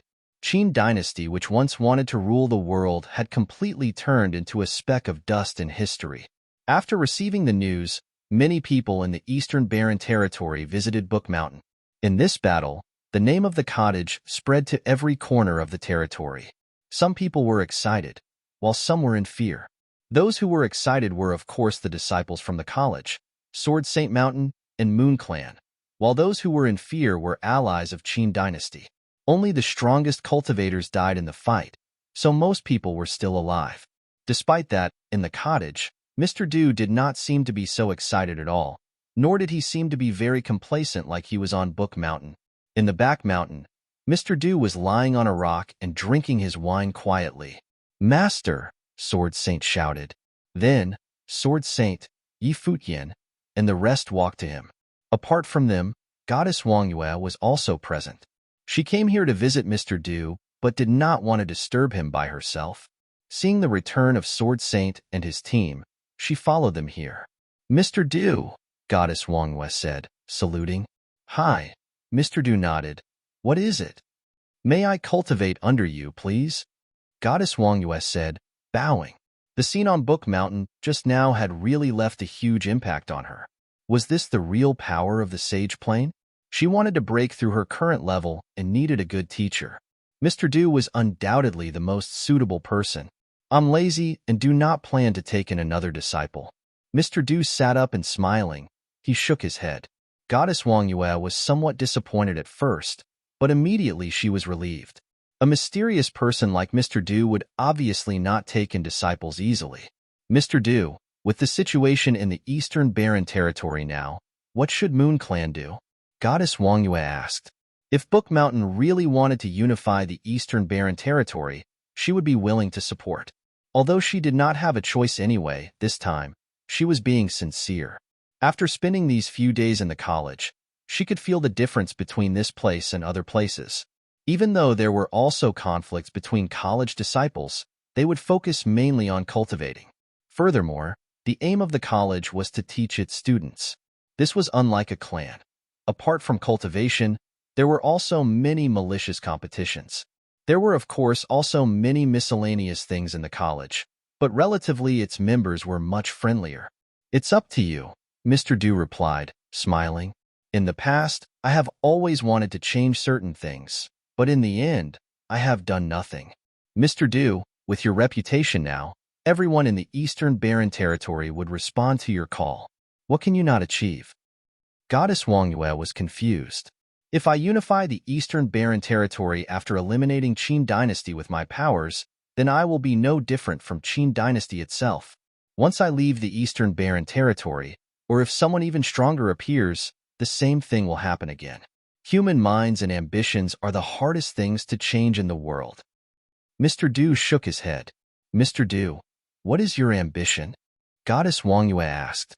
"I wish that clans and families will no longer be the main players in the cultivation world. On the other hand, they will be replaced by places such as colleges. The people in the world will no longer keep precious resources to themselves. Instead, they will teach others, and knowledge can be passed down the generations," Mr. Du said, staring at Goddess Wang Yue. Goddess Wang Yue was stunned, after which she bowed slightly at Mr. Du in admiration. Then, she said, "Mr. Du, if your ambition is fulfilled, all the cultivators in the world can have a better environment. However, I think it's a wish that can never be realized. There is greed and desire where there are people. Powerful cultivators will naturally want to establish their own clans or families. When the people who agree with your ambition stand at the peak of the world, your ambition will automatically be fulfilled," Mr. Du said, smiling. Goddess Wang Yue was stunned. She suddenly thought of the cottage disciples. She was astonished as she suddenly understood his meaning. Mr. Du's words were correct. If one day, his disciples became the strongest few in the Eastern Barren Territory, they would practice his ambition and establish different colleges. Furthermore, they would continue to nurture people who agreed with their ideals. When such a group of cultivators stood at the peak of the Eastern Barren Territory, the influence of clans would be weakened indefinitely. Places such as the college would become the sacred land in the territory. "I got it." Goddess Wang Yue bowed, after which she left the place, feeling somewhat shocked. This was the mysterious and unfathomable Mr. Du Sword Saint, and the rest all stood at the side and listened quietly. When Mr. Du said these to Goddess Wang Yue, he was also saying it to them. Yi Futian also heard the conversation, but he did not think too much about it. He did not have such a great ambition to care about the whole world. What his master had said was still too far away for him. "How's the people from the barren state?" Mr. Du asked, looking at Futian. "I let them off. Will the sages from the barren state come here?" Futian asked. Mr. Du was a sage, and the ban was still effective. As long as sages could not enter the territory, there would be nothing to be scared of. "Yes." Mr. Du nodded. Futian was momentarily stunned. Mr. Du was actually so certain about it. Seeing his expression, Mr. Du smiled and said, "A relic from the two emperors is way more attractive than you think. If the emperor did not set the ban, the cultivators from the barren state would have come here long ago. They did not dare to sneak up Sky Mountain only because they are afraid of the willpower left behind by the emperor. However, now you have obtained everything. The people from the barren state will definitely not give up so easily." Mr. Du smiled and continued, "The divine prefectures is vast and boundless. The emperor has to rule the world, so he will definitely not keep a close watch on the eastern barren territory. If someone here goes missing one day, do you think he will ever notice it?" Futian gave a bitter smile. Of course, he understood what Mr. Du meant. In the past, there was nothing in the eastern barren territory that could attract the attention of the cultivators from the barren state. Thus, the barren state had obeyed the rules. However, the situation was different at the moment. "Then I'll stay on Book Mountain forever," Futian muttered. Since the ban was still effective, nobody would touch him openly. Hearing Futian's words, Mr. Du said again, "Actually, I have something that I didn't tell you just now." "What?" Futian asked curiously. That year when Donghuang the Great announced the ban, the complete sentence was that sages could not enter the eastern barren territory, but if there were sages in the eastern barren territory, then the ban would be automatically removed, Mr. Du said, staring at Futian.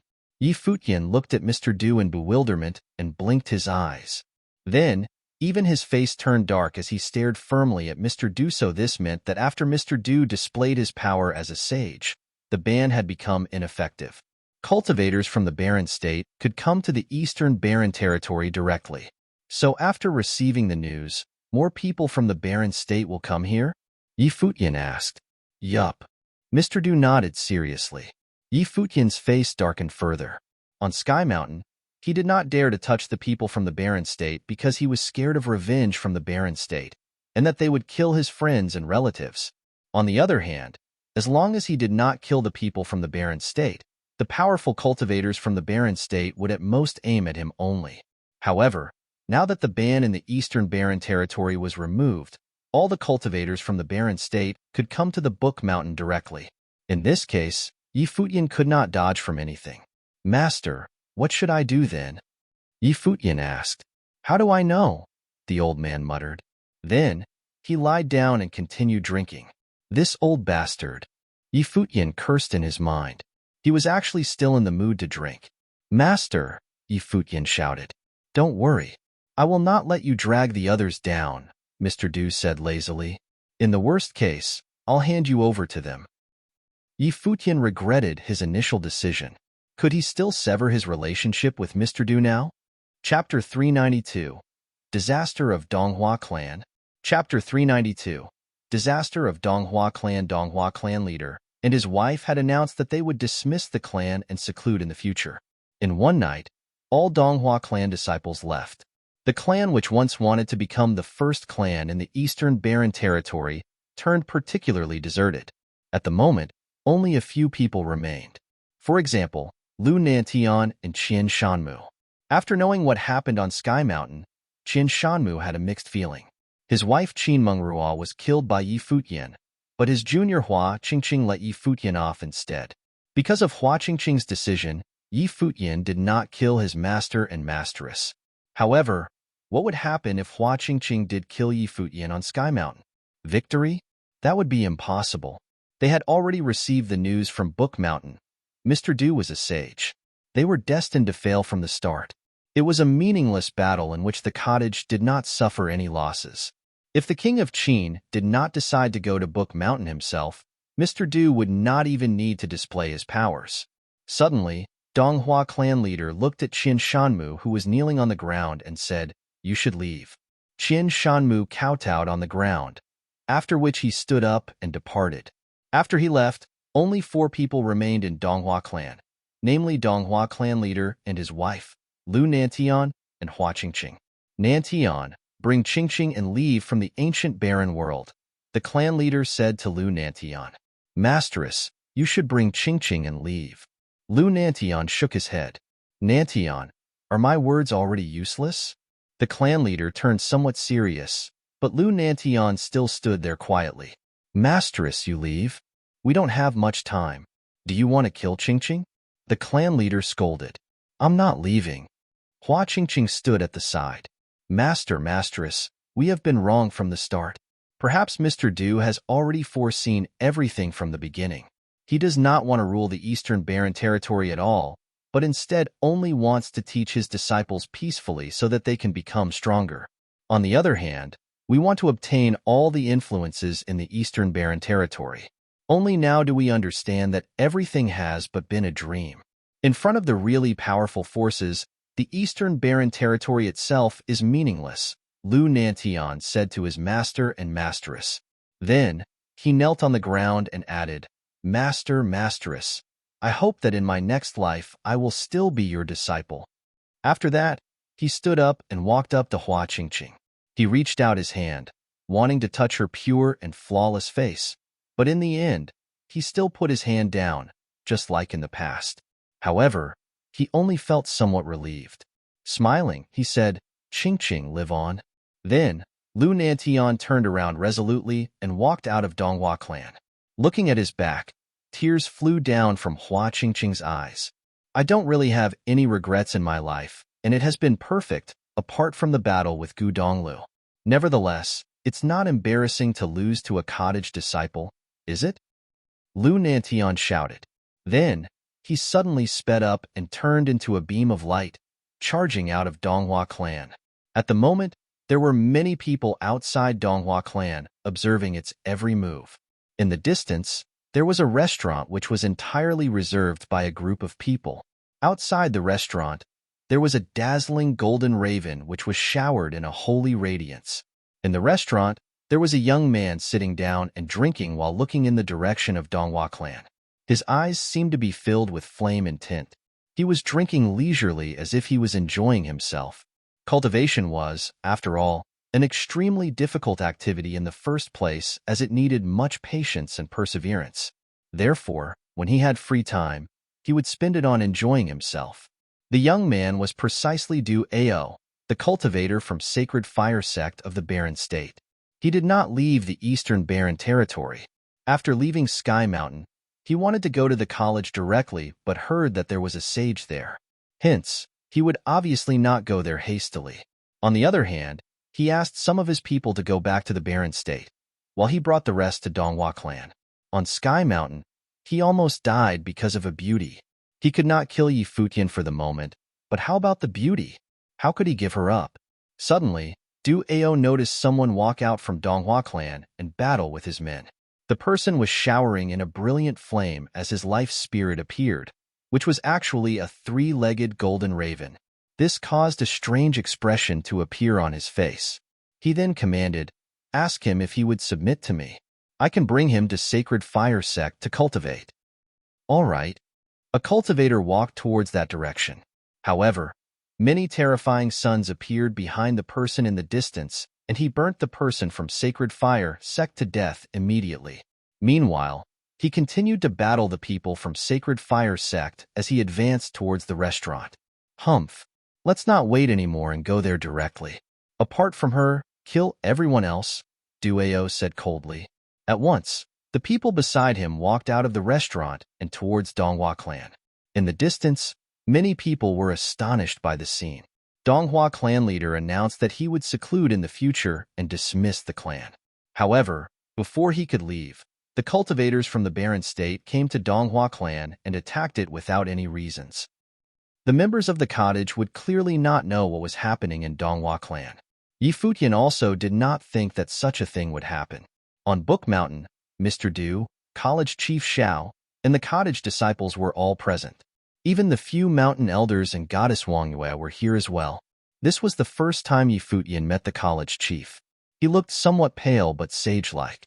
At least he had a better temperament than that old guy. Futian had heard in the past that the relationship between Mr. Du and the college chief was very bad. However, from the look of it, it was not that bad after all. At least Mr. Du and college chief were chatting happily at the moment. Furthermore, they were chatting about the future of the college and the big brother. Think carefully. It's all up to you. Don't take my thoughts into account, Mr. Du said to Sword Saint. Shut up. College Chief Shao widened his eyes at Mr. Du. Master, I am willing to. Sword Saint nodded. Great. College Chief Shao looked excited and laughed. Fantastic. At least you are not like your master. Senior, watch your words. Mr. Du smiled and stared at College Chief with a you-know-what-I-mean look. College Chief Shao pointed his finger at him, and his beard trembled in frustration. Forget it. Who asked me to be weaker? In this case, I will gather everyone tomorrow and announce your decision to the college, College Chief Shao said, feeling at ease. He was finally able to unload his burden as someone was willing to take over his position. More importantly, the person was indeed very suited for the job. No problem. Sword Saint nodded. Looking at the scene, Futian felt somewhat emotional. From the next day on, his big brother would be the new chief of the college. Since you have agreed to it, take care of the Eastern Barren Territory in the future, Mr. Du said to Sword Saint, looking at him seriously. Sword Saint nodded solemnly and replied, Master, I'll practice your ideology. At the side, Goddess Wangyue asked, Will Sword Saint Mountain combine with the college in the future? I established Sword Saint Mountain to teach my disciples in the same way the college does, so I will let the Sword Saint Mountain disciples decide for themselves if they would stay or leave, Sword Saint replied. Goddess Wangyue smiled and suddenly asked, Can I stay here? Everyone was momentarily puzzled as they stared at Goddess Wangyue in bewilderment. Goddess, what do you mean? Sword Saint asked. I'll stay in the college to cultivate, and Moon Clan will combine into the college to become another mountain. For example, Moon Mountain, Goddess Wangyue said, smiling. Even Mr. Du and College Chief Shao seemed surprised. Goddess Wangyue was the leader of Moon Clan, and she was actually willing to become a mountain elder in the college. In addition, combing Moon Mountain into the college would be against the will of Moon Clan ancestors. I agree, someone suddenly said. Everyone turned their heads to see Futian lifting both of his hands in the air in agreement. Everyone then looked at Hua Jieyu, who was beside Futian. Hua Jieyu blushed slightly and lowered her head, after which she kicked Futian with her shoe. Why is he in such a hurry? You have no rights to say anything here, Mr. Du remarked emotionlessly. Futian widened his eyes at Mr. Du, however, thinking about Moon Clan combing with the college in the future, he felt elated. I think it'll be hard for you to convince the members of Moon Clan, Sword Saint said. Moon Clan was different from Sword Saint Mountain in that he established Sword Saint Mountain all by himself. Both Moon Clan and the college exist for people to cultivate. Even if Moon Clan stays at the college, it will still be passed down the generations, maybe in an even better way. If they do not agree, I'll stay here myself and let the members of Moon Clan choose if they would stay or leave. I'll give my position as the leader to someone else, Goddess Wangyue said. After the event, this time and her conversation with Mr. Du last time, her state of mind had changed. Therefore, she made such a decision. You can take the mountain occupied by the cottage, Mr. Du said. Mr. Du? Goddess Wangyue was stunned. Giving the mountain occupied by the cottage to us? In the future, there will only be the college and the college. There will no longer be the cottage, Mr. Du said, smiling. Futian seemed to have a premonition and felt somewhat sad. Was the cottage, the legendary place of the Eastern Barren Territory, going to vanish? Mr. Du. Suddenly, everyone heard a voice from a certain direction of Book Mountain. They turned around and looked in that direction. College Chief Shao frowned. Why is it the entrance to the ancient barren world again? A powerful aura spread out from there. Immediately, Mr. Du seemed to have known what was happening. Frowning, he stood up. Then, everyone saw two figures charging towards them. Behind the two figures, there were many cultivators chasing them. Bang! A frightening flame flew into the body of the person in front. The person trembled fiercely and pushed the other person towards Mr. Du. How dare you? College Chief Xiao shouted coldly, and many people walked forward. However, they quickly realized that the person flying towards them was Hua Qingqing. Hua Qingqing turned around with much difficulty as an invisible force was pushing her forward. She looked at her mother, and her eyes were wet with tears. At the moment, an illusory three-legged golden raven appeared on the body of Lady Yuxiao, which was burning her wildly. Lady Yuxiao's body was ablaze, and her aura weakened continuously. She looked the people from the college and said, "I know that in the past I have offended you much. I'll repay you in my next life. Mr. Du, please save my daughter Hua Qingqing." After that, the burning Lady Yuxiao knelt down in midair, appearing to be exceptionally miserable. In the Eastern Barren Territory, perhaps only Mr. Du could save her daughter. Hence, she chose to escape to this place. Chapter 393. The Eastern Barren Territory United Under One. Chapter 393. The Eastern Barren Territory united under one. Everyone from the college was swayed as they watched Lady Yuxiao kneel down in the air, bathed in a rush of flames.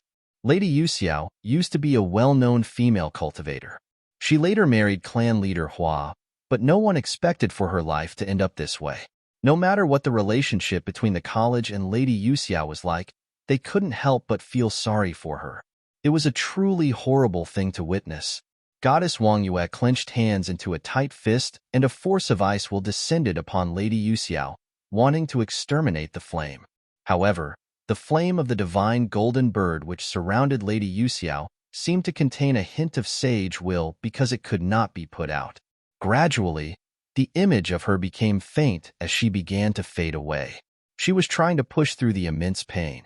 Her eyes were trained on Mr. Du, mother. Hua Qingqing cried out loudly at the sight of her mother in pain. Tears streamed down her beautiful face. Mr. Du sighed deeply. He knew there was no saving Lady Yuxiao.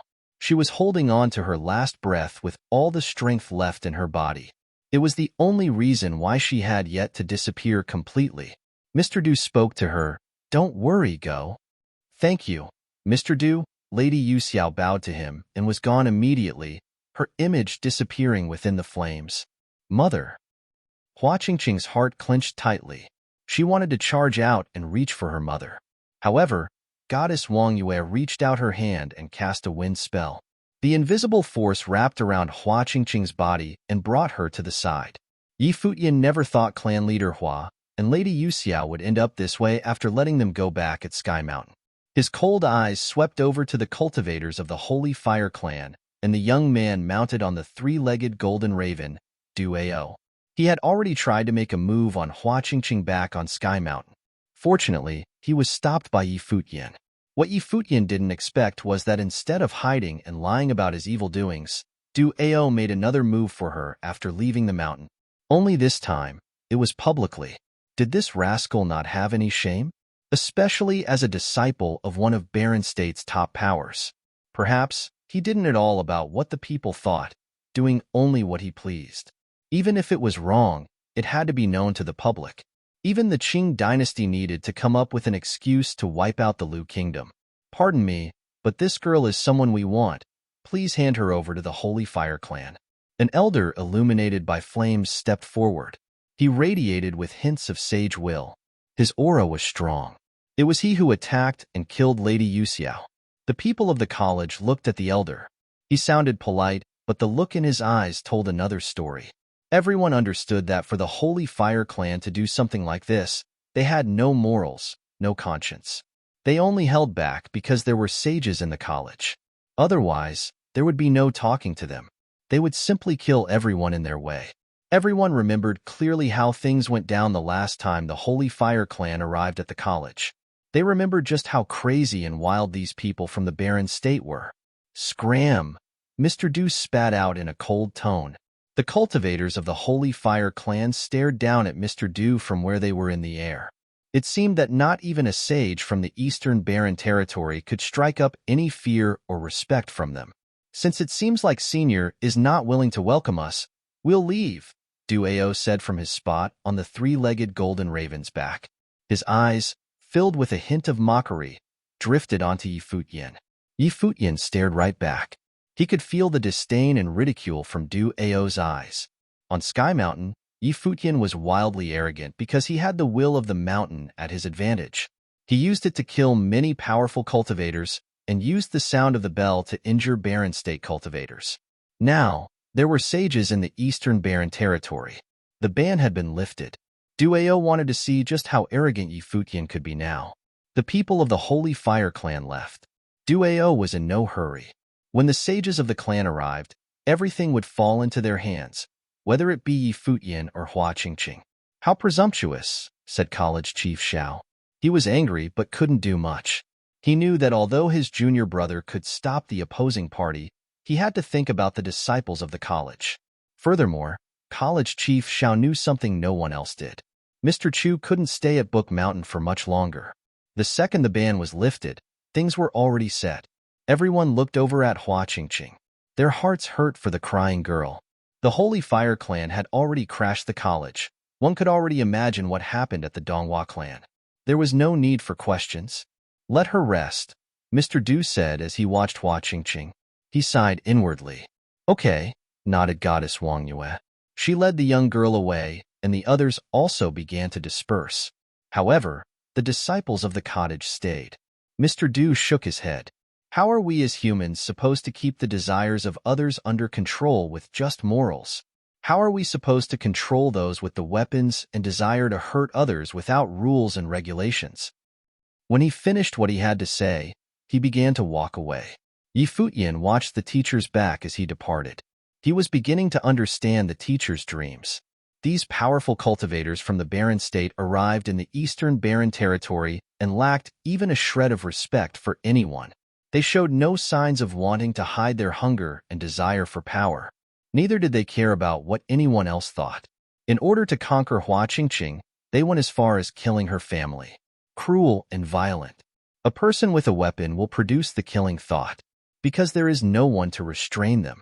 It was said that Hua Qingqing, one of the Eastern Barren Territory's three great beauties, is innocent and kind. She didn't know of the evils of the world. Her innocence was reflected in her beauty, clean and pure. She had been protected from the real world since the day she was born, but it was this kind girl that experienced the greatest evil. How ironic. "Fourth brother, do you have a pen and paper?" Yi Futian asked Shuiyi. "Yeah," he nodded. Shuiyi then pulled out the supplies from on his person and asked, "Little brother, what are you going to do with it?" "Copying down a musical score." Yi Futian explained quickly and walked over to a stone table. Laying out the paper, he began to write. Zhuge Hui and the others grew curious and came to his side. "This is?" Zhuge Hui asked quietly. "The Yukio song," Yi Futian answered with a smile. "What's it for?" asked Zhuge Hui. "I'll gift a copy to anyone who comes to the college from the barren state," he replied nonchalantly. Everyone gave him a strange look. The Yukio song was one of the world's 10 great musical pieces. It was left by the great emperor. Was Yi Futian really going to just give it out so easily? "You'll gift it? To anyone?" asked Zhuge Hui. "Yup, I'll gift it to anyone," Yi Futian said as he nodded in all seriousness. "Actually, I should say I'm lending it to them. I'll make them pay for it later." It seemed like Yi Futian was preparing to keep track of anyone who comes to Book Mountain. Perhaps this type of compromise was a form of resignation. "Don't worry. The Yukio song isn't that easy to learn. I'll also leave a copy at the college for people to copy. From now on, a copy will be given to any barren state power that comes to the college," smiled Yi Futian. Not even Hua Qingqing, who was very talented at the guqin, could play this piece. The reason why Yi Futian could play it was because his will synchronized with the wills of the two emperors on Sky Mountain and received this piece directly. As for the last portion of this piece, it had to be played with emperor will. Yi Futian was certain, even if the cultivators of the barren state received the Yukio song, it wouldn't be that easy for them to learn. Better yet, they probably wouldn't be able to learn it at all. Zhuge Hui chuckled and patted Yi Futian's head. "Little brother is a special person indeed. I'm liking you more and more." Yi Futian blinked before sneaking a glance at third brother. "Jieyu, you don't mind, do you?" Zhuge Hui smiled at Hua Jieyu. "Senior sister, if you like him, you can take him with you," Hua Jieyu said softly. Yi Futian looked at Hua Jieyu as if he had been wronged. Does she have to be so cruel? Today was a special day for the college. College Chief Xiao, the Sword Saint, and Goddess Wang Yue gathered the disciples of Book Mountain, Sword Saint Mountain, and the Moon Clan, respectively. The enormous crowd gathered at the square on Book Mountain and focused their attention on the group of people at the front. College Chief Xiao, the Sword Saint, Zhuge Hui, Gu Donglu, all the mountain elders, and Goddess Wang Yue stood on an elevated plane looking down on everyone. Many people had heard rumors and knew that College Chief Xiao had something to announce today. There were already large groups gathered at the foot of Book Mountain. They looked up at the sacred mountain, the holy place of the Eastern Barren Territory. News of what happened at the Donghua clan had already spread. The ruthless doings of the barren state cultivators greatly angered the people. Hua Qingqing was now staying on Book Mountain. Had it not been for Mr. Du, Hua Qingqing would have been taken by the people of the barren state. But could the college really stop them? From today on, Sword Saint Mountain will merge with the college. The disciples of Sword Saint Mountain will enter the college for cultivation. Anyone who objects can leave now. The Sword Saint's voice resonated on Book Mountain, shocking many. From today on, the Moon Clan will merge with the college. The disciples of the Moon Clan will enter the college for cultivation. Anyone who objects can leave now. Goddess Wang Yue's voice rang out right after. From today onwards, the position of college chief will be held by the Sword Saint. Goddess Wang Yue will take the position as vice college chief and aid the Sword Saint in running the college, teaching the youth of the Eastern Barren Territory, passing on their knowledge. Another voice spoke out. At the foot of the mountain, many people lifted their heads to look at the long stairs in front of them. The three great powers of the Eastern Barren Territory had announced such big changes today. From this point on, the Sword Saint and Goddess Wang Yue were in charge of the college. At the bottom of the Book Mountain stairs, a few groups appeared. The arrival of these three groups had many people in shock. They were the Qinqiu Temple, the Witch Clan, and the Ji family. With the arrival of these three groups at Book Mountain, the great powers of the Eastern Barren Territory were now all gathered at the same place. Although Mr. Du had no thoughts of ruling all of the Eastern Barren Territory, the reality was the entire Eastern Barren Territory already belonged to the college. The three groups walked up the stairs and arrived at the square. We have come to congratulate the college.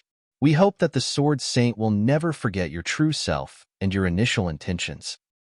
The abbot of the Qinqiu Temple held his palms together and bowed in the Sword Saint's direction. Abbot, you are too polite. I will keep your teachings at heart, the Sword Saint said as he returned a courteous bow. The Witch Clan has come to congratulate the college. The Ji family has come to congratulate the college.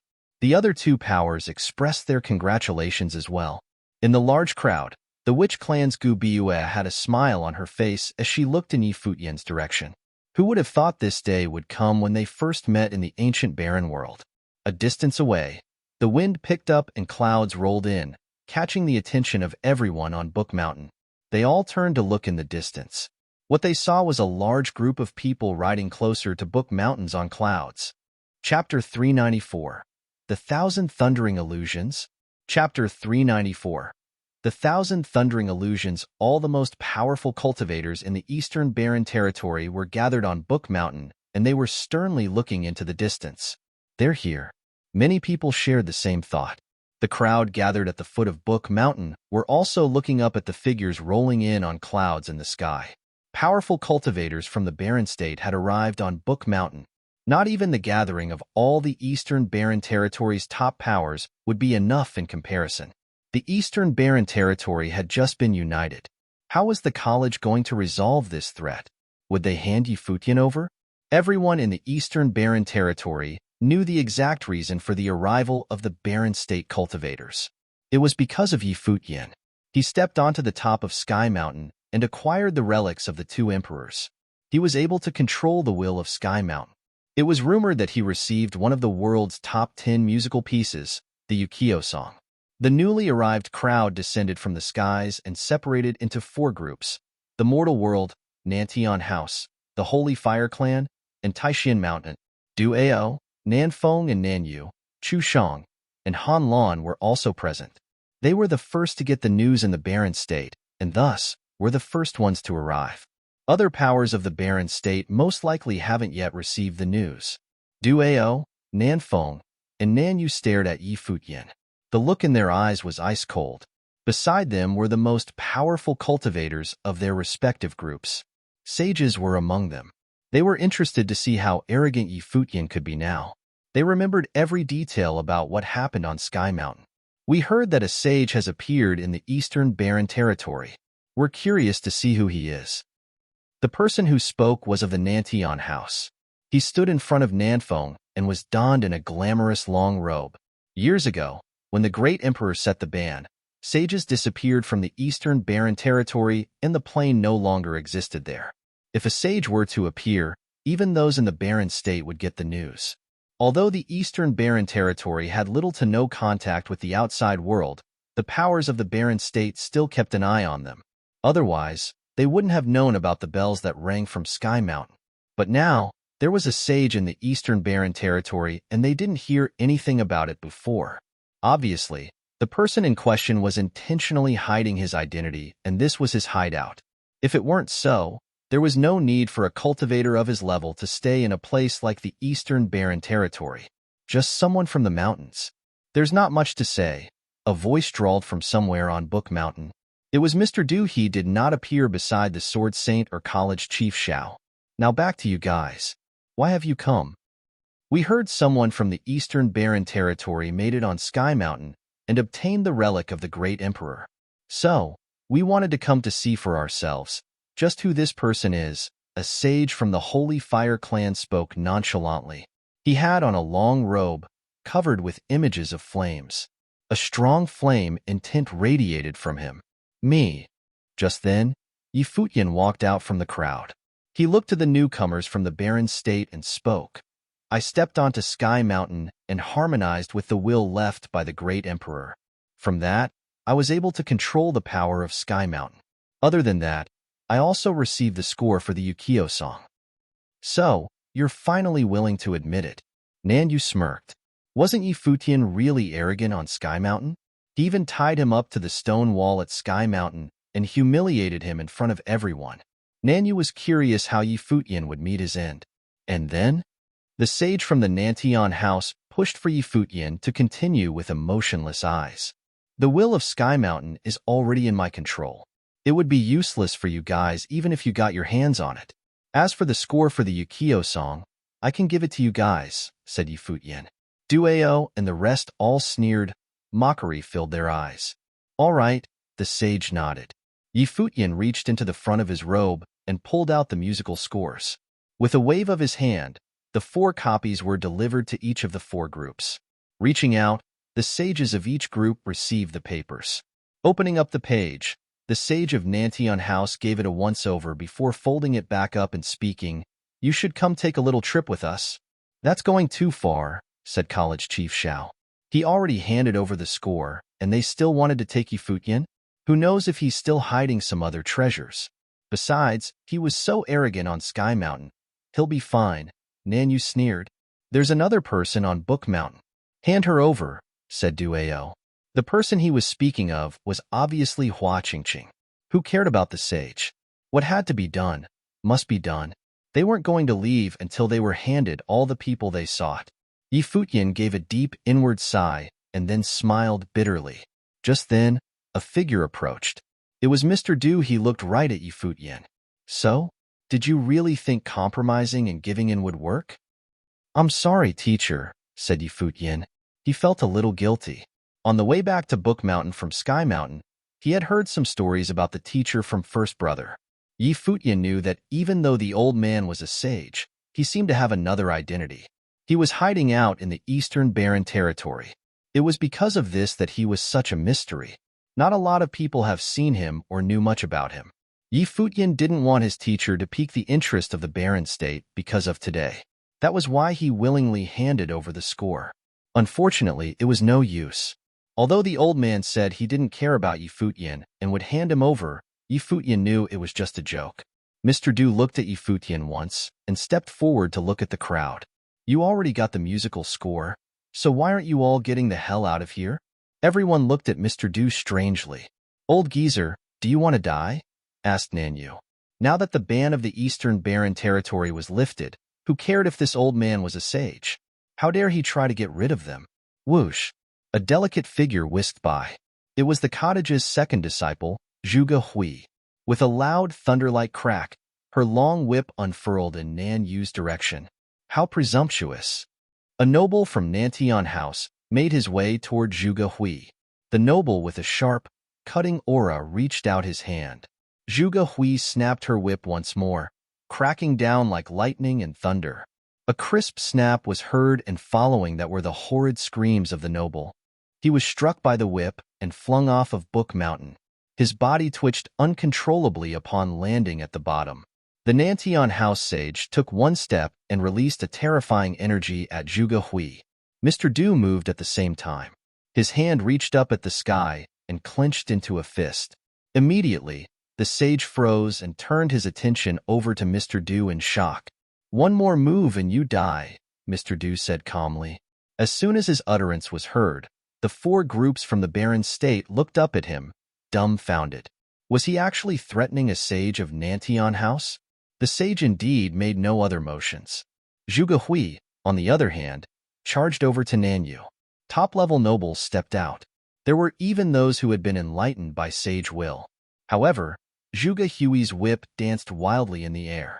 An image appeared on her body. The people were shocked to realize that she was duplicating. 1 into 2, 2 into 4. In short moments, she was everywhere, waving her whip at the same time. Thunder and lightning erupted, lighting up the skies majestically. The thousand thundering illusions. The eyes of the everyone from the barren state lit up and watched everything unfold in shock. Illusory images filled the sky. In the lit-up sky, her whip came down, cracking one after another. The nobles of Nantian House were flung away one by one. In a split second, a long whip bypassed everything in its way to get to Nanyu, picking him up into the air. "Let me go!" Nanyu screamed out in horror. He had already been treated this way once on Sky Mountain. This was already the second time. But at this moment, it didn't seem like anyone from the Nantian House could hear his screams. They were all frozen in place as they watched the beautiful girl bathed in the lights from the lightning. The thousand thundering illusions was an exclusive skill from a certain barren state power. Second sister is so powerful, thought Futian. He was also surprised by the scene in front of him. It seemed as if she had been hiding her true abilities. Whether it was the people on Book Mountain or at the foot of the mountain, everyone was looking up at Zhuge Hui. The long whip moved in a circle, spinning Nanyu around in the air. Zhuge Hui looked up at him, just to hear him scream out in anger, "You dare touch me?" Just then, the whip moved toward a stone wall on Book Mountain. Nanyu's body hit the wall along with the force of lightning, and the wall exploded loudly. Nanyu's pitiful cries followed. The whip snapped back, and with one movement of Zhuge Hui's arm, Nanyu's body was flung away from Book Mountain. "Who are you?" the Nantian House sage asked Zhuge Hui. "The thousand thundering illusions doesn't belong to the Eastern Barren Territory. Take a guess." Zhuge Hui smiled at him. She then stepped toward the Holy Fire Clan. Looking at Duao, she spoke again. "He offended me. You guys wouldn't mind if I taught him a lesson, would you? Even if you are of the Zhuge family, what right do you have to teach a disciple of our clan a lesson?" asked a sage of the clan. "Based on the fact that he acted out of place in front of me," she said. Her whip snapped once again. The sage wanted to make a move, but felt a strong pressure descend upon himself. Lifting his head, he saw Mr. Du with confusion on his face. He questioned, "Who is he?" Snap! The whip cracked down and no one was able to stop it. Duao cried out in pain. After being hit by the whip, he toppled over on the three-legged golden raven. A deep, bloody mark appeared on his body. Countless pairs of eyes were frozen in place, shocked at everything that had just happened on Book Mountain. Everything was so unexpected. For example, no one expected that the powerful cultivators of the barren state would get so badly beaten up.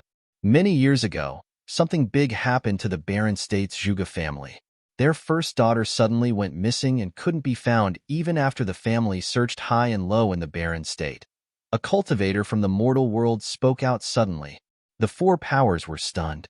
They had all heard of this story. So, The girl in front of them was the daughter of the Barren State's Zhuge family, Zhuge Mingyue. Chapter 395. The Reappearance of Dong Huang. Chapter 395. The reappearance of Dong Huang. The cultivators of the Barren State stared at the beautiful girl in shock. Perhaps the name Zhuge Mingyue was unfamiliar to many of the younger cultivators, but they were aware of the background she came from just by hearing this name. Zhuge Qingfeng was the top dog of the Zhuge family. He made his name many years ago, proving himself to be more capable than all others his age. Presently, he was already a great legend in the Barren State. Zhuge Qianyang was the most outstanding cultivator among the newest generation of the Zhuge family. He had already reached the sage plane a couple years ago. A true talent indeed. These two people were known as the most outstanding of the entire Zhuge family in the last 1,000 years. The former was Zhuge Mingyue's father. The latter, her older brother. With a background like that, not even the sages of the four great Barren State powers could compare. As for Nanfeng, Nanyu, and Duao, they were merely young prodigies of the Barren State powers. They weren't even the very best. So, they obviously couldn't be compared to Zhuge Mingyue. And just like that, they realized that a person of such high status was hidden within what they considered an inferior clan. Nanyu and Duao had an awkward look on their faces. Just by hearing this name, they knew that there was nothing they could do about the beating they just received. They weren't going to get revenge, and there was absolutely no one who dared to do it for them. Hearing their words, Zhuge Hui turned to the disciples of the cottage with a great smile. "Remember my real name, Zhuge Mingyue." Seeing that she had just admitted her identity, the Barren State sages were shaken. The sage of the Nantian house spoke. Who would have thought that the daughter of the Zhuge family ran away and ended up in the eastern Barren territory, a place cut off from the Barren State and where sages were forbidden? You even changed your name. No wonder the Zhuge family was unable to find you even though they searched high and low in the Barren State. Not only did Zhuge Mingyue change her name, but she also rarely left the mountain. Before Futian was attacked in Chaoga City, there weren't even many people in the eastern Barren territory that knew of her existence. All they knew was that no one had ever seen the second disciple of the cottage. I heard that Zhuge Qingfeng had originally intended to send Zhuge Mingyue to cultivate at the Holy Ji Palace. Why did you choose to run away here to the eastern Barren territory instead of joining the most sacred group of the Barren State? You even found yourself a teacher here, asked a sage of the Holy Fire clan. The Holy Ji Palace was the holy land of the Barren State. It was a place where many demon beasts could be found. Every great power in the Barren State wished to send their younger generation cultivators to the Holy Ji Palace. Zhuge Hui, on the other hand, chose to run away.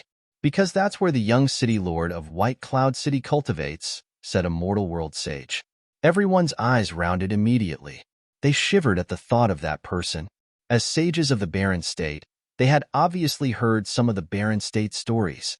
The city lord of White Cloud City once cultivated at the Holy Ji Palace with Zhuge Qingfeng.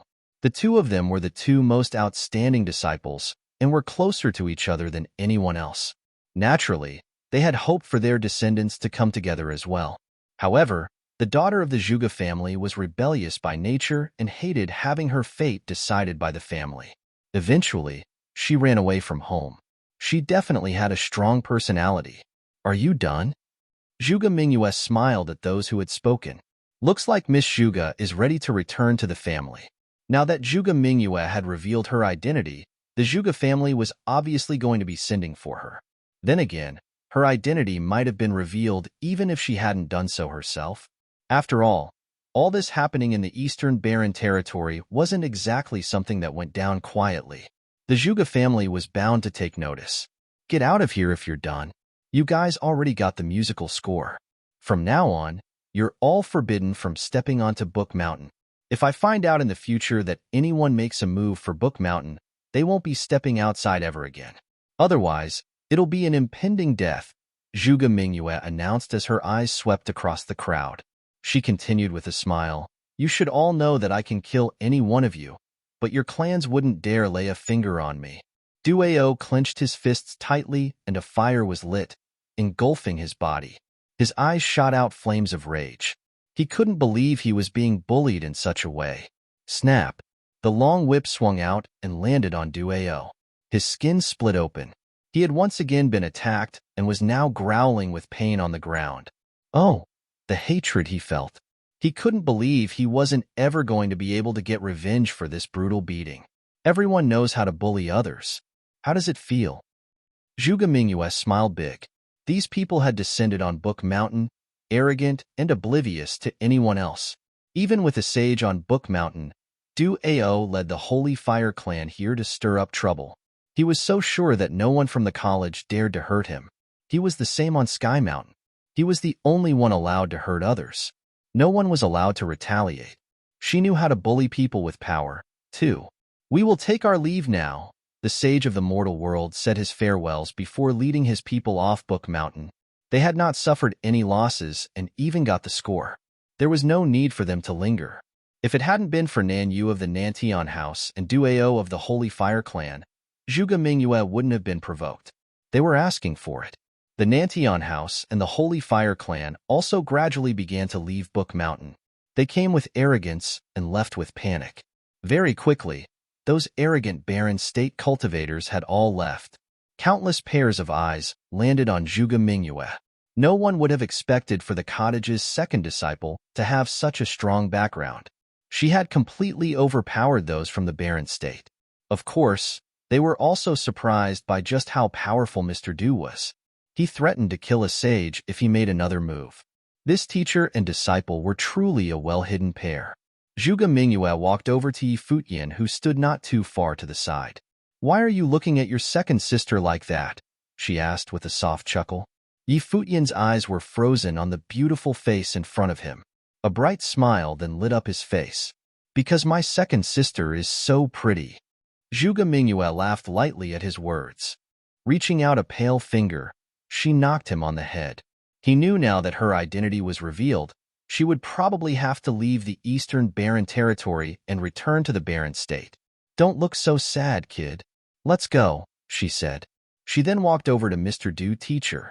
He nodded his head knowingly and announced to everyone, "Today, my eldest disciple gains control of the college and will begin to teach here. The cottage is officially disbanded. From here on out, there is only the college and no more cottage." Hushed whispers erupted at his announcement. Was the cottage that was renowned all throughout the Eastern Barren Territory for so many years really going to be history now? The disciples of the cottage were saddened by Mr. Du's words, and all lowered their heads. "I'm leaving," said Mr. Du other than the Sword Saint. All the disciples of the cottage followed him up the mountain. "Teacher, both you and senior sister are so powerful. Why did little brother still have to give out the score?" asked Luofan. He wasn't too happy about what happened today. Although the teacher and his senior sister were able to kick those people off Book Mountain, it still didn't feel all that satisfying. "Are we able to protect you guys forever?" asked Mr. Du. Never underestimate those who are willing to sacrifice everything for benefits. She was able to scare them, yes? However, if your senior sister and I weren't here, and if they didn't get the score, who's to say they wouldn't have made a move for your little brother? They got something that they wanted. The sages knew that we had already made a compromise and knew when to take a step back. "Teacher, leave things on Book Mountain to me." "Go," Zhuge Hui said to Mr. Du. "It's been so many years. There's not much more keeping me back anymore." "Your teacher's lazy and doesn't want to run around anymore," Mr. Du replied, shaking his head. "Teacher, who are your enemies?" asked Futian. "Don't think too much, kid. Focus on cultivation. I will leave you some books. Be good and finish all of them," ordered Mr. Du with a glare. "Okay." Futian nodded obediently. Sometime after all that, the college had finally been settled. However, it was still pretty lively as many people from all around the Eastern Barren Territory came, wishing to meet the sage. However, the back mountain where the cottage was located was quiet. The atmosphere was different there. On this day, a bright, blinding ray of light suddenly broke through the clouds in the sky above Book Mountain. Many people lifted their heads to the sky and watched as a group descended from where the light shined through. Bodies clad in armors approached like a group of divine generals. In the midst was a beautiful young girl. The female wore a crown and a robe. Basked in a divine light, she looked just like a goddess from the heavens. Futian, who was in the middle of cultivating, looked up as well. Seeing the group, his heart rate sped up and he felt short of breath. How could it be? How could it be them? He had seen this girl before. It was in his younger days, on Mount Yao in Qingzhou City. This girl's surname was Donghuang. Mr. Du leaped into midair and stared at the incoming group. He seemed calm and unbothered, as if he already knew they were coming. The disciples of the cottage stepped outside one by one, looking up at the sky. They were taken aback by the blinding sight of this divine army. They could all feel that the teacher was waiting for these people. This was probably why he didn't leave. If he left, what would they do? "Excuse me, are you the princess, Her Highness?" Mr. Du asked the girl. She nodded her head lightly. A smile reached Mr. Du's eyes before he kneeled down completely. "Greetings to the princess from a sinner. If you know you have sinned, then get up and leave with us," said a soldier behind the girl. Mr. Du nodded and stood. He smiled at the girl. "Your Highness, you should be 20 this year, correct?" "Yes," nodded the girl. "Good, very good." Mr. Du was actually smiling in this situation. He lowered his head to look down at the cottage. "I won't be around to guide you guys from now on. Remember to take care of yourselves." "Teacher," the disciples called out one after another. "I'm going now." Mr. Du gave them all one last smile, and he was high up in the sky in a flash. The girl lowered her head to look down on Book Mountain, and her eyes landed on Futian. After all these years, they have finally met again. A couple years ago, they were 16 years old. Now, they were 20. Chapter 396. Parting. Chapter 396. Parting. Mr. Du left. All the disciples on Book Mountain witnessed his departure. People working for Donghuang the Great came for him. No one knew exactly who Mr. Du was, or that he had anything to do with the great emperor. The people from the Barren State did not actually leave the Eastern Barren Territory, and so they also got wind of this news. They were all shocked, but finally understood how Futian acquired the relics of Sky Mountain. His teacher was connected to the great emperor, so it wouldn't be weird for him to get the relics. And so, they decided to leave the Eastern Barren Territory. Not only were they wary of Zhuge Mingyue, but also because of that Mr. Du Zhuge Mingyue didn't go to cultivate at the Holy Ji Palace and unexpectedly became the disciple of an incredibly powerful recluse. Futian had someone carve the score for the Ukiyo song on a stone wall located on one of Book Mountain's mountains. Whenever someone from the Barren State came, they would be led there. This prevented anyone from targeting the college for the score. What Du Ao did to the Donghua clan was the perfect example. The cottage was engulfed in a peculiar atmosphere. It was that of parting. The teacher was lost before, but everyone knew that he would come back. This time no one knew if he was coming back, or if he was even allowed to. They wouldn't even be able to go find him. Furthermore, the second sister was also going to leave soon. This magical place, the cottage, may truly be split up. On the mountain, the disciples of the cottage were currently seated together for a meal. There was chit-chat and laughter. Zhuge Mingyue spoke with a light smile on her face. "Our little fifth brother still makes the best food. Senior sister, if you like my food, then I'll cook for you every day." "I won't step another foot off the mountain," Luo Fan replied while bustling around. "Since when have you been such a good boy?" Zhuge Mingyue chuckled. "Second sister, who will look after me when you leave?" Beitang Xinger's voice was low and melancholic. After being brought to the cottage by the teacher, Zhuge Mingyue had taken care of her. One could even say that she was raised by Zhuge Mingyue. "Xinger, do you want to come with me?" Zhuge Mingyue asked. Beitang Xinger froze. When she realized it wasn't a joke, she began to feel conflicted. Should she leave with the senior sister? If she left, who would take care of the others? "Go," Gu Donglu said in the middle of his meal. "Eldest brother is busy with the college and won't have time to take care of you." Beitang Xinger looked toward Gu Donglu and understood the hidden meaning behind his words. He might leave the cottage, too. Her eyes reddened. To hide the fact that she was about to burst into tears, Beitang Xinger lowered her head and continued eating. Years ago, when her family died, it was the teacher that brought her to Book Mountain. It was third brother who got revenge for her. Since then, the cottage was her home. Her senior brothers and sister were closer to her than family. Now, the teacher was gone and they were all separating. The cottage would no longer exist in the Eastern Barren territory. Xinger, why are you crying? You're all grown up now and will have to marry soon. We would have had to separate sooner or later, Shuiyi said when he noticed the tears in the corners of her eyes. I won't marry. Beitang Xinger shook her head. Silly girl. Zhuge Hui patted her head. She then looked toward Yi Futian. Why so quiet today? This rascal was usually the most active, but he hadn't said a word today. What's wrong? Feeling sad? Teased Zhuge Mingyue. Senior sister, would you pretend not to know me when I go looking for you? Wanting to hang out? Yi Futian lifted his head to face her. What goes on in that head of yours? She lifted her hand to knock on his head. If you dare to not come looking for me, then I'll really come after you. Futian and I will definitely come visit together, Hua Jieyu said softly. Zhuge Mingyue turned her attention over to Hua Jieyu, giving her a look before chuckling. Senior sister? Hua Jieyu was slightly confused. I know what to do so little brother will come see me. She laughed. What if I take Jieyu with me so that Xinger will have a companion? Hua Jieyu's eyes widened before shaking her head no. I don't want to go. That was when she realized Yi Futian was looking at her. Seeing the look in his eyes, she lowered her voice to ask him, What are you looking at? You want to get rid of me again? Jieyu, senior sister's suggestion is worth a second thought, he said in all seriousness. I'm not reconsidering. She shook her head. You and Jieyu think about it, laughed Zhuge Mingyue. Jieyu is so pretty. I'm too worried to let her follow you around while you travel recklessly through the barren state. She knew well and clear that after the cottage disbanded, Yi Futian would definitely head to the barren state. Without the teacher, the eldest brother, and her around, it was all up to himself. Okay. Yi Futian nodded. He was considering similar circumstances as the second sister. When you return to your family, wait for me. At this time, Gu Donglu, who was also unusually quiet today, spoke up.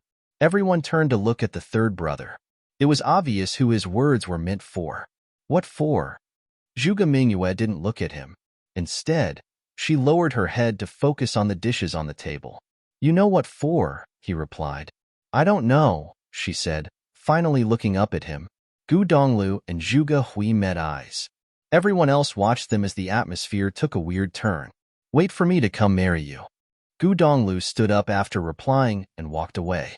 Just like that, everyone was completely frozen in shock. The third brother was so manly. The third brother is so cool, Yi Futian exclaimed, while watching the departing silhouette. A real man, Luo Fan complimented. So awesome. Yi Shaoshi was stupefied. Zhuge Mingyue watched as he left, the corners of her mouth curling into a smile. She then glared at Yi Futian and the others. Eat. After their meal, Yi Futian and Hua Jieyu strolled toward the back mountain hand in hand. Hua Jieyu spoke softly. I won't go. Wifey, you're too beautiful, too eye-catching. What happens if someone tries to steal you from me in the barren state? Yi Futian joked. Something of the sorts happened in the Donghua clan. Do Ao want to take Hua Qingqing? Then you protect me, she replied. Hearing her gentle voice, Yi Futian lowered his head. He felt guilty. Walking over to a cliff, he watched the sea of clouds. Qingzhou City, Donghai City, the Nandu Nation. I thought I'd seen the whole world, but the world is far larger than I imaged. What they called the fate of an emperor seems like nothing more than a myth. I've given you the fate of an empress, but to this day, I still don't have the ability to protect you. From his words, Hua Jieyu knew that he was feeling down in the dumps. She lifted her eyes to him. Look at me, she said. Yi Futian turned to her. She walked forward and leaned against him. Standing on tiptoes, she planted a soft kiss on his lips and then separated from him. She never meant for her words to upset the man she loved. A smile bloomed from her like a beautiful flower. Hua Jieyu looked up to the sky where the sun was shining brightly. When you were 15, people thought you didn't know how to cultivate. You were optimistic and joyful. Then, during the fall exams that same year, you shocked everyone with your talent and proved yourself to the entire Qingzhou Academy. At 16, you set foot in Donghai City. You played the melody of the white feathers garment at the Luo Palace, used the decree of the general in front of the school of the Emperor's Star, and made yourself known as the Guqin Devil's disciple. That year, An emperor wanted to kill you, and you refused to just give in, taking fate into your own hands. During the Fenghua banquet, you gained the recognition of Emperor Yi. During the Tingfeng banquet, you were undefeatable. After that, you wowed the ancient barren world and entered the cottage. Your life is just beginning, and you're already a legend in the Eastern Barren territory. This year, you're 20.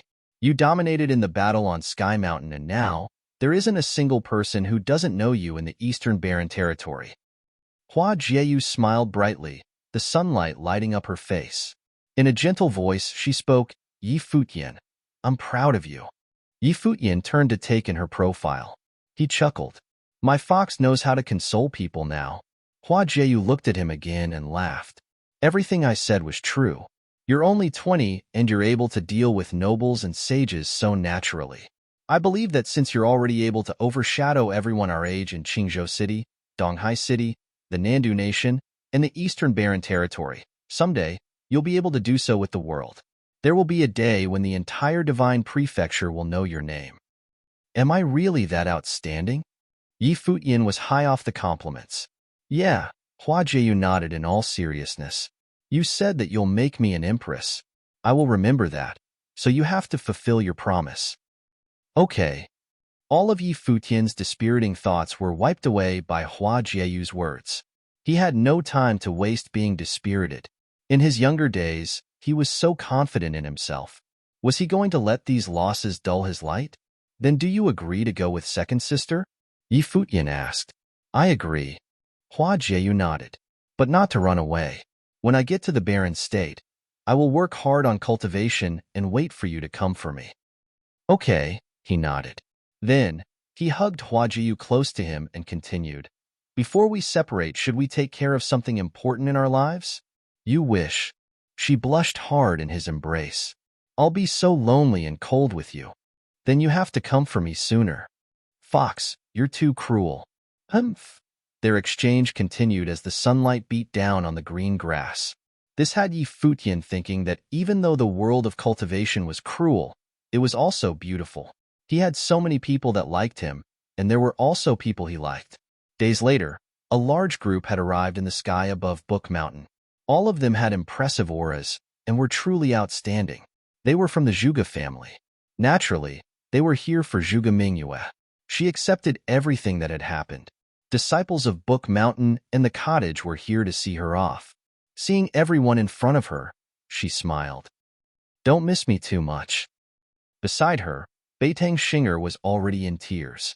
Eldest brother, fourth brother, fifth brother, Shaoshi, Futian, you guys take care. She then turned to Gu Donglu, who stood further away. Third brother, take care. When you get to the barren state, remember to listen to your senior sister, said the Sword Saint. Okay, Beitang Xinger nodded. Jieyu, you also have to listen to senior sister, he said softly as he patted her head. Okay, nodded Hua Jieyu. She looked behind Yi Futian at Hua Fenglu and the others. Father, mother, teacher, clan leader, all of you have to take care as well. Little brother. Zhuge Mingyue spread her arms for Yi Futian. He walked forward and shared a light hug with her.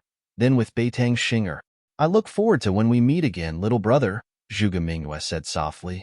The three of them lifted up in the air and headed for the ship in the sky. Let's go, said a young man on the ship. He took one look down below, his eyes falling emotionlessly on Yi Futian.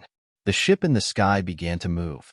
Zhuge Hui took one last look downward at a lonely figure in white. Then, she turned away and moved further and further away. You're tuning in to the Warrior Lore YouTube channel. Don't forget to subscribe and join us on this journey to catch the most captivating stories.